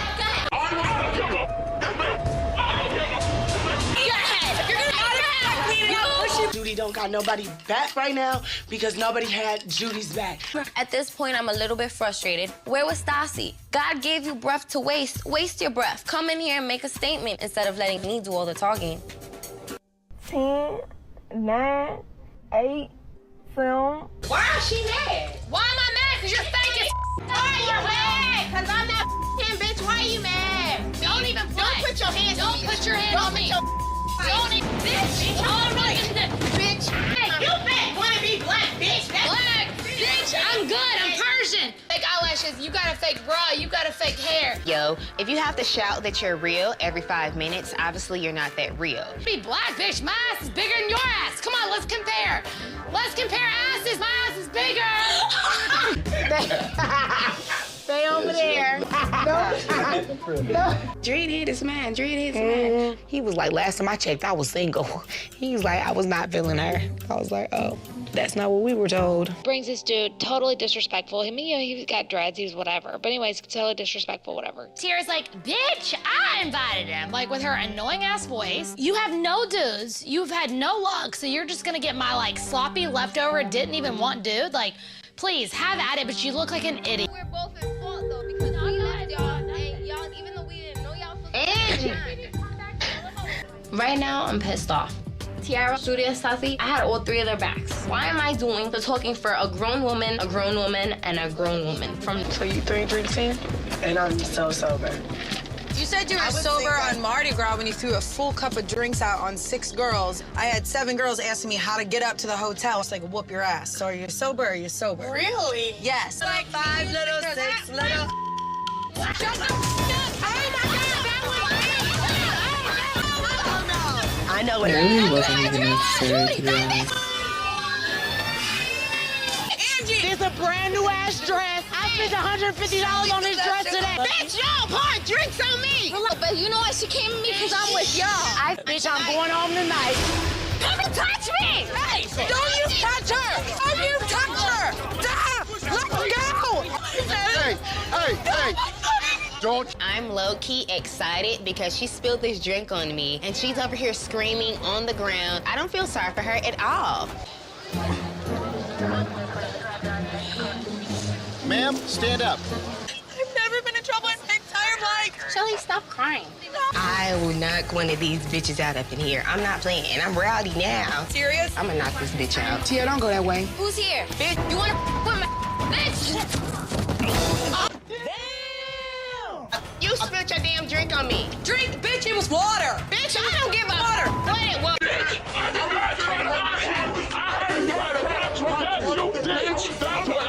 Get up out my face, bitch. It's a bird. What? It's Where? a bird in here. Hey, bitch, what's up, bitch? Suck my dick, bitch. Bitch, I knocked Angie out so You many did. He's trying to come at you. Bitch, you wanna come to me? Back up, bitch. We're going to a fashion show. I want to see them walk down the runway. I do. I want to laugh. Damn, I'm not going over there. Because it's going to act a fool once I get close. Just put the cup over it to suffocate it. This is how well I know people. I'm not even downstairs to see this stuff right now. But I guarantee you, Priscilla is behind all the empty picture frames making our faces. Like, she's so lame and whack. I'm so sick of her. So I come up with another brilliant idea. Now the roach is in your bed, bitch. Shh. I went downstairs in the kitchen and I picked up the roach with a cup and I put it in her bed. You put it in me. You put this in my bed? No. What is that? It's called a cucaracha. I'm not trying to just watch them to make fun of them. It's not in my character. But, I mean, if one of them fall and bust their face, I'm definitely gonna laugh. So a nurse, I don't know in what, but The first thing that pops up in my head is, I hope this bitch fall. I don't like her. I deal with these bitches thinking they Beyonce because they done walked in a local ass fashion show. Somebody give me a shot or something before I blow. Everybody's mute like they didn't do it. I know my is not growing legs, and I know it's not just disappearing. Unfortunately, since everybody said no, everyone's gonna get retaliated on. I don't need to touch nobody. After I touched Judy's bed, they told me I have disease. It's clean. It's just a regular boiled egg. We gotta put it. I boiled eggs knowing that I was making me a salad. After ranting and raving about my things being touched, I come home and something of mine has been touched again. Again, the ghost of the house threw my away. Because they was stinking? No, they weren't stinking. I had just made those eggs before I left. Why would you touch them if they were not yours? I'm sorry. If you want, I got extra eggs for you. It's not about the eggs. Don't touch my All right. Hey, but it's our kitchen. So what? If that was the case, you should have cleaned the mother. I've been cleaning the kitchen for 4 days straight. So I don't know about the drinks. That might kill a bitch. My drink is crazy, and they don't need that right now. I'm telling you, they need to have a straight jacket on me right now. bitch, you don't need to be. You don't need a straight jacket. Yes, I do need to be straight jacket. Me up yes, here. I do. Me Yes, up right I there. do. Trust me, come to me again, and I will whoop your ass. She's talking about put your hands on me again. Bitch, what you gonna do? She better be lucky that the Lord came over me and transitioned me. Honestly, like, I'm not being rude to anyone that's gay, but Shelly's so serious about this lesbian thing. It's like a server last night. G. Don't. Please don't call me G. See, like, seriously, like, this No, is a look. lesson that I have to teach you. No, I did learn it. Like, standing here right No, now you looking didn't, so baby. stupid. It ain't even been a damn day. G.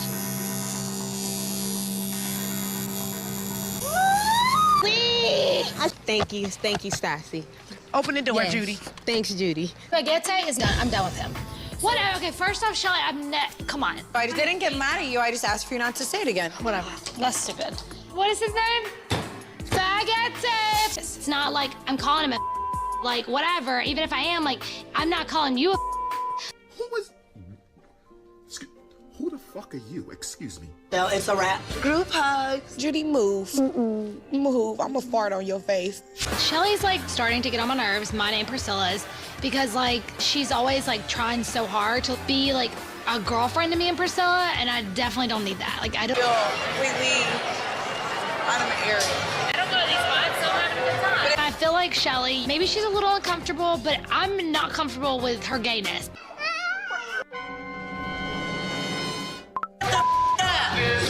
Shut up! I'm gonna stand against the protesters because my best friend's also a lesbian, and I don't believe that other people have the right to judge anyone. We should go get buckets of water and throw it on their ass. I mean, I just don't understand it. I don't know what's going on. How did you get so close to them all of a sudden? Like, I don't know. I just don't get it. I don't think it's right to be gay, but honestly, like, it's I won't hesitate, bitch. not my place to judge anyone. Don't call me babe. Like, you're a girl. Call me by my name. Say my name. Why are you calling me babe? I do not remember leaving the club because I like walking the street and talking to people. I don't remember either. I'm getting like Judy. I know exactly what she's talking about now. Stassi, can you help me get this out? Oh my God. Judy, get out of here. I'm tired of you, bitch. Get out. Get out. Take your ass to Hollywood. You need all Oscar, Grammy, Emmy, every award, bitch, because you are a top-notch actress, but you ain't got on Halle Berry or Precious Big Ass. I'm going to sleep. Please do, bitch. Please. No skipping, hopscotching through the meadows to grandma's house. Y'all can use the now. Shelly once again brings her big Humpty Dumpty looking ass. Shelly. If I want to take your face and eat it, or shave it off and wear it as a mask for next Halloween, that's your bad. You dumbass hoe. No, you're a dumbass hoe. I don't know if you know who I am, but Shelly, I don't know who you are. 1 minute when it's just me and you cool as hell. Then the next minute you act a fool as soon as you get liquor in your system. She's a goofy ass bitch. Pick on somebody your own size like the Jolly Green Giant. I want nothing to do with some dirty ass dreads. Look, I started like my ex-boyfriend's dreads, and they're clean as hell. No, they don't wash it for a long time. That's what mats the together, twisting dirt. Who knows what's a cucarachas? Shelly and Angie best friends when Tasha and them not there. Shelly and Angie, what? This is their own. I'm Tiara. How you doing, Tiara? Nice to meet you. How you doing? Stassi. Tasha met this guy. I'm gonna call this guy Carlos because I don't know his name. I put makeup on it, lotion, and I could have been ashy in my bed. Mother can blow me. Rinse my mouth with this, I guess. Save some for Angie. off when you said that. She don't even smoke cigarettes and her. Man, when mine start looking like that, I quit cold turkey. Why you think I ran to get this today? I have fears now. I dream about that. I'll be waking up brushing my teeth like, no! I decided to do something to Nastasia's contacts because she wants to sit here and call us fake. Her eyes are fake, so I know Nastasia messed with my bed. So now I'm gonna mess with your stuff until you admit that you messed with mine. Nastasia, you wanna play games? Game on. Why would my bleach be in the laundry room? My bleach has been in my room all this time. So if somebody touch my I hope they replace it, because I got backup bleach. Whoever came in my room and touched my need to come up off that right now, because I ain't playing these childish-ass games. You look so dumb right now. Bitch, I found your What? That's crazy. Somebody really did. Was it more than this left up in there? Yeah. Bitches want to play games, I create games. If you bold, bitch, if you feeling froggy, bleach. Because I catch frogs all day. I'm going to take your bleach and fill it with water. Well, bitch, I'm going to bleach all your How does that sound? Did you know that I took your bleach? Okay, then. Is the bitch deaf or just dumb? I think the bitch is dumb. no reason. Did you take my bleach and fill it up with water? I took your bleach and filled it up with water. You wanna know why? I do not rat anybody. I don't rat nobody out. No, I know You didn't move my contacts, did you? Bitches want to, okay. For them. Dude, are bitches really trying to try me right now? I need to call my dad and tell him I need bail money. Shelly, did you put anything in my contacts? I am not that childish. No, absolutely not. I mean, why would I mess with your contacts? It's not like you messed with my bed. Well, that's some childish ass. That's not only childish, that's a criminal defense. Bitch, know that. Oh, really? Shut up. What? Shut up. I'm trying to sleep. I hear Priscilla's loud ass in the phone room. There's no reason why we live in a mansion and I hear your whole phone conversation while I'm all the way upstairs. Oh my God, dude, she said shut up. No. What? You don't understand English, stupid bitch? Priscilla, you would be somebody that would do my laundry in real life. Don't be a Stupid bitch. Shut the up. You shut the up. You freak. You ugly ass hoe. Illiterate ass bitch. Trying to be all big and bang. Shut up. Shut the up. That's what. That's what. Do it. No. Do what you know. It always ends up like this. I start arguing with Priscilla. Here comes Tasha slithering whack ass. If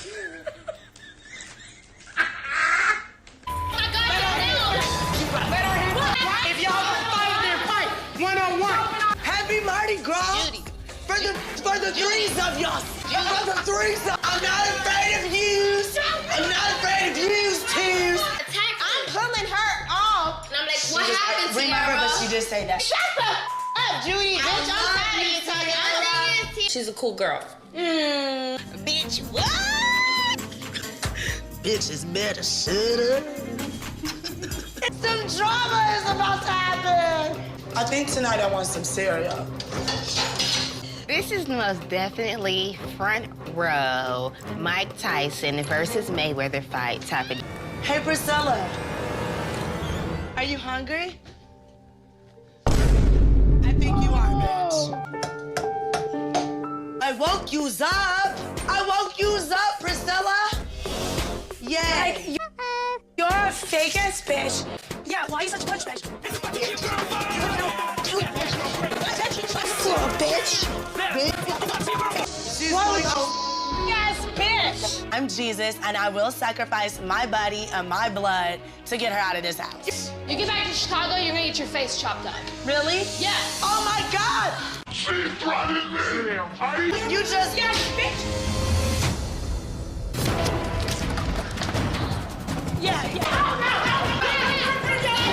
You fall off that fucking swing and snap your fucking neck and never recover and live your life as a fucking vegetable.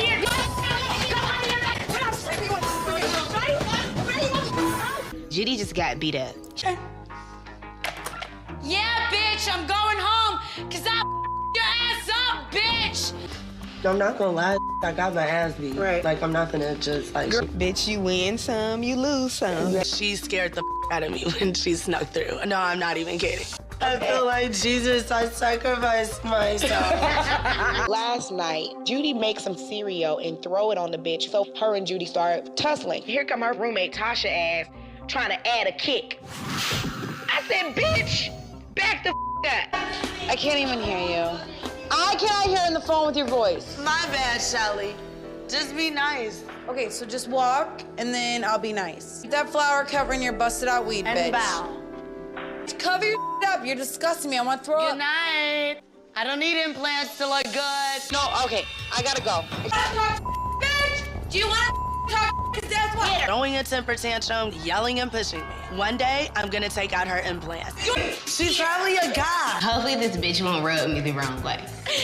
Yeah. Hopefully she will. Judy, real. Why the is this trash still sitting in the hallway? Who put the trash in the hallway? I don't know, Tasha did. Tasha and Shelly. So they need to throw it away before I throw the back all over the room. Why are they throwing like this? So who put the trash in my room? I did. For what? Because it's been sitting in the hallway for like 20 days and I'm sick of looking like I shouldn't have to look at it. It was because that the bag, we're trying to get a different bag to put it in, so. Scoot over. Okay. Get your hand. Don't put your hand. Hello, Judy.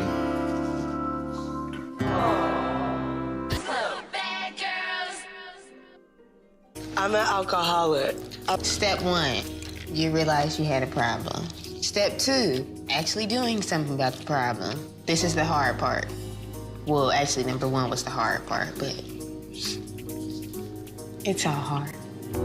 Yeah. Bitch. We went to, like, it was a cool bar. Like, it was fun, but there was no one that was my type there. Like, everybody was black. I don't really date black guys, you know, so. We're gonna go to war tomorrow. And I'm gonna be the only white person in that bitch. I don't wanna be around a club that's all black people all night for 5 days in a row. Like, we've been to, like, every place we've been, it's been hood as we keep doing this ghetto-ass clubs. I'm not no, doing like, you don't have to go out with us. Like, you can do whatever. I'm not gonna go by myself. Girl, you crazy. Stassi, this is ridiculous. Come on, girl. This is a joke, really? If this was you and you moved this mattress in here, you'd be pissed if I was in your spot. I know you ain't sleeping. Nobody said I was asleep, but Please I'm not get out. moving. This is ridiculous. You're ridiculous, bitch. Call me another bitch. You are another bitch. That's ridiculous. Bring your own bed in here. Exactly Bring what I your thought. own. It was supposed to be no idea of a cake. And so when she was like, Shelly definitely thinks that we're friends. Unfortunately, that's not the case. My master plan is get information out of Shelly about who's been messing with my stuff behind my back, who touched my contacts, and just information to use against other people. Shelly's a dumbass. It's a big deal. It's a cake. It is a big deal because nobody else contributed. I can't believe they mad over this last No, cake. I'm serious. Like, I would carry the cake. She was on the floor. Like, she leaves her belt in the foyer. Cheyenne is really sloppy. Like, she left her shoes on the kitchen floor. Her belt in the what is that called? The entrance of the house. I don't remember what it's called. The four-way or some foyer. I'm really trying to bite my tongue. Just because the issue at hand, I don't want people to think I'm racist because I don't like going to all black clubs. If they find me racist because I'm gonna speak my mind, then they're ignorant. I'm not yelling. So when I overheard you guys talking about the cake, I bought the cake. I cared about the cake. I wasn't talking about you. I was talking about the fact that I carried the cake there. Listen how funny this is. You're gonna love this. So anyways, the fat girl, she's like now trying to be nice to Shelly because she wants to get Shelly on her side. Right. And I just want you on my side not to. I'm not gonna stop you from doing anything. Shelly believes that I'm agreeing with her, but little does she know, all that's on my mind is getting Tasha out of here. Oh my gosh. I can't believe that just happened. What are we shushing? Judy, what are we shushing? What are we shushing? They're looking at your ass. It's just 92 cameras pointed at you. What you shushing? Tiara has gotten the full overview of my master plan. I want Tasha gone because she's a waste of space. I just pick up my pink ball. I like kind of move my butt and hips when I throw the ball because I never know who's behind me. I have to get my balls and my shoes? What the? Who's paying me to do all this? Clearly nobody. I need 10% off this. You need 10% off every damn thing. I just hope whoever been touching my ready for the ass whooping they gonna get. I don't give a how cordial I been. I'm dead serious. Bitches wanna play fake. I don't give a I can play cordial all day. But the moment when Sassy finds out Shelly did that to her contacts, she's not gonna be too happy. I do not rat anybody out. I don't rat nobody out. No, I know. Because yesterday we was in the room, she's like, when I found out who up my contacts, I'm gonna whoop their ass no matter how cordial I am. And then in the back of my head, I'm like, well, little do you know. I'm so happy to meet of you. We shall now begin with our ceremony. So I got some fresh water for you guys. Please drink your water. I'm okay. Just one swallow, please. I'm good, thank you. Please do not break the name. Just drink one water. It's simple water. You open yourself.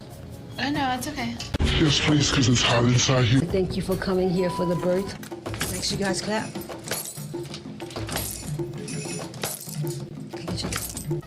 Yes, the baby does. Her ass has been covered. She has hair. I dealt with sleeping with your ass. I don't like sleep with you. You kick, you snore, you slob. I will be on a cot. If I have to, that's fine with me. Don't worry, bitches, I got you. Get down, get down. Get down. Oh, he said get down. What are we doing, taking body shots of each other in a pirate ship? I'm not made for this. Tasha, shut the up. I should have to be red carpeted up to the yacht. And sometimes when I'm feeling kind of extra, I just want to slap him with my damn hand. Look at that. I drop it low. No matter what she's wearing, you're always gonna see her 2 flabby ass cheeks. Judy looks like a hooker. It's so embarrassing. Like, please cover yourself up. Because mother,